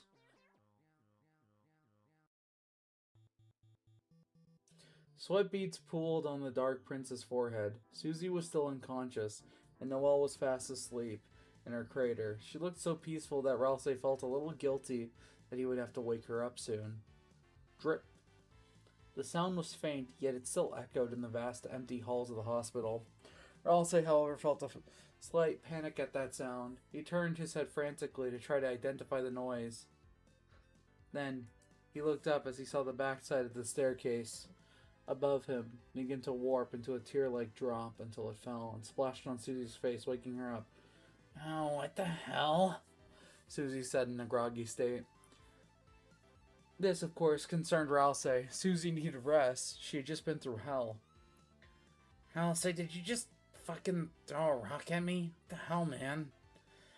Susie, no, I did not. I believe this dark world might be...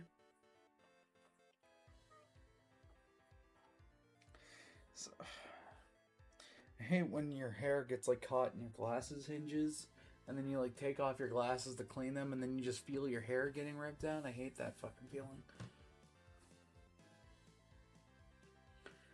Ralsei looked to his left and saw the walls around him begin to slowly drip and melt around him.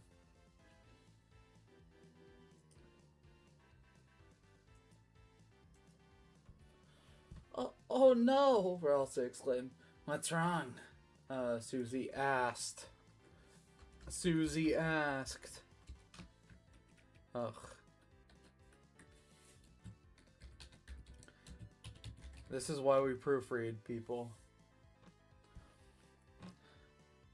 The dark world, it's liquefying. It means Berkeley must have... Ralsei trailed off. Whoa, dark worlds can liquefy? Susie said. Susie naked with enthusiasm. What the fuck?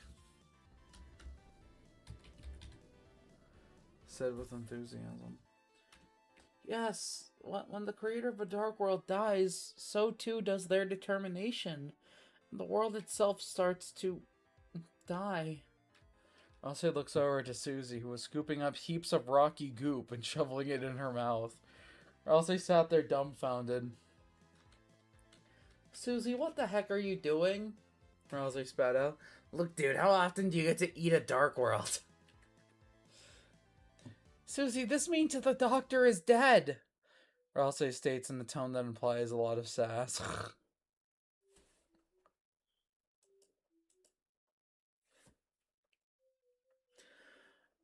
Oh, damn. Bradley killed a guy, huh? Should we, like, turn him in?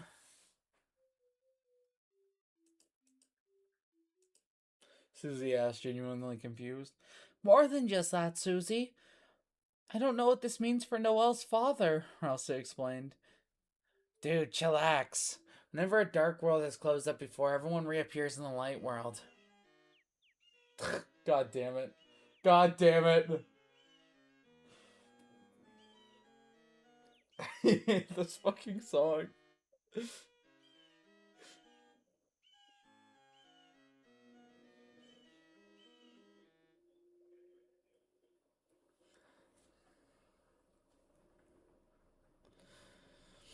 That's true, but we haven't seen him once. Think about it. Why haven't we seen Noel's father? Ralsei asks, feeling a shiver run down his spine. I don't know, he could have gotten lost or something. This place is hella big after all. Susie reasons. Maybe. Or maybe he got to him before we got here, Ralsei said in a somber tone. Susie pauses before leaning forward. What are you trying to say? That Rudy is... Ralsei looks at Susie with wide, horrified eyes. Her arm begins to melt, and as the two pull deeper into the ground, both refuse to say the obvious, that the man they had come to look for was already dead the whole time. A few seconds passed. They stared into each other's faces. The horrifying revelation lay bare before them. Then suddenly Susie stood up and wiped the gunk from her apparel. I gotta wake up Noel, Susie said from out under her breath. Ralsei sat there, remembering the endless realities he had seen in the halls of the abandoned hospital. He remembered the somber tone of his enemy, and wondered if there was truly any way to break the cycle. Susie's feet slashed through the solid stone floor. She cast an okay heel on Noelle, and her bruises lessened before scooping her up out of the sludge and propping her up over her shoulders. And began to slowly walk past Ralsei. I'll, meet you in Castletown. That was all she said before continuing up the stairs. Ralsei felt a twinge of despair, but he understood all too well. Chris sat alone in the corner, their sniffles now dampened by the melting walls. It was all their fault. It was always going to be their fault.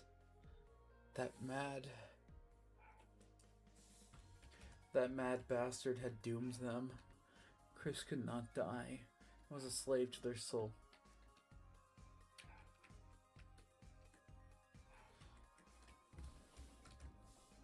They were but a slave to their soul's whims. If only they had more control. If only they were free.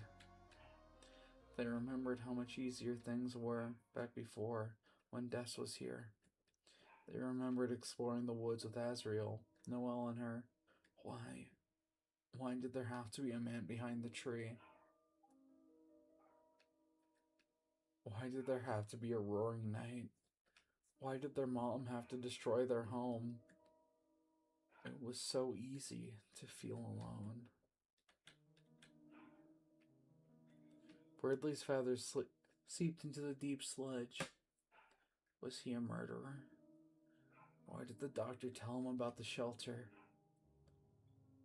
Why did all of this feel so similar? He was cold. Ever since 6 months ago, people kept dying. Why? Why? As the walls descended as they melted like snow in the morning sun, light appeared in the dark, and suddenly all four of them were inside Rudy's room.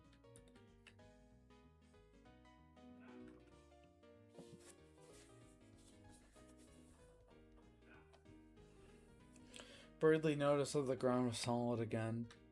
His magnificent form was gone. He looked around. He saw Susie. She had a look of horror etched across her face.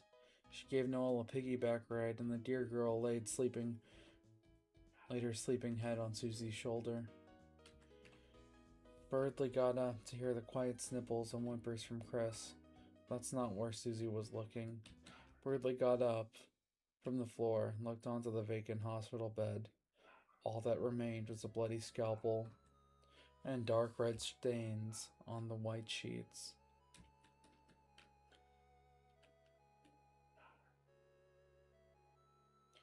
Bradley felt his fall.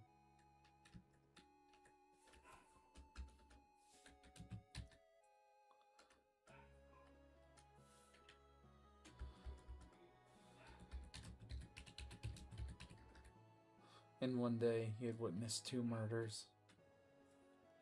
A beat-up old sedan pulled up into the parking lot of hometown maximum security penitentiary. The driver's door opened frantically, and out walked a very distressed young man. He was drenched in sweat and gotten at least 3 speeding tickets on his drive to see his mother. He bolted into the front doors.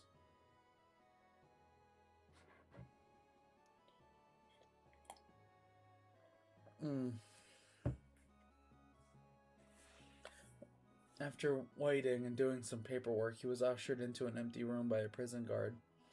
He was greeted by his mother, though now she looked a little more muscular. Her face fell when she saw who it was who greeted her.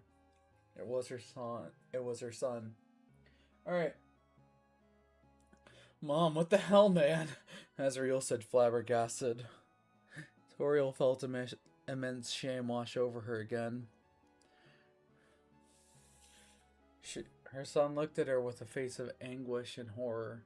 She did not answer him, for he would be ashamed at her honesty. You got nothing to say? Azriel barked. You destroyed our community. My home.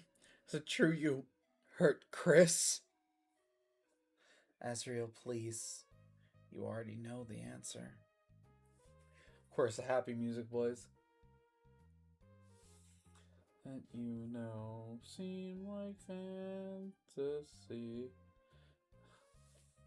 Azriel stands up from his chair. The metal chair collapses and makes a loud bang when it hits the floor. Then why? Why did you do it? I saw footage of the trial. It was a goddamn joke. Please, Mom, just tell me. Just tell me you didn't do it. Please. Azriel begins to tear up.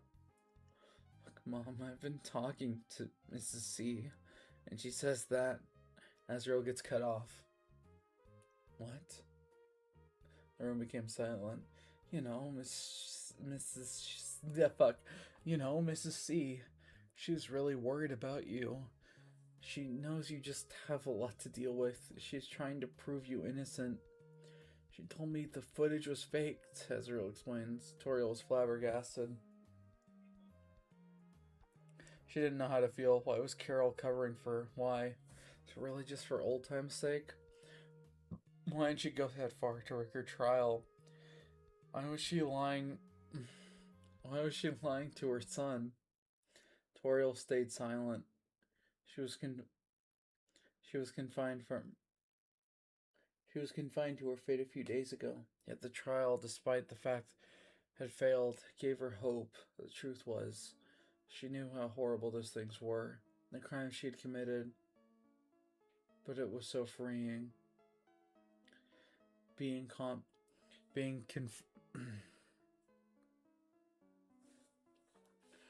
Confined.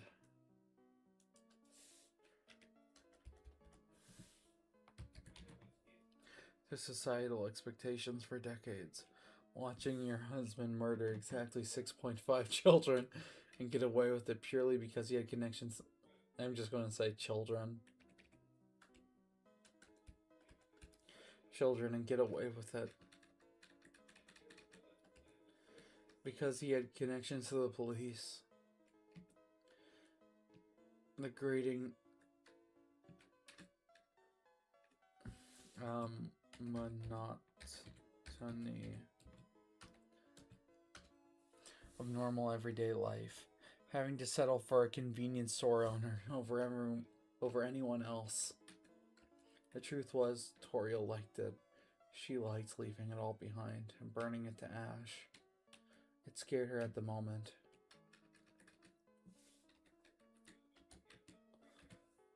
And she started letting loose.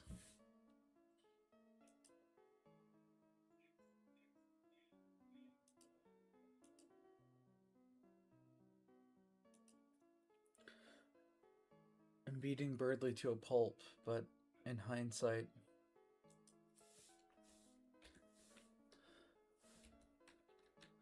what did she have to fear exactly? Compared to all these small people, she was a god. But she knew it was wrong. What was she to do? Mrs. C told me she could move you to another prison or something, like a nicer one. I want to hear it from the goat's mouth. Did you really do all of that? Is she lying to me? I don't know who to believe anymore, Mom.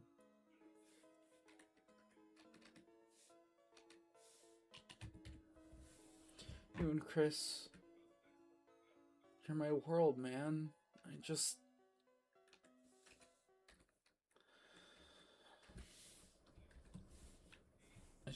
Please tell me the truth.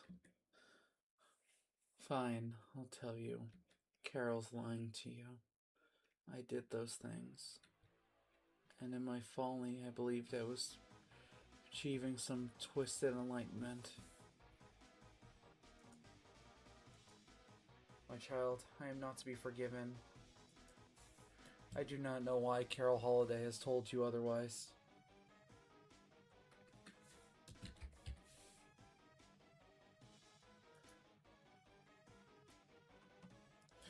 But my son, I told you otherwise, my son. I am responsible.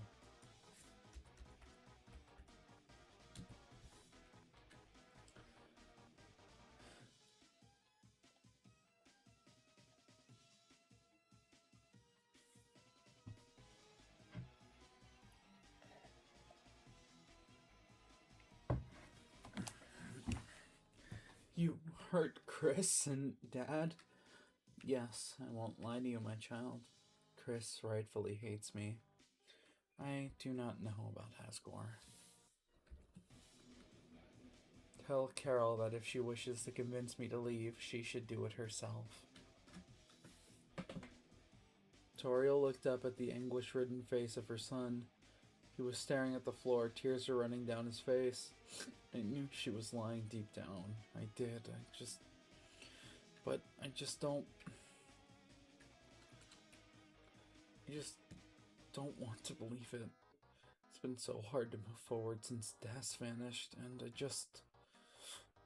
I'm sorry, Mom. I'm sorry for being an idiot. I don't know, if I might glaze myself a little bit, I really like how I write dialogue very realistically. Toriel didn't know how to respond. She just sat there listening to her own son sob. She wanted to comfort him, but she knew it wouldn't make that much of a difference. Who would want to be comforted by a murderer?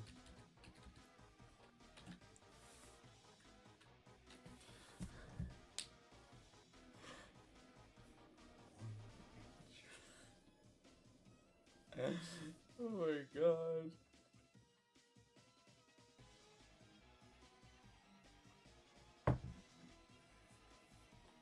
Azrael wiped his face with his sweater sleeve, and then he turned around and left the room. I'm gonna go clean up the mess you made, Azrael said, and then he forced a smile. I'm gonna make sure we can all get through this. Okay, Mom? Toriel felt the seams of her mouth curl ever so slightly into a familiar, patient smile, if saddened. Azrael left the room and then walked to his car. He pulled out an ancient-looking flip phone and dialed a number. Abbott State University, enrollment for the spring. The voice on the other side was cut off. This is Azrael Dreamer. I'm a student. I'd like to drop out. Hello, hi Cat Consumer. Cat Consumer, we made a Discord if you want to join. If not, it's cool, no pressure.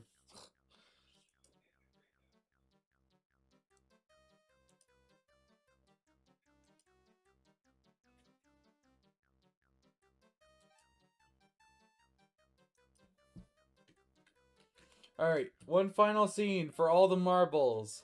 I think this is just gonna be like the obligatory depressed scene, right?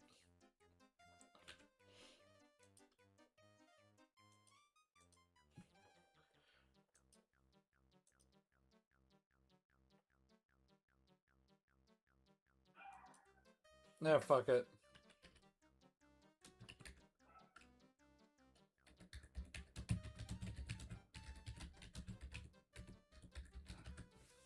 Alright.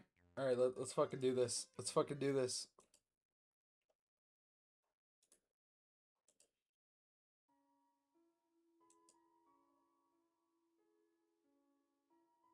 Alright, you're going to the meme collection. Okay, cool.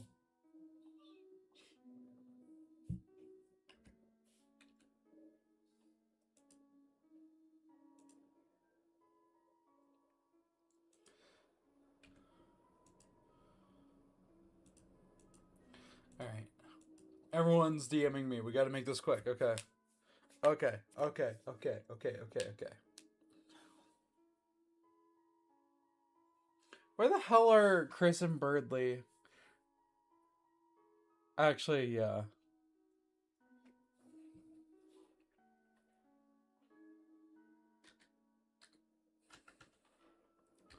The day was cloudy. It looked as if it was about to rain.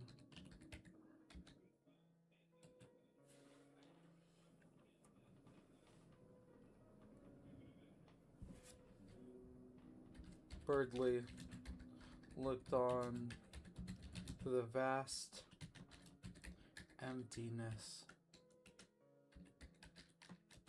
that used to be the lake at the edge of hometown.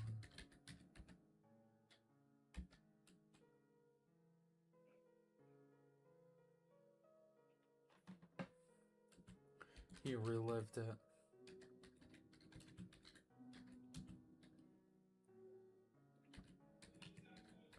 Beating Toriel down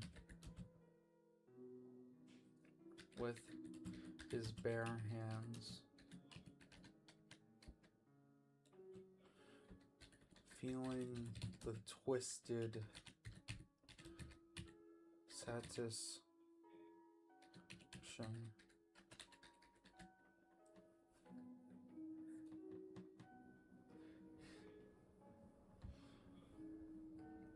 that could only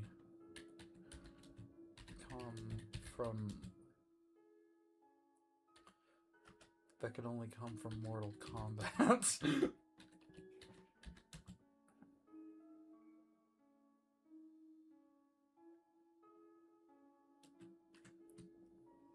He thought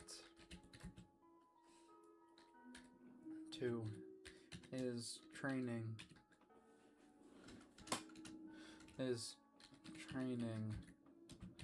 sessions with Undyne and how much progress it was making.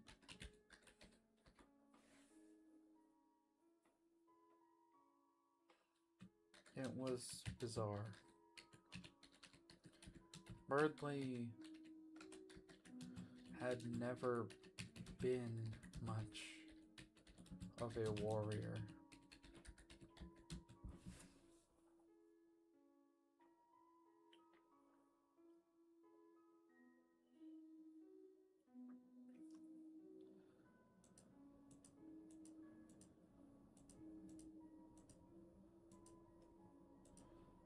Birdley had never been much of a warrior. He was always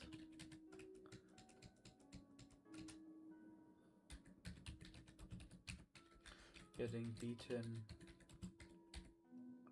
He was always getting beaten up by bullies.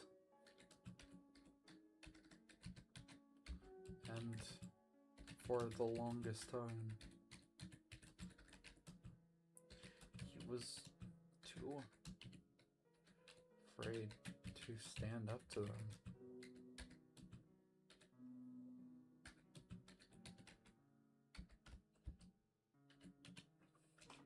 Burying himself in dragon blazers.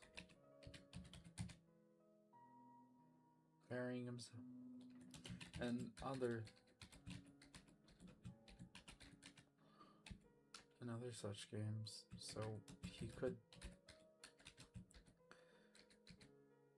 feel stronger. He looked down to his blue wings.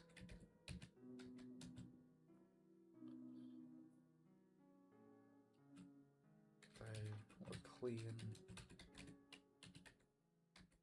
but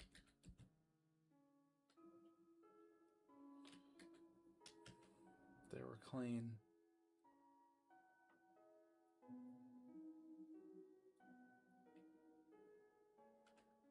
They were clean.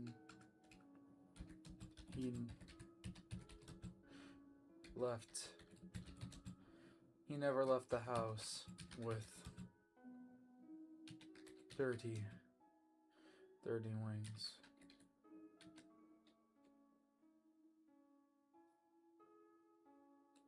But as he looked, all he could see was blood.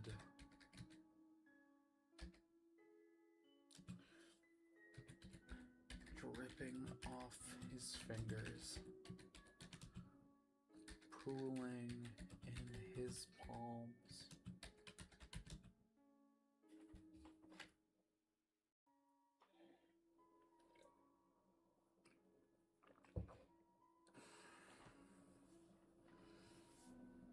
Pooling into his palms, and the red dripping. Red running down his arms.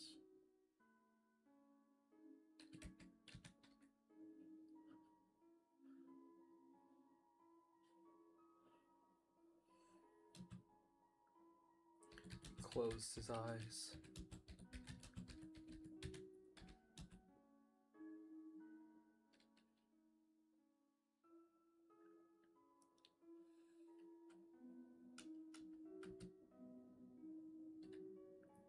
If he hadn't ascended when he first fought Toriel, she would have killed him.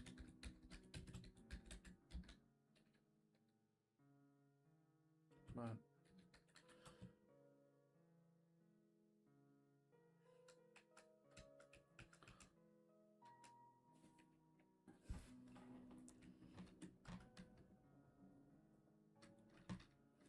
she would have killed him.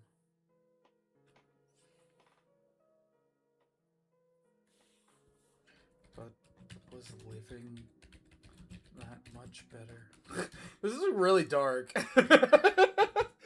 Dude, what the fuck? Why the fuck is everything I write become like really fucking dark? But was living that much better.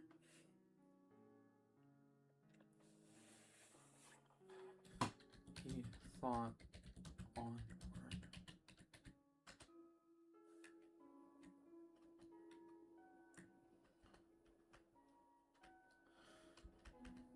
All his life, he had been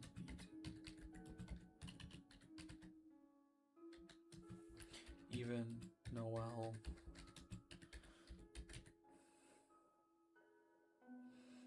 Noel had hit him. She became annoyed enough. He was like a magnet for calamity.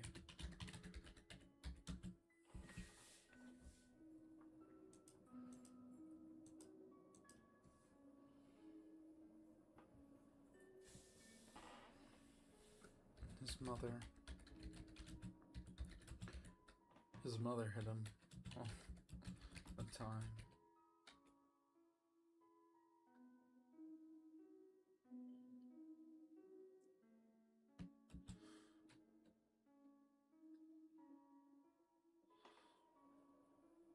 Maybe he deserved it. Dude, this is really fucked up. I'm sorry. I'm sorry, chat. I'm sorry, chat. I'm sorry, chat. I did not mean to write the... When I started this fanfic, I did not mean the whole Birdley discovers the true meaning of life is that there is no meaning and ponders his existence angle. I didn't intend that. It just sort of happened over time. Chat, why does everything I write become really fucking sad? What the fuck? Maybe he deserved it.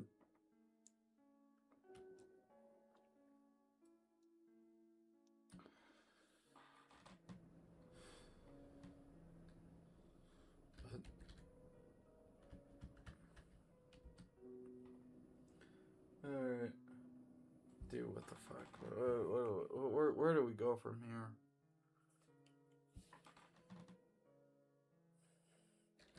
He opened his eyes, looking onward to the vacant pit where the lake once stood, once laid. He had met... Oh, bro. He had met a weird monster there.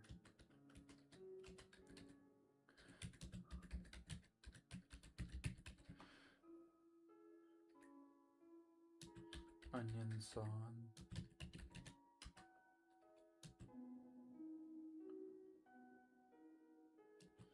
Birdley.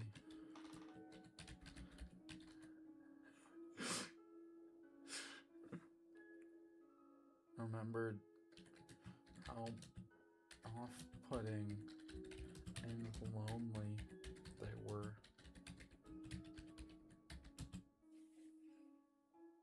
But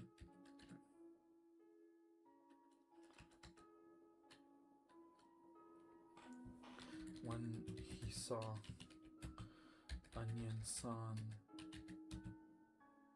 reduced to ash,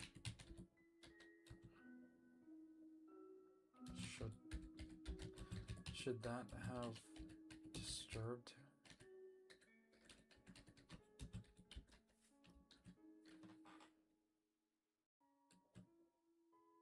Did it disturb him?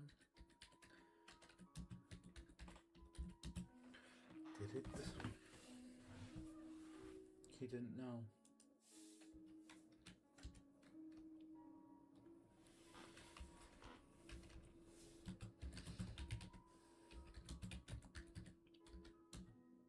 He didn't know.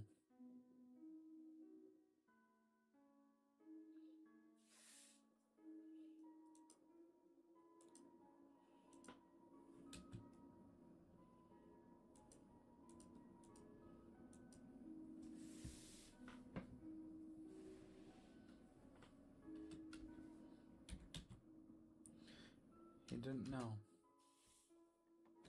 But he knew that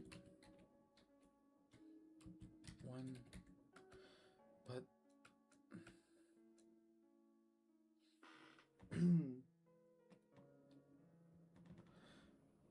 that image in his mind of the doctor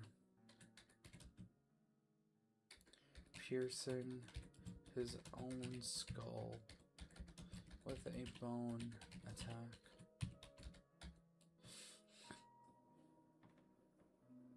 With a bone attack.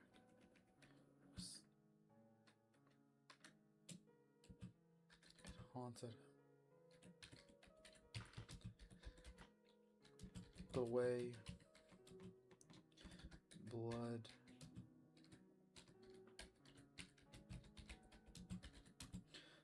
blood erupted from it. The smile, the relieved smile he had on his face. Hi, Piano Man. The relief smile he had on his face when he did it.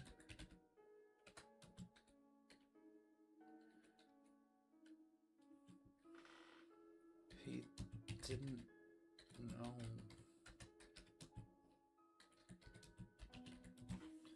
He didn't know the man very well. In fact, Birdley was pretty sure he hated the doctor.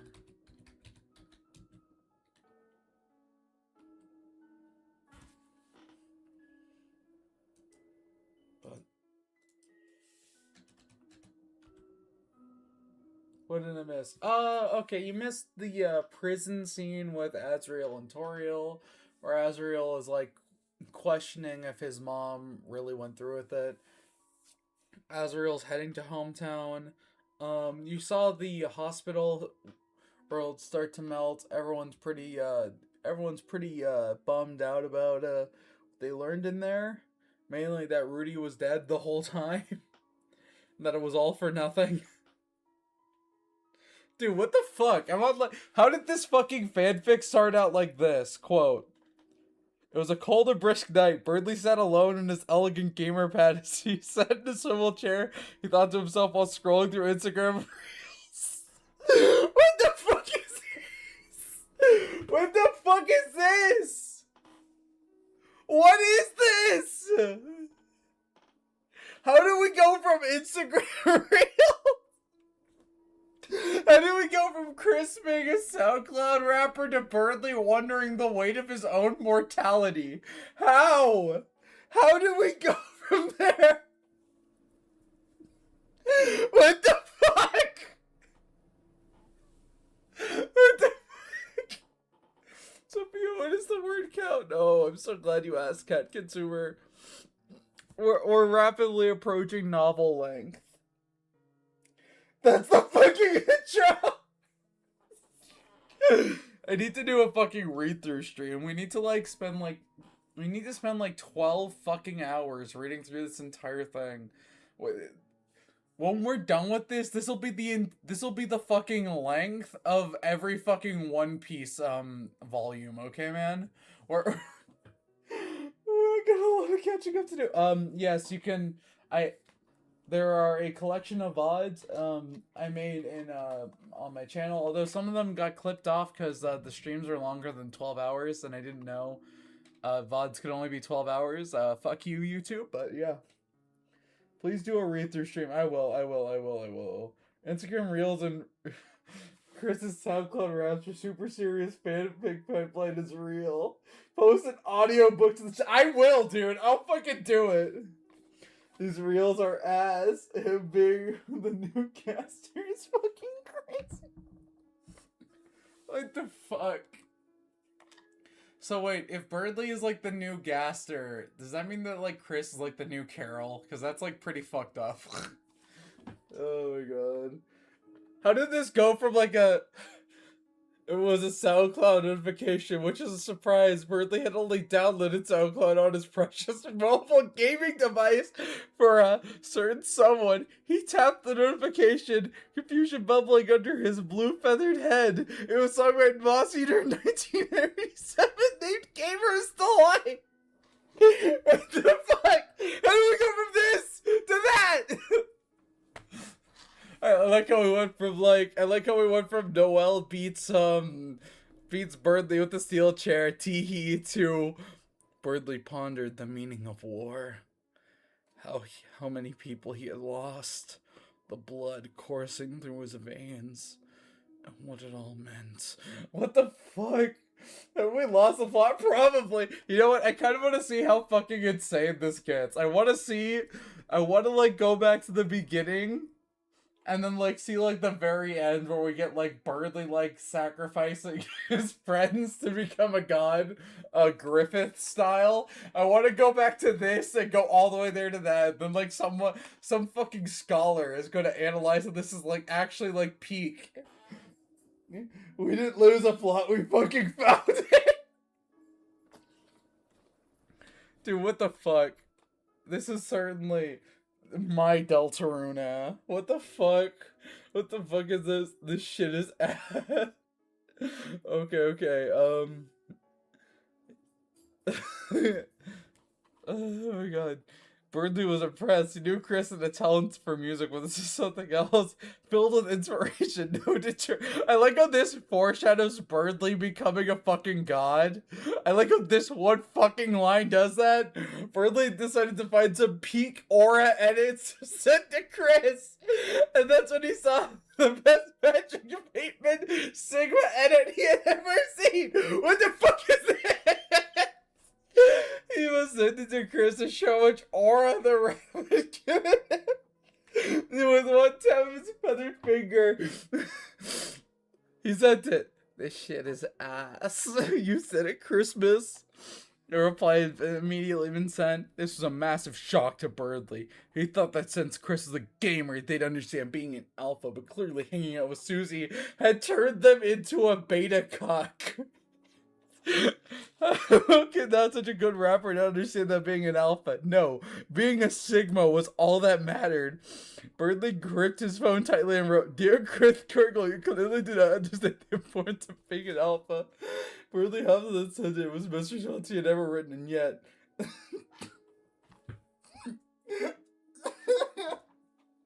Alpha needs nuts in your mouth. Bro! I feel like this should be released sooner. Writing a fanfic that's about 2K words. I went from Chris writing into a car to a tree to December experiencing trauma and the death. So I went from Chris mumble rapping to seeing them become the end of the earth in an attempt for freedom. Imagine that. Attack on Titan would have been much better if it started with like Aaron being like, "Hey Mikasa, check this beat out!" And it's like ass. And then Mikasa's like, "Aaron, that shit's terrible." And then we cut to the fucking rumbling. It'd be so peak. I feel like this should be released sooner. I'm sorry, I couldn't stream for a couple weeks. I get pretty loud when I stream, and and my family have asked me not to stream most days because they have work to do. And, you know. So, yeah, it's... Yeah. How do we go from peak aura edits to he opened his eyes, looking onward into the vacant pit where the lake once laid. He met a weird monster there, Onion-san. Birdley remembered how off-putting and lonely they were. He says that Onion-san, when he saw Onion-san burn to ash, should that have disturbed him? Did it disturb him? He didn't know. But the image in his mind of the doctor piercing his own skull with a bone attack, it haunted him. The way blood erupted from it. The relieved smile he had on his face when he did it. He didn't know the man very well. In fact, Birdley was pretty sure he hated the doctor. How do we go from fucking Sigma Patrick Bateman edits to this shit? How, dude? How? I'm so glad this is a fucking... Here's what I think happened. Since I wrote a lot of this on the fly and didn't plan out a story, I think a lot of this, like, went from, like, really dumb and silly to, like, really serious and dark. Because the dumb and silly stuff is what chat wanted, and the dark and stuff is, like, what happens to anything I write. Like anything. So... Like, I even write, like, school papers that, like, have, like, really dark prose and whatever. I don't know. Maybe it's because I grew up on creepypastas. I'm not entirely sure. So it's, like... It's weird, because, like, we get to the trial arc, you know? This is, like, after, like, the fucking National Guard have been slimed out by Toriel. This is a fucking joke. And then we go to the fucking hospital arc. And it's fucking depressing until it's, like, not. Until it is again? Like, what the fuck am I doing? The peak has transcended its own plea. Its own creator. Planning is for bad writers. I wouldn't agree with that. I just like, I feel like the tone is sort of all over the place, and I think that's like the joke at the end of the day. Like, I think the bit with Hometown Incident is that it exists. You know what I mean? This thing, Hometown Incident, is funny because it exists. You know what I mean? Um, it's a grim dark Deltarune fanfiction about Toriel killing her entire family. Then it shifts to like the meta narrative and Chris doing anything to become free, like while also having a fucking arc where Papyrus is a lawyer. Okay, man, it's fucking peak. The peak is shit said and it's so great. This is what happens when you give Deltarune fans free will and the ability to write. Dude, what do you mean free will? There's a heart-shaped object in my chest that forced me to make a YouTube channel, dude. Chris is a self-insert. Chris is a self-insert from Toby Fox. They too are controlled. Okay, I was pretty sure he hated the doctor. This is honestly one of the best Dude, when this gets done, I'm gonna fucking release... Like, the video's probably not even going to be monetizable. It's probably going to be, like, 37 hours long. I'm going to listen to it on, like, repeat drives to, like, work and, like, school and stuff like that. It's going to be so peak. It's going to be so fucking peak, dog. Okay. He was pretty sure he hated the doctor. But that didn't change the fact that Birdley once again saw blood on his hands. Would Sophia the Worst be a good mother? Probably not. I'm gonna fall asleep to this shit. I'm gonna end stream soon. Come on, man. I have people to respond to. Come on. I think the best streams we did were like the trial ones. Cause like Lawyer Papyrus is like the best thing ever to write. I'm so sorry. The fact that like Muffet really wanted to fuck him the entire time was really funny.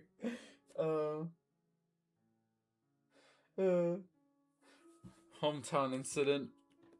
Bedtime story. Dude, once I release the fucking audiobook, you guys need to like make sure that Hometown Incident becomes like a fucking like playable game or something. I don't know, man. Make it a fucking Mugen, I don't know, man. I saw blood on his hands. Then Rudy's blood-stained bed. All of it. I don't know. Here's the thing. Muffet wanted... Okay, the main joke there was that Papyrus was really dense, and that Muffet really wanted to fuck him. Said before, but I'm printing this and putting it in my local library. We shall make a Hometown Incident JJK level show type shit, please. Please, I'm paying Mappa everything to animate this. This will be my fucking legacy. I'll die at the ripe age of 31, and then this will be all everyone has to remember me, okay? That's what we're gonna do. This will be, like, influential as shit, dude. Come on, we're writing. All of it. It's weird, because I always, like, whenever I write, it's weird. Whenever you're writing something, it's hard. I get this weird thing where I just sort of feel the vibe where the story's going, and I try to, like, go in that direction. You know what I mean? It's, like, I don't know, like, I've been writing, like, my own thing for a little while. And I keep getting scenes for that, like, out of order in my head. Like out of order. Like, I'll get one character's flashback, and then one scene near the very end, and then, like, a fight scene later on. And I'm, like, trying to, like, connect it all. But you gotta, like, feel the vibe of the story. You know what I mean? It's weird. Papyrus is asexual and will die on this hill. Probably canon, but this is Hometown Incident, and he, like... He and Moffat got together in the end. It should have been a hometown where the hometown... There shouldn't have been a hometown where the hometown incident happened. Please, someone make a Shibuya incident edit for this, please. Like that, you are my special. Like that one. Then Rudy's blood stained bad.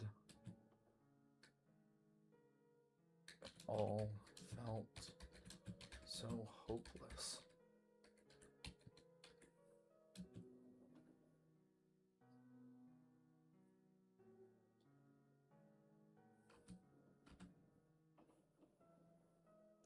Oh shit, I got a bar in my head. Birdley wanted nothing more than to cry. But much like the pit where he was sitting, his eyes were but an empty well. Tell me I'm not cooking. That's bars. That is bars. That is bars. Okay, but genuinely you are an amazing writer. Thank you. I've only had like a handful of writing classes, so thank you a lot. I can't ever forget Onion Pleasant. Please don't go bald. I'm not gonna go bald, bro. What the fuck? Estrogen makes it really hard to go bald, so I don't know. I'm pretty sure I'm good. And if I'm not, then I'll just like wear wigs. It'll be cool. Well, we should have just witnessed the creation of Peak. Yeah, come on, bars. Come on. I'm cooking, dog. I'm cooking. Can't ever forget Onion Plasm. We're but an empty well, dude. Come on. I don't know. I feel like if I was born in the 1800s, I probably could have made like a fucking killing off of being a novelist or something. I don't know. You don't need writing classes. We need you to teach that shit. Okay, you know what? I am like one of my contingency plans for like college, if like, art degree doesn't work out, is just like becoming a teacher. So like, I don't know, maybe I could be like a writing teacher. I could be like, ooh, let's cultivate that shit. I don't know, maybe. His eyes were but an empty well.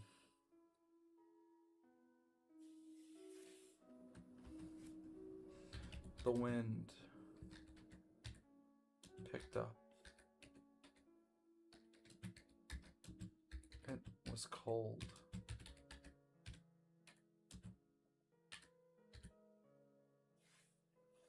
It splintered.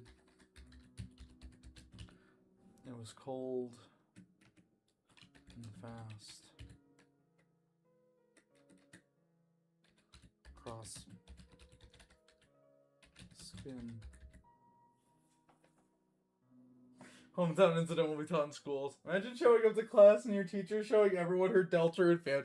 Dude, that is the future we need, okay? I'm sorry. Miss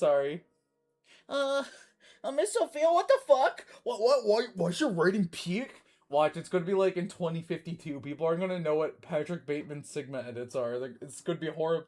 I don't know. So, like, I saw this, like, this is, like, weird, but, like, when I was, drawing, yesterday, I was watching this video on, like, why indie animation is so bad. And one of them is like, oh, you should avoid, talking about Reddit or topical things because that'll date your show. And I'm like, but every show has topical references. Even fucking okay, so here's the thing. Every story ever written is inherently a reflection of the time period it was made in. You know what I mean? And as much as you try to deny that fact, you can't. For example, Frankenstein is only Frankenstein because in the 1800s, scientists were theorizing that they could bring people back to life with electricity. Mary Shelley saw that concept and thought it was cool and wrote a fucking horror novel out of it. Like, Dracula is only Dracula because at the time, people feared the aristocracy so much and there were conspiracy theories that they ate people. theories that hadn't gone away. That, like, 200 years later. Like, I don't know. It's so annoying to me. I feel like if a story dates itself, it kind of makes it cooler as a time capsule. One of my favorite parts of JoJo's Bizarre Adventure, one of my favorite stories ever, is that it's kind of dated. You know what I mean? Characters make, like, topical references of the time. You know what I mean? We get references to, like, Bo Derek's Tarzan film, a movie I've never fucking seen. Josuke talks like a 90s teenager. It makes it better and more fun. You want to, like, 60s comic books, another great example of this. They are full of slang from the era. Everyone speaks in this overly wordy fashion, and it's a fucking joy to read. I'm sorry. Yes, date your stories, people. It makes it peak. I'm sorry. Bro, that shit is the worst take. Everything is topical references, right? Fanfic is an early time capsule to early 2026. Actually, we started writing this in late 2025, so... Splintered across Birdley's skin. And passed through him. Yeah, no. It's like... This is like a time capsule for that weird time where it was like, oh... to that weird time period in between Deltarune chapters. Like, for example, this is topical references to Attack on Titan, which ended in 2021, Jujutsu Kaisen, which ended in 2024, Deltarune Chapter 4, which came out in 2025. This is a reflection of the fucking time it was made in, okay? I'm sorry. Archaeologists will discover this in 500 years and know of Patrick Bateman's Sigma edits in Birdley. Make your own writing outside the concept of time. What the fuck do you mean? Yeah, no, it's just bullshit. It's something I keep saying. YouTube writing advice is genuinely the worst abhorrent shit you've ever seen. If you because, like, here's the thing. All the writing advice I see is, like, just do what popular stories do. But, like, without understanding what makes them popular. You know what I mean? And if everyone keeps doing whatever... you know, what's popular at the time, we wouldn't get shit like Chainsaw Man, or like fucking, I don't know, like, I'm trying to think outside the realm of anime to give my argument more legitimacy, or like, I don't know, fucking like Once Upon a Time, like that obscure fucking, soap opera that I grew up on. Like, I don't know, the best way to learn how to write is just to go to school. I'm sorry. I know, like, I know it's, like, annoying for people on the internet to tell you to go to college or, like, any form of higher education. But, like, if you want to learn these things, you kind of have to learn from professionals. Even if, to be honest, they are dumbasses sometimes. That's fine. Because part of learning is realizing that everyone, including yourself, is a dumbass. So, I don't know. My fanfic has 200... Homestuck references, and it's already dated by like a decade. Yeah, who cares? Fucking make what you want to see. Who cares, man? It's peaked that way. Art is always going to be a reflection of you and the time period it is written because of that. And you shouldn't be ashamed of that. You shouldn't try to hide yourself in your writing. Okay. This shit fluctuates rapidly from like dumb shit posting to like grim dark. That's just cause that's who I am, okay? I'm sorry. I genuinely curse the person who came up with that take 1,000,000 plagues. Yeah, no, it's just that. It's a common take you see on Reddit to like, for example, like a lot of people don't like the example that's always used, and it's always used for like Has-Been Hotel, which, for example, I think a lot of Has-Been's dialogue is very hit or miss for me, to be honest. I think a lot of it relies very heavily on being edgy for the sake of edgy. But it's also like, I'm not gonna act like that makes the show, you know, bad because of that. The show is bad because, well, the show can be bad sometimes because it doesn't commit. It's bad for the same reasons everything else is bad. It's not bad because the characters say fuck a lot. You want to know a popular show that has tons of blood, sex, gore, and where people say fuck a lot? Invincible! And everyone loves Invincible. People love Invincible. Yeah, whenever, like, I don't know. Whenever a cartoon made by a woman that has tons of gay people in it does it, apparently it's a problem. It's like, guys, you know what I mean? I haven't seen Has-Been. It's very hit or miss. I don't know. I keep like debating making a video on it because it's like I think it's probably one of the most frustrating shows I've ever seen. Because like there are a few moments when you watch like Has-Been Hotel where it's like it's actually good, and you're like, why the hell does everyone hate this? And then you see the rest of the show, and you're like, God damn it, I see why everyone hates this. It's like it's frustrating. It's so frustrating because like oh, it's so frustrating. You could just go on for hours about it. And the funny thing is that I think the people who hate the show the most are the fans. I don't know. It's funny. But whatever. Only watch it if you want to. That's what I say. You don't. I don't think it's like required watching or anything. It does have some pretty banger songs in it though. I don't know. It's just like there are a lot of really frustrating decisions in that show. What are your thoughts on the Deltarune translation drama? Okay. Okay, chat. My mom is Puerto Rican. I'm a Puerto Rican person when I say this. Go outside. I don't think Toby Fox is a racist because he doesn't want to translate his game into every language under the sun. I don't think Toby Fox is a racist because he only wants to go to countries where his game is translated.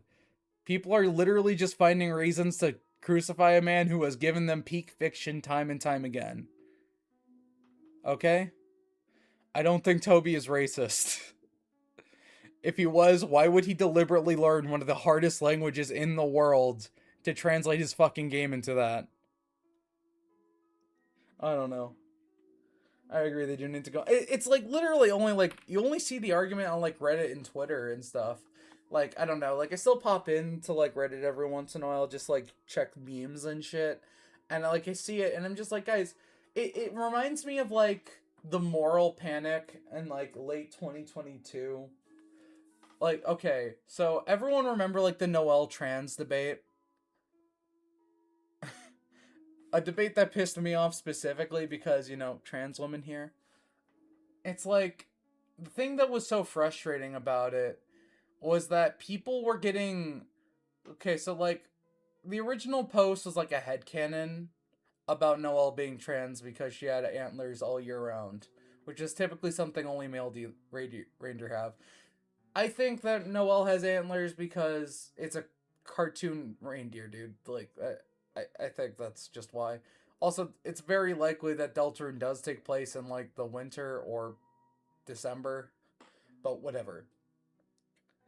But, like, the fucking moral panic that arose out of that.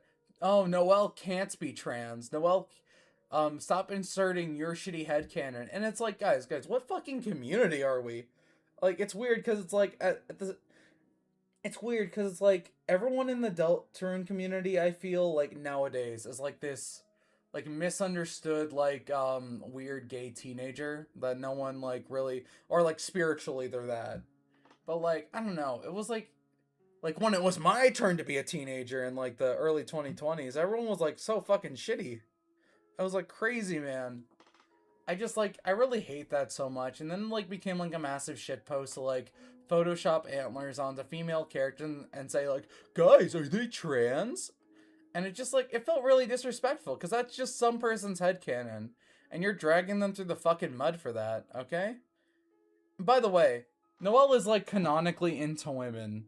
And you see, like, all these people, like, have these headcanons where she's, like, bisexual or straight. And, like, you know, dating men, usually the artist's OC. And you're like, okay, how come Noelle being trans is threatening to, like, the Deltarune status quo, but, like, Noelle being straight isn't? And you know the answer why that is. December, say that again? Honestly, I'm fine if Toby doesn't want to translate it into Spanish. Yeah. I use Reddit daily, and my advice is to not use Reddit. Yeah. No, that's based. Anyway, let's keep writing. I don't know. Toby has made it clear that he just... I don't know. I think on one hand, it is a little dumb for him to like be like a little defensive about his decision to not translate it into Spanish, because if anyone has the connections in the industry, it's probably Toby Fox. Let's be honest. Toby Fox is probably the most successful indie dev of all time. It's either that or like Scott Cawthon. It's like not even close. So like if anyone can find a new translation team, it's Toby. But he's also made it very clear that he just doesn't want to translate the game into a language he doesn't know, which is fair. So I don't know. I think like it's just like a weird moral outrage. I don't know, it's weird. People just like want to cancel people for the sake of canceling people so they can feel better about their fucking menial lives. And it's the most cringe and embarrassing shit ever. It's so fucking dumb. It is so fucking dumb. And that's like literally here's the problem with Reddit. I know we're getting like off topic. Here's the problem with Reddit. Everyone tries to be as smug as possible all the fucking time. When you win an argument on Reddit, it isn't about being right, it's about yelling the loudest. And it's so fucking asinine, dude. It fucking sucks. It's like we have boiled down human communication to be that shit. Oh, whatever. That's a rant for another day. Also, there's like Deltarune drama every other week. Whatever. It's like, it's just how subreddits work. Subreddits ritualistically cull the cringe members of their community and then ostracize them. Like, that's just how they work. And pass through him.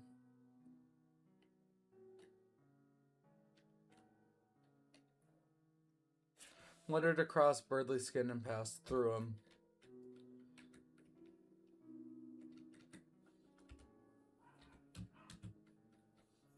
I don't want to write some edgy shit like his soul was as black as a summer's night. I don't know. No. We're dialing it back a little bit.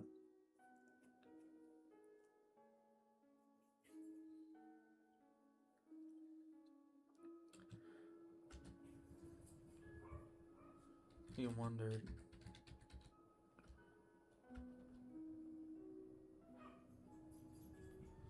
He wondered if there was. If hometown was destroyed. Wait, what translation? Okay, so it's like. Here's the thing. Toby Fox announced a tour where he would play like Deltarune music through like America, Canada, Britain, like English speaking countries, and then Japan, basically. And people got like jokingly at first a little upset, like people from Brazil and like Latin America. And they were like, "Hey, Toby, we love your games too. Why don't you like come down here?" And people are like, "Well, the games aren't translated there in those languages officially." And people got like really angry and they're like, "Why doesn't Toby do this? Why doesn't Toby like do this? Is he racist? He's just a racist weeaboo." And then like it just like kind of blew up from there. It's just like it's literally just like it's literally just like very vocal minority people on both Twitter um and Reddit like saying the dumbest, most asinine shit ever, half to get a reaction and half because they're pissed off because they have no life. Pretty much. That's what it is. How the fuck do you mean they called him Hitler? What the fuck? Yeah, no, it's like it's crazy to me how it's really funny to me. So like for example, I don't know, to go I hate doing this. I want to write, but I just okay, so I have a friend. I met her at college and she's like trying to like convince me that like it's weird. It's like I'm not going to get into it. It's basically there's like a vocal amount of people in the has-been hotel community who think that Vizzy Pop is sexist. And it's like there is way more of a convincing argument for Vizzy Pop being sexist than Toby Fox being racist. I'm going to be completely honest. I'm going to be like 100 with you. Like I don't know. People point out like the fact that like it's weird. It's weird cuz it's like everyone in Undertale has like fantasy names. So you can't really say that they're like they belong to an ethnic group, right? Because they're monsters. Like who the like it's so weird because you see like human sonas of like Sans and Papyrus, and they're I don't know they're very diverse because like a lot of people they don't really have a canon race because they're monsters. It's weird. I don't know. It's weird.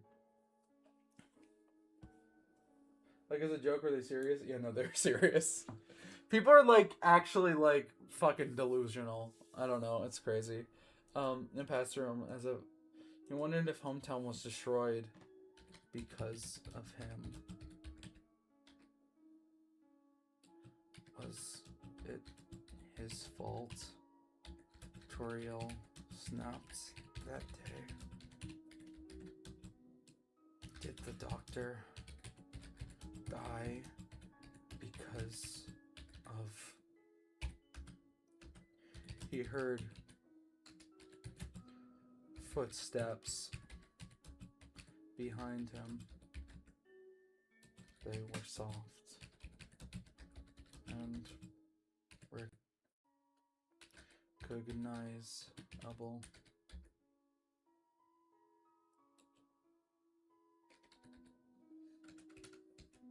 It was Chris. Alright. Let's end this stream off with some Carly. Alright.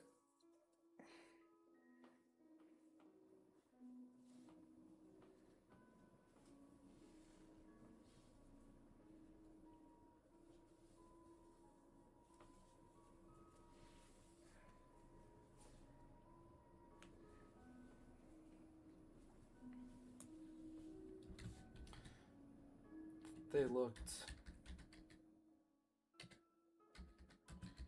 thinner than normal. Under their eyes were deep bags.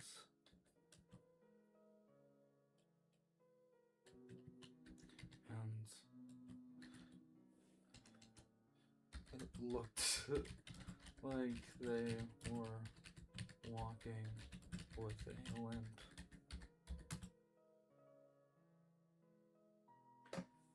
Can't wait for my scene to show up. This is your scene!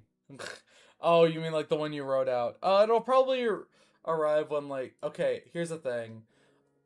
At first, like, the plan was that, like, in a shocking twist, we're gonna recontextualize Birdley being, like, the strongest character by having Carol, like, turn him into a knight. But then, like, I realized, wait.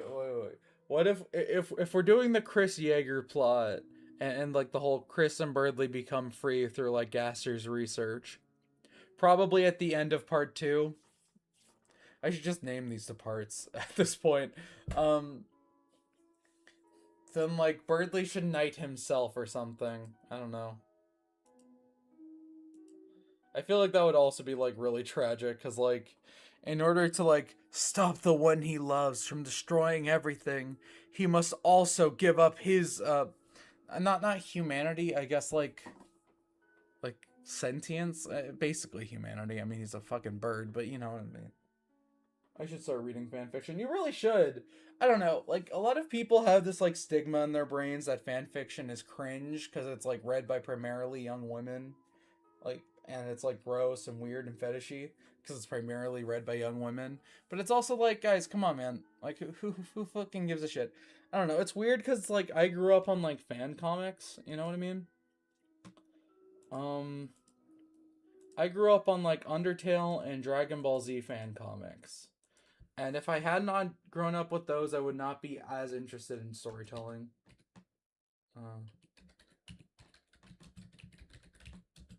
It's like...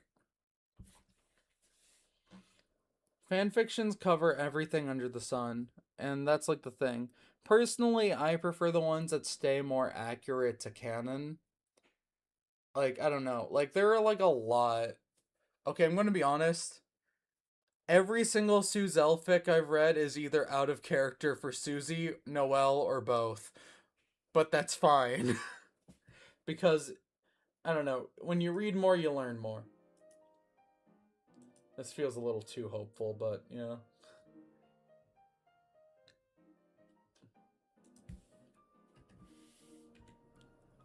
I don't know.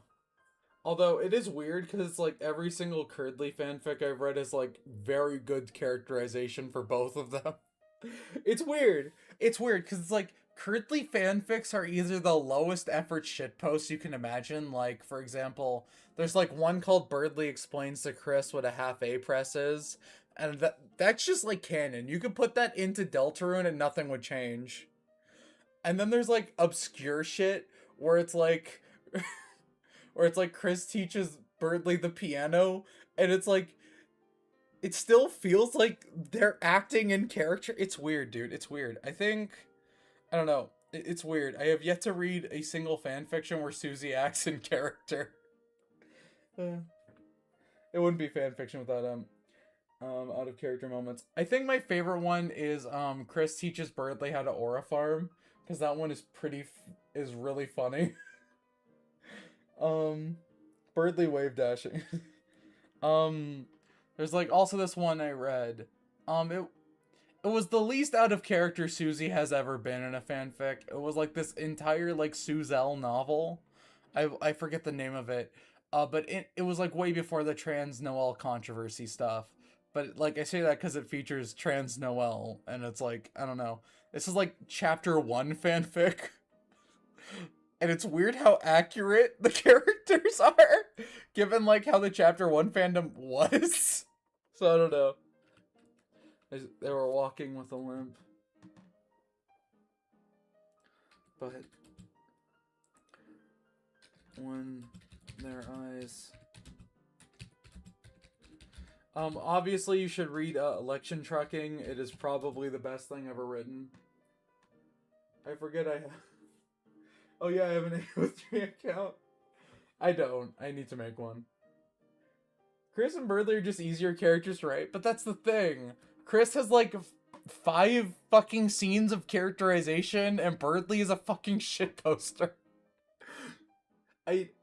Alright, here's the real reason why I think a lot of people when they write Susie, they either interpret her as their really stupid friend who like smokes weed all the time. Like they write her to be Knuckles from Tails Gets Trolled. She's like, whoa, dude, what the fuck? Oh, damn, man. That's fucking crazy, dude. Or like some dumb shit like that. Or, and this is the more common one, the fanfictions are written by people who want to date Susie. So, like, well, what they'll do is they'll really amp up how much of an asshole she is for some reason. I don't know. I'm going to be completely honest. It's like, it's weird, because it's like, bro, why the fuck are you making her so shitty? She is not like this. It's weird, because it's like, I don't know. It's made pretty clear in the games that, like, Susie is, like, not mean at all to Noelle. Like, that's, like, a pretty constant thing. Yet in fanfic, she'll be like, hey, Noelle, bitch! It's time for your hourly beating, you stupid whore! And then it'll be like that for, like, 10 fucking chapters. It'll be that. The entire... It's fucking insane. Why do they write her like that? All my life. You reminded me of Tails Gets Trolled. Oh, bro. That's what makes them so good together? Maybe. I don't know. It's fucking insane, dude. I don't get it. I don't get it, man. There was this pretty good, like, as far as, like, fan comics go, I think everyone should, if you call yourself, like, an Undertale fan, you should probably read Handplates. Or, like, watch, like, the old-ass Starbot comic dubs of them. Because, like, Handplates is probably peak. It's, like, the peakest thing ever. I'm going to be completely honest. Have you ever had someone ask you what your taste is in something and you're like, oh, no. See, we only read fics with center around Chris the Soul and that horror. Oh, okay. Okay. Met Birdley's. their face lit up. It had only been a few days since the hospital incident.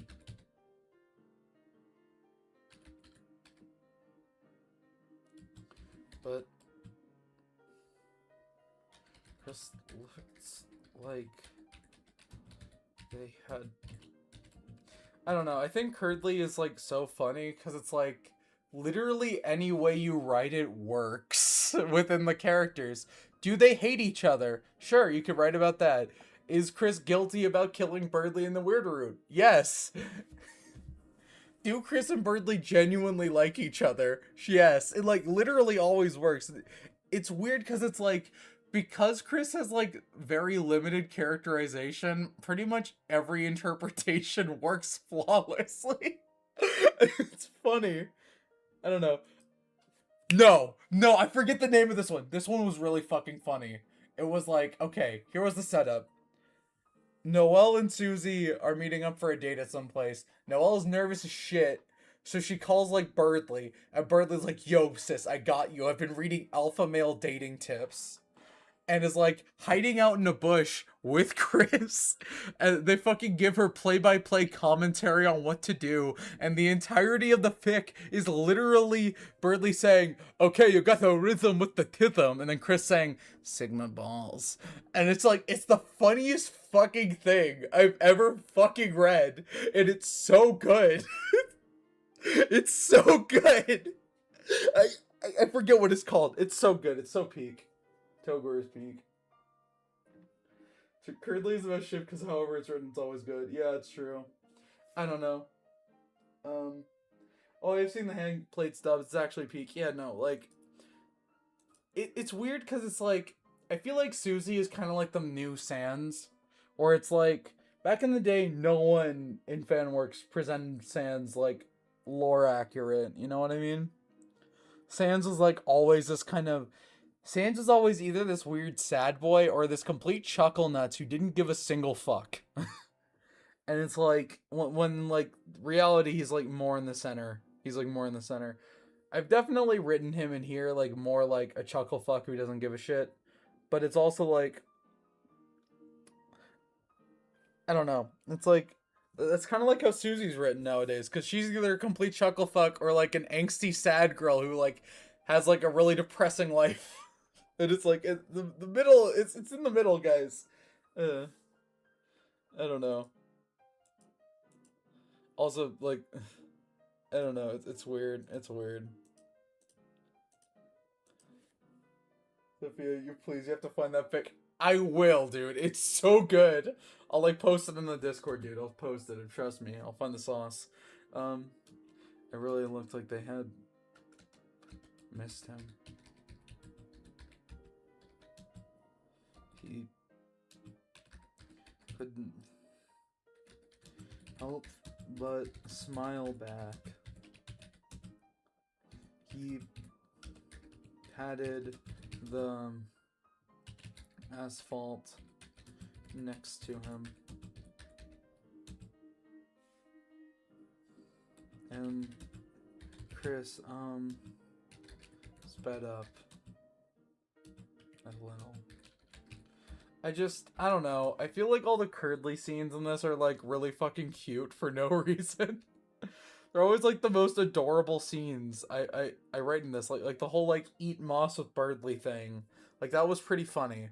Or, like, the whole, like, the fucking thing in chapter 1. Like, what the fuck is it? Like, okay. I'm gonna be completely honest. I feel like... never mind.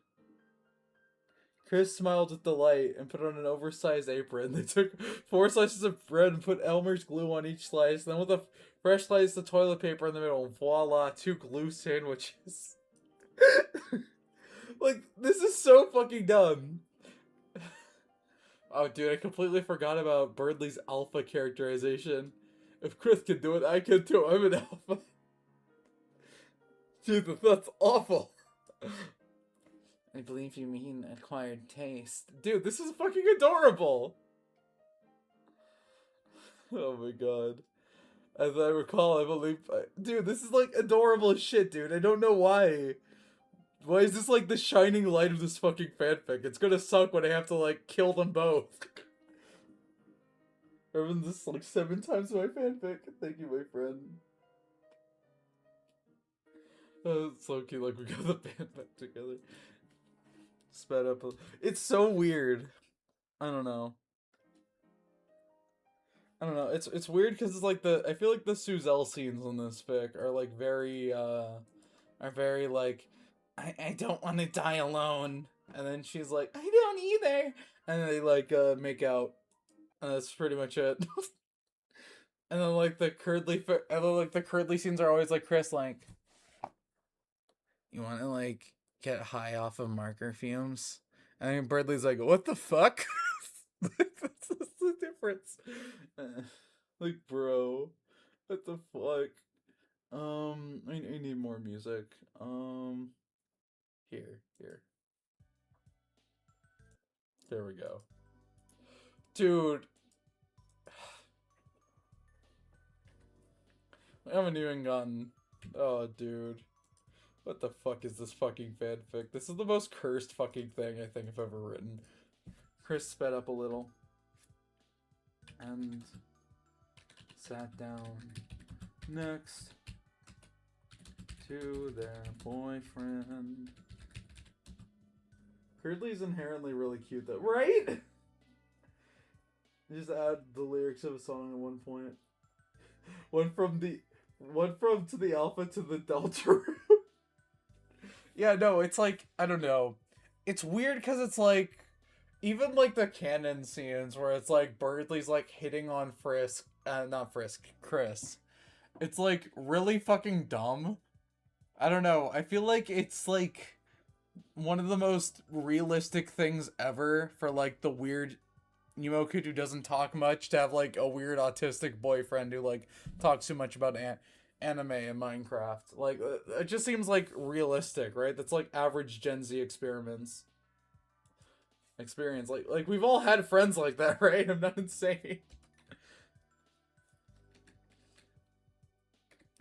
I also love like the reaction I wrote with like Susie reacting to it. She's like, dude, you made out with Birdley? That's disgusting. Dude, that's fucking gross. That's so dumb, it's cute. Birdley Angel? No. Put all the lyrics of Undertale in a random spot. No. How far are we into chapter 2? Dude, we still need all this shit to come out. Okay? We haven't even reached the quota for Curdly scenes. And, like, near the end of the thing, like, yeah, no. Asriel confront Carol. I'm gonna release this. I definitely think, like, we definitely need to, like, develop Castletown, though. We haven't really spent much time there. It's weird, because I feel like we're, like... I kind of feel like we're, like, halfway through it, but it's also, like, we still need so much more to go through, right? It's weird. Because chapter 1 is pretty much just only Demontorial. Like, that's the only arc here. It's weird. I feel like we just need to develop more. I don't know. It's just weird. What the hell, Sophia? What the hell? Exactly, bro. I'm the weird kid who's into anime and Minecraft. What the hell, Sophia? Ridley caught Chris or wave dashing. Oh, right. Dude, I forgot.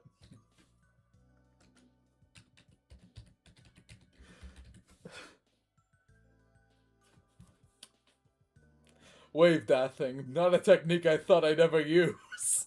It was true. Only by wave dashing could Birdley create enough speed to avoid Toriel's divine fist.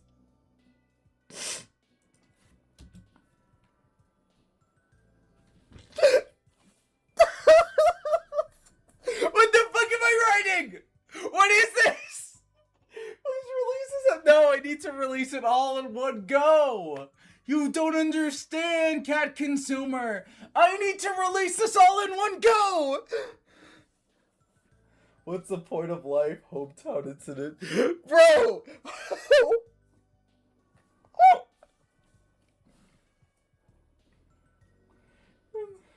What the fuck am I writing? I feel like I'm gonna like read the first fucking. Oh, hang on. And sat down next to. I feel like people are gonna come here for the shit posts, get really depressed, keep coming for the shit posts, get really depressed, and then get even more depressed, and then when I fucking end it, they're gonna be like, that was genuinely the worst fucking thing I've ever read. I feel like that's my legacy. Only by wave dashing, can Birdly dodge Toriel's divine fist. This deserves to be shared with the world. I can't die. Hometown incident isn't finished. Okay, I gotta reference that. Bro, it was like, what the fuck? It's at that next to their boyfriend.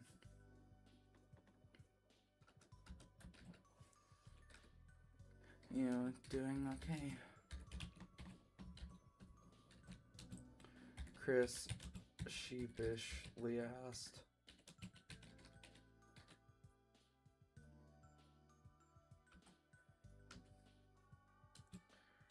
Birdly was taken aback.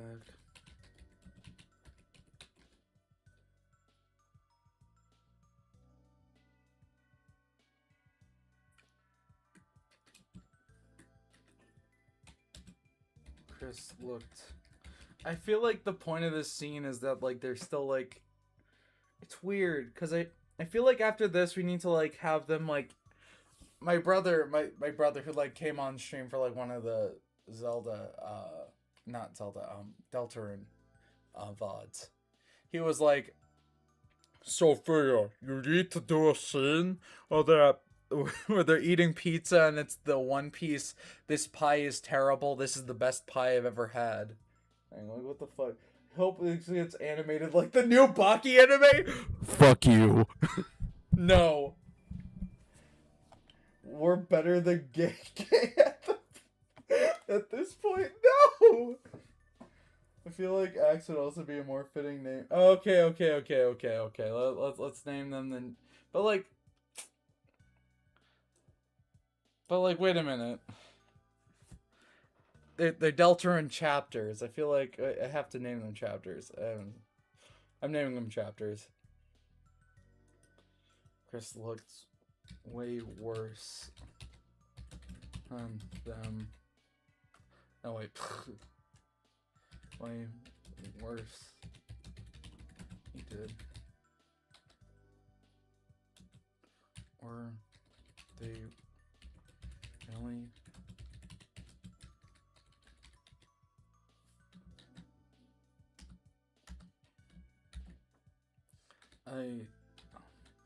I'm fine. Have you been?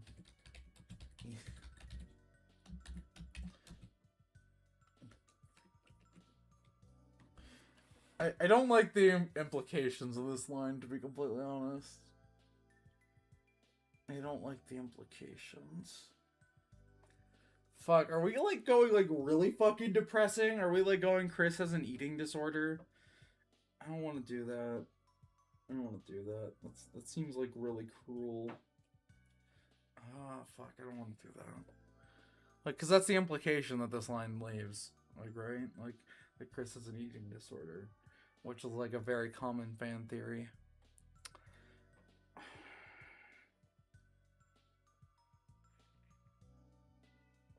Ah, it's weird. Yeah, these are way too long. Add a Star Wars quote for no reason. This stuff is way too long for chapters, dudette. Hey, guess what? Deltarune is fucking 12 hours long, and it's only 4 chapters. Eat a dick! I would love to animate this if I had any experience animation. This is like really sad. How do we like want sad? How sad do we want Chris to be? I don't know. Fuck it. Let's just do it. Let's be edgy. How sad do you want the readers to be? I kind of want this to be like this is like the calm thing. Like we're getting out of a depressing arc. We're gonna go forward. We're gonna have like some fun again until we like fall off a cliff again. And we're gonna like slowly rise, and then we're gonna fall off another cliff. And we're gonna rise again, and then we're gonna fall off a cliff, and then Carol's gonna beat Azrael to death with the rusty pipe. And I'll be laughing the whole time. See, you guys misunderstand me. All writers have a self-insert, and mine was Toriel. All right, let's keep going.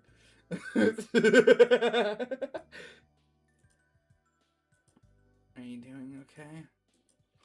Fine. Let's do it. Let's just do it. We need to crush the reader's hearts, dude. What the fuck? Dude, it feels shitty for writing this. Wordly ass. An uncomfortable silence followed after the hospital. The two hadn't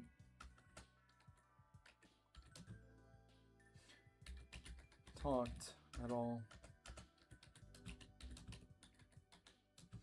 Birdley locked himself in his room.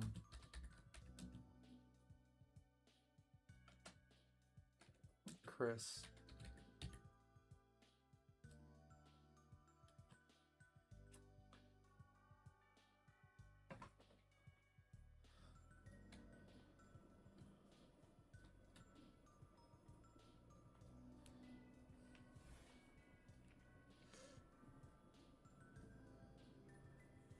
I mean, I already implied that Chris was suicidal, didn't I?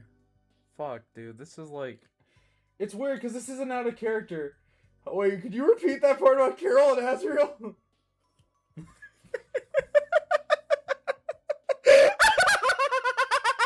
you really think I would do that, do you? I would fucking do it again and again and again. Azrael is going to die in an alleyway, getting beaten to death by Carol Holiday. Alright. It's like Orpheus and Eurydice. When I get Gaster's infinite knowledge, it's when they focus on Chris's soul. Carol's gonna what? Let's go back to shitpost. This shit's gonna be so funny. No. It's gonna be too jarring. If we just have Chris say,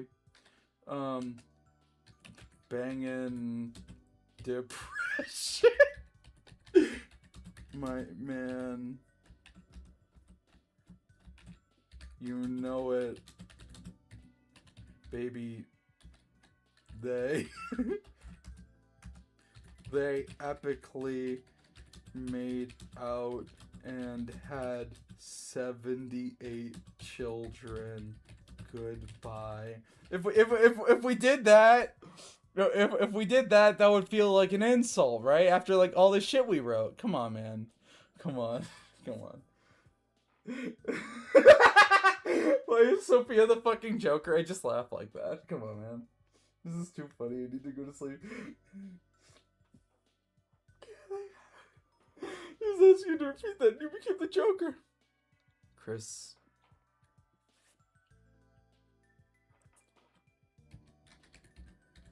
Chris spent time trying to forget.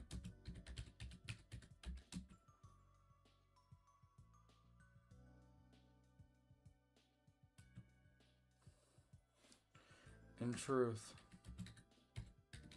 both.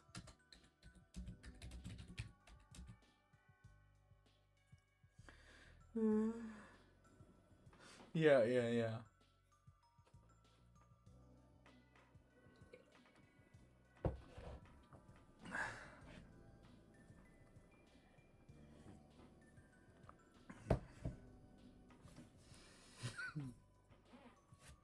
In truth, both of them had come to the spot where the lake used to be for the same reason. They needed to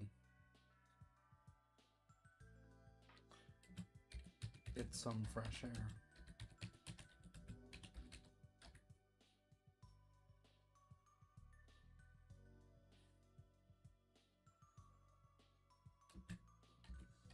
Birdley looked over to Chris. Sophia, what if I have to kill Chris because they are an anomaly and I get Gaster's information and timelines, and then Chris gets knowledge of the soul?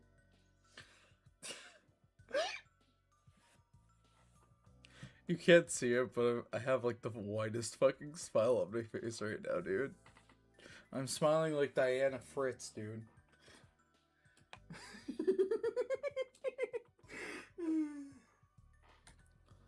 Over to Chris.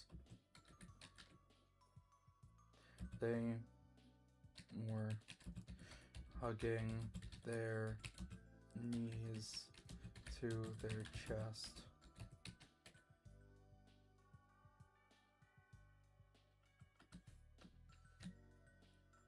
It's cold out here. Chris muttered.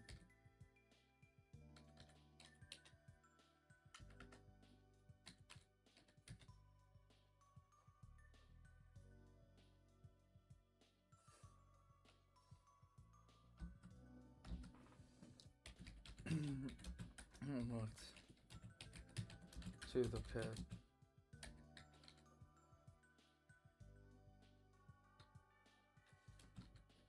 Then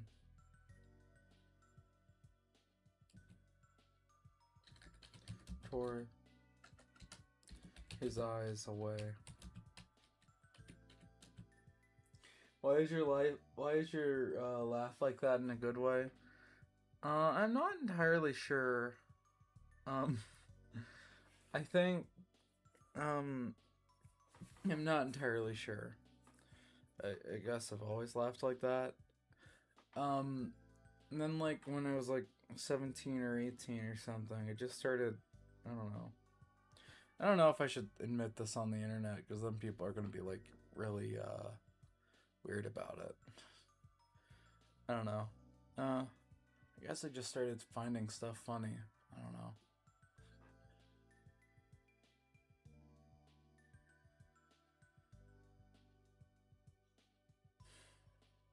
Anyway. And then tore his eyes away from the abyss.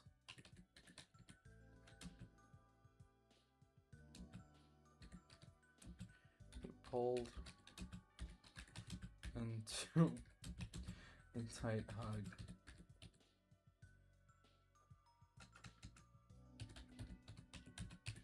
There we go. We got those fanfiction adjectives in there. There we go. We're meeting our quota, chat. We're meeting our quota. It's kind of weird. I kind of want to like a scene where cause like I think like Ices is fucking destroyed, right? It would have to be. It would have to be after the fucking hometown incident.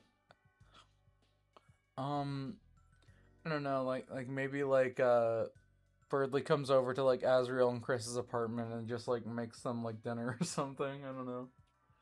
I feel like that would be like really sweet. And pulled Chris into a tight embrace. Chris's face flushed red.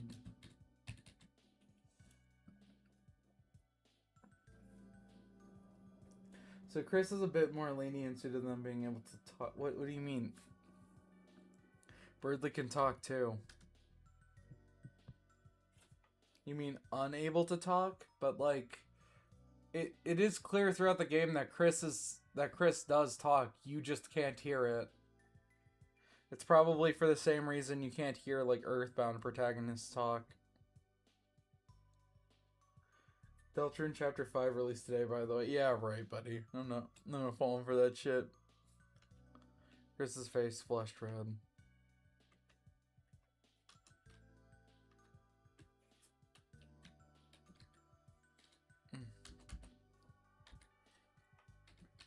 Burnley.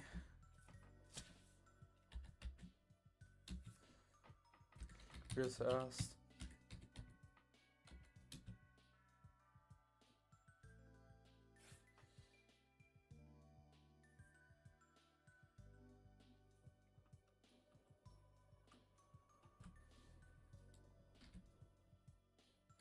Ridley felt his heart beating in, but he didn't care. I just wanted to warm you up. Okay. There we go. It was good. I didn't like the fun.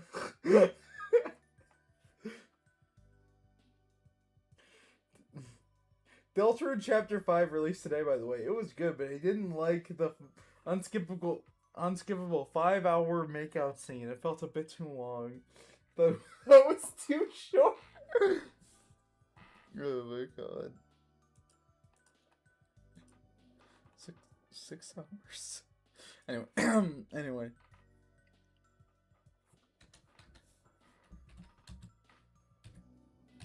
Birdly muttered himself just enough for Chris to hear. I think it was perfect. Like, also announced the hometown. Also, Toby announced that hometown incident is being made canon. Dude, imagine like mainstream Deltarune fans fucking shutting out at like fucking Toriel, at Demon Toriel, at like Suzel becoming overt, at Gaster dying. Bro. At Paprika only existing for a fucking comedy scene. They would fucking shut out, dude.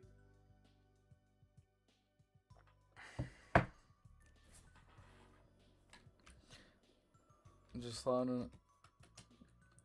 loud enough for Chris to hear.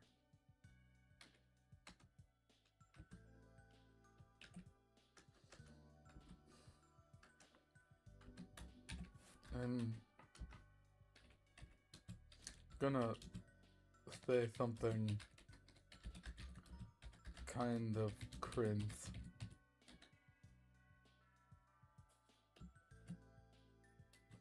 Is that okay?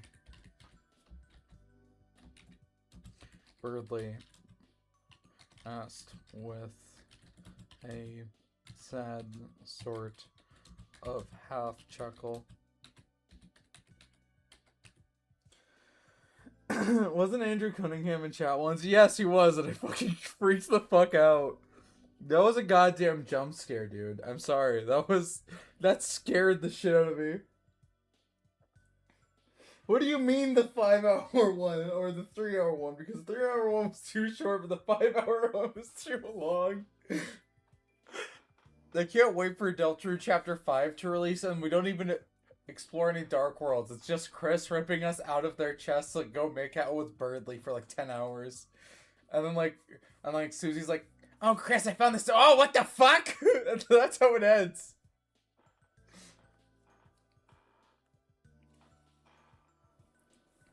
This is a 3-hour one. What if Birdly and Rousey's been foretold since Chapter 2? Bruh.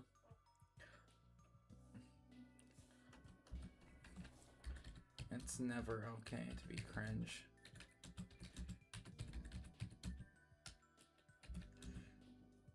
Chris said with a half snort.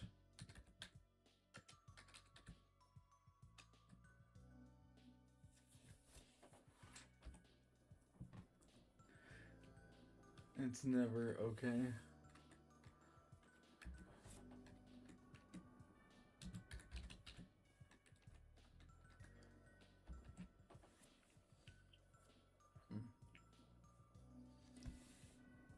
Fine then.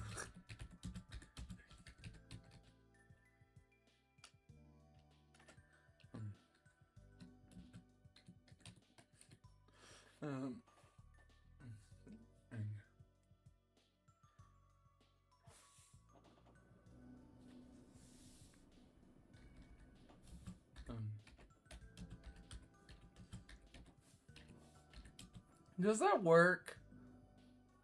Because Chris asks, "Are you doing okay?" And then like it gets brought back up down here.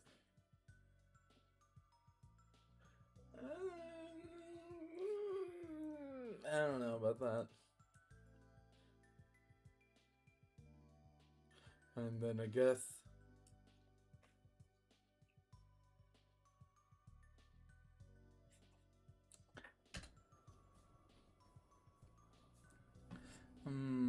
I kind of want to bring up the alpha one, like the alpha thing again.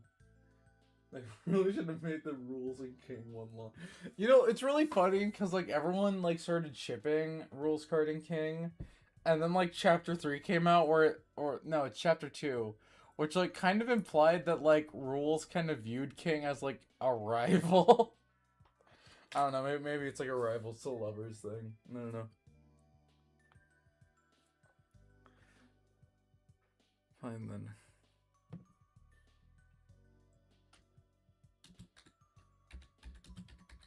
So alpha, after all. Guys, look at this character arc. Bam, bam, bam. Look at this fucking character arc. Look at this fucking character arc. Retreating wasn't the self. Alpha. Okay, guys, look at this. Look at this fucking character arc. He thought they'd understand being an alpha. Alpha these nuts in your mouth. The importance of being an alpha. Chat. Look at this fucking character arc. So what if I forgot? Sorry, it's peak.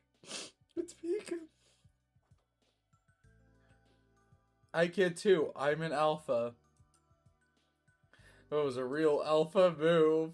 He, an alpha gamer, got to kiss someone before his voice. I forgot I wrote that. Holy shit. Oh my god. 1 billion emotions with her. Oh my god. This fucking foreshadows Carrie-L, dude. Bro,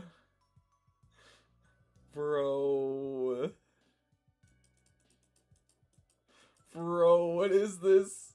Why is the writing so fire? What the fuck? What the fuck?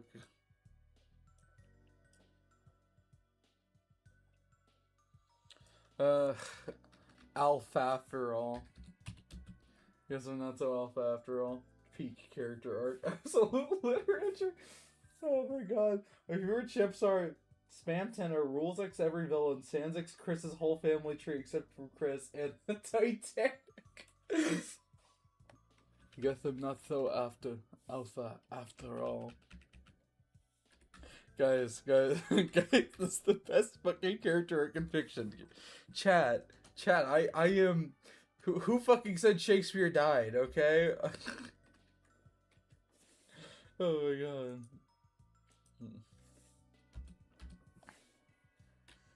Chris started laughing softly.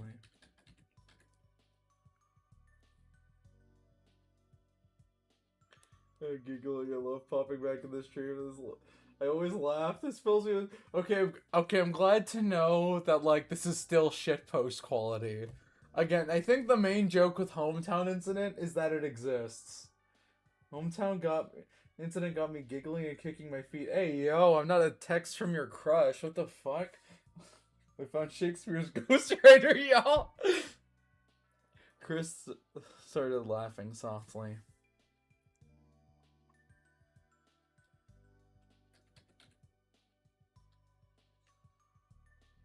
Birdly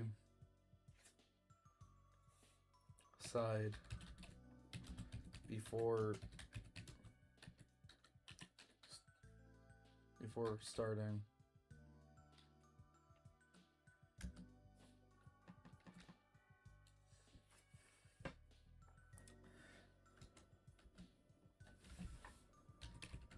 Okay.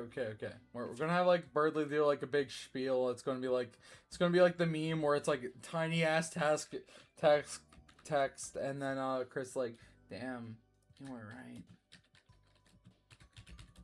That was pretty cringe. There we go. There we go. They said wiping tears from their eyes. There we go. There we go. There we go. Wizard's gonna be reading this on his orb and then immediately add this to his wizardly texts. Frolicking in the flower fields watching the stream, bro.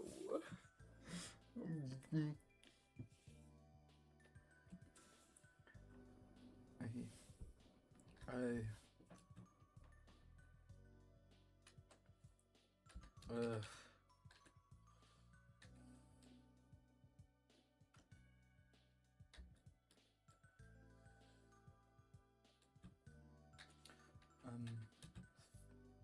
Sorry.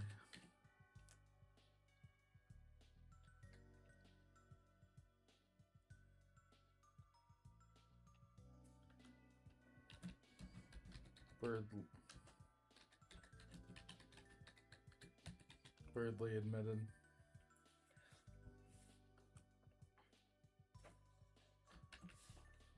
Sorry for what you didn't.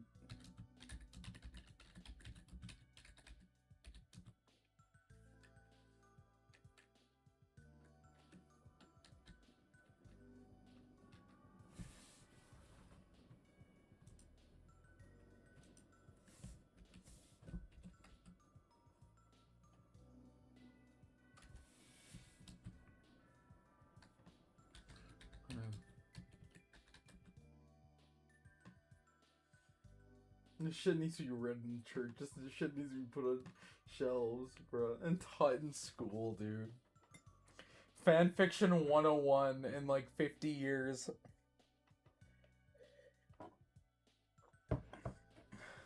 We had a stained glass window of this. Well, what would it even be? Would it just be like Demon Tutorial throwing a truck at Birdsley, which is something that fucking happened? Is that what it's just gonna be like the road roller panel, except it's Toriel dropping Asgore's truck on Birdsley? Bro, this is my Bible.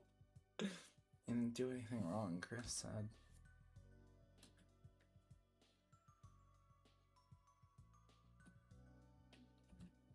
Hey.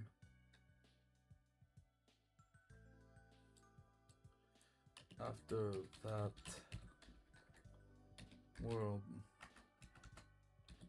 hospital thing melted away, you were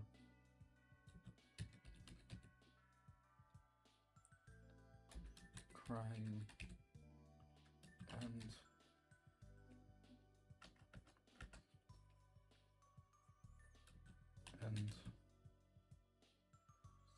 if I had been with you instead of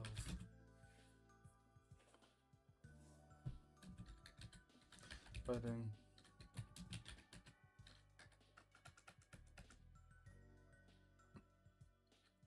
that guy,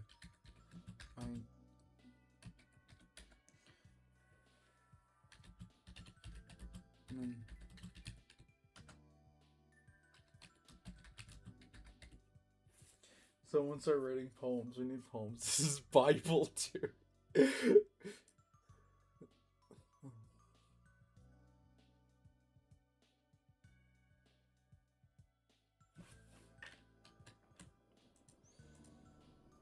It could have been not for you, and I was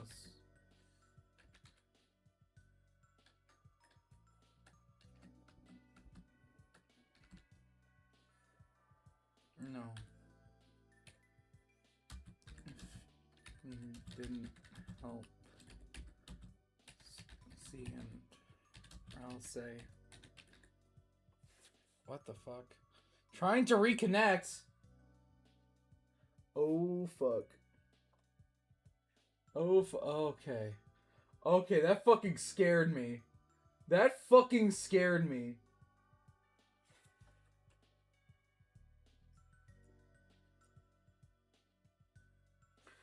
Dude, that scared me. Oh my god. Trying to connect? What the fuck? Oh no.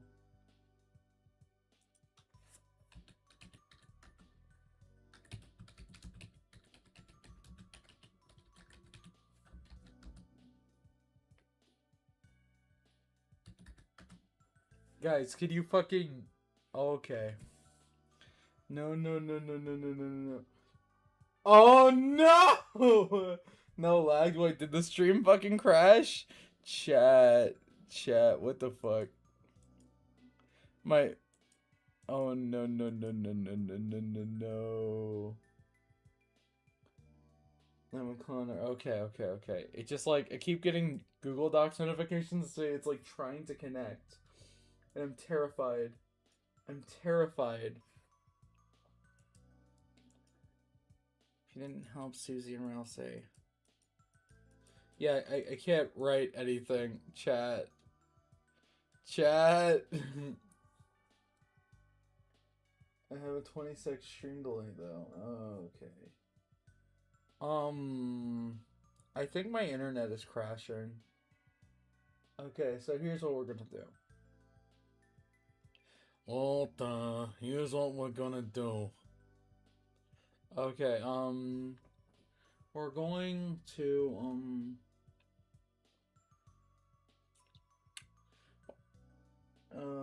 shit. Okay, here's what we're gonna do. I feel like I need to end stream before stream crashes, because clearly my internet is fucky.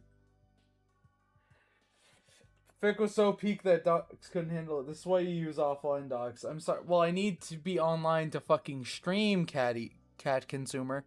Here's the thing. Let's read through the stream through what we have right now. It's only like a few pages, and then we can come back to this like later. How about that?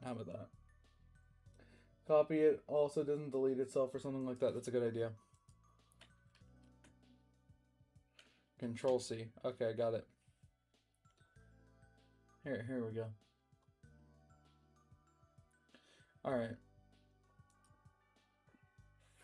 The day was cloudy. It looked as if it was about to rain. Birdie Birdly looked onto the vast emptiness of the lake. Birdly looked onto the vast emptiness that used to be the lake at the edge of hometown. He relived it, beating Toriel down with his bare hands, feeling the twisted satisfaction that can only come from mortal combat. He thought of his training sessions with Undyne, how much progress he was making. It was bizarre.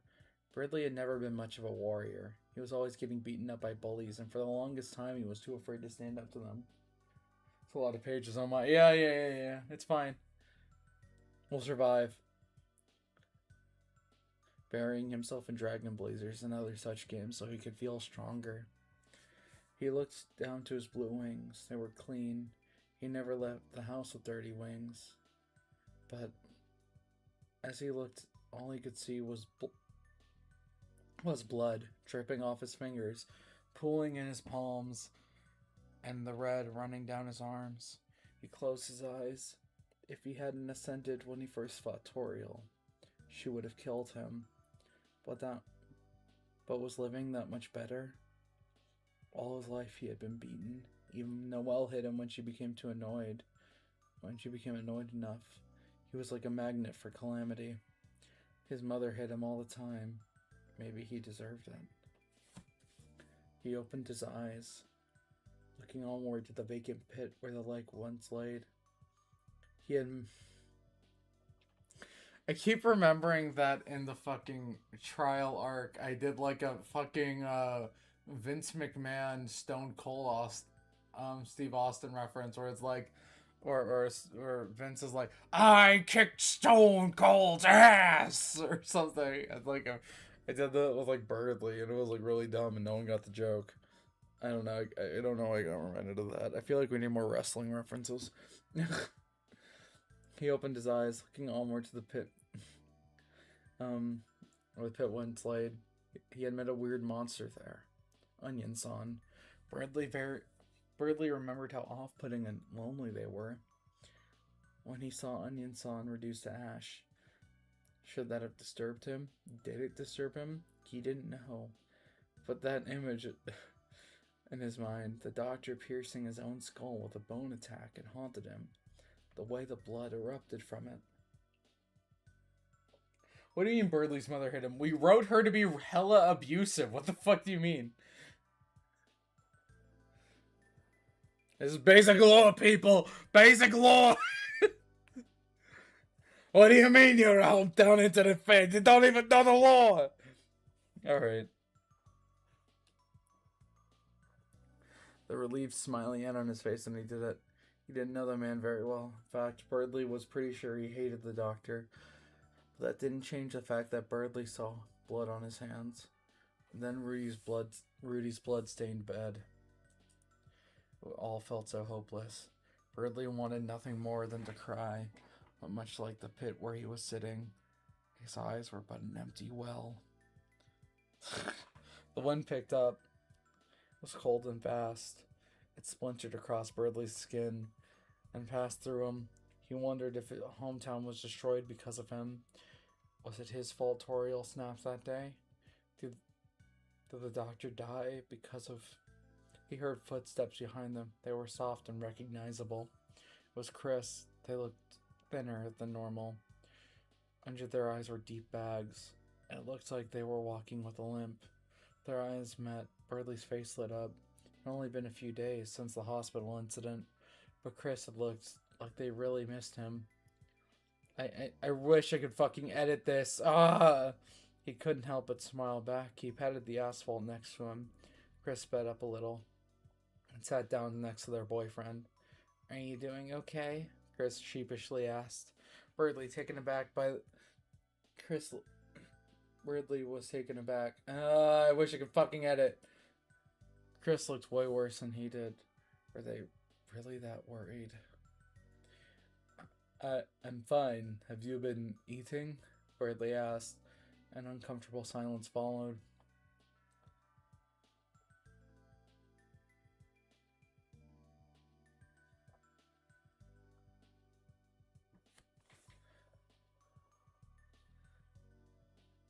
Alright. After the hospital, the two hadn't talked at all. Birdley locked himself in his room. Chris spent that time trying to forget. In truth, both of them had come to the spot the lake used to be for some reason.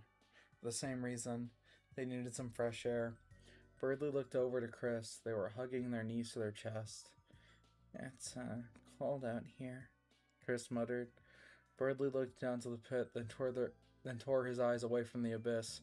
He pulled Chris into a tight embrace. Chris's face flushed red. Birdley?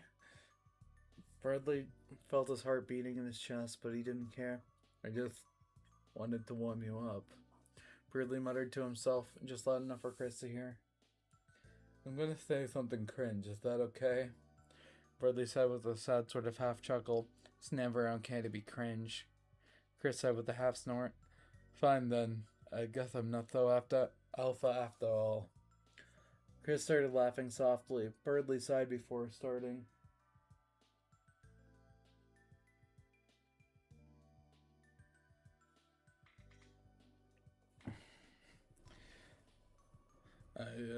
I'm sorry.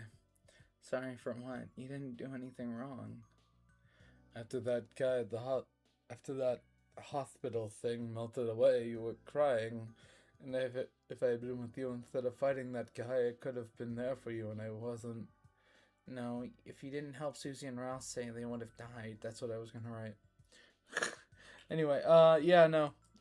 Google Docs isn't working right now, Chet. So we gotta go kick its ass. Alright, thank you for tuning in. We're gonna be tuning out now. Yeah, no.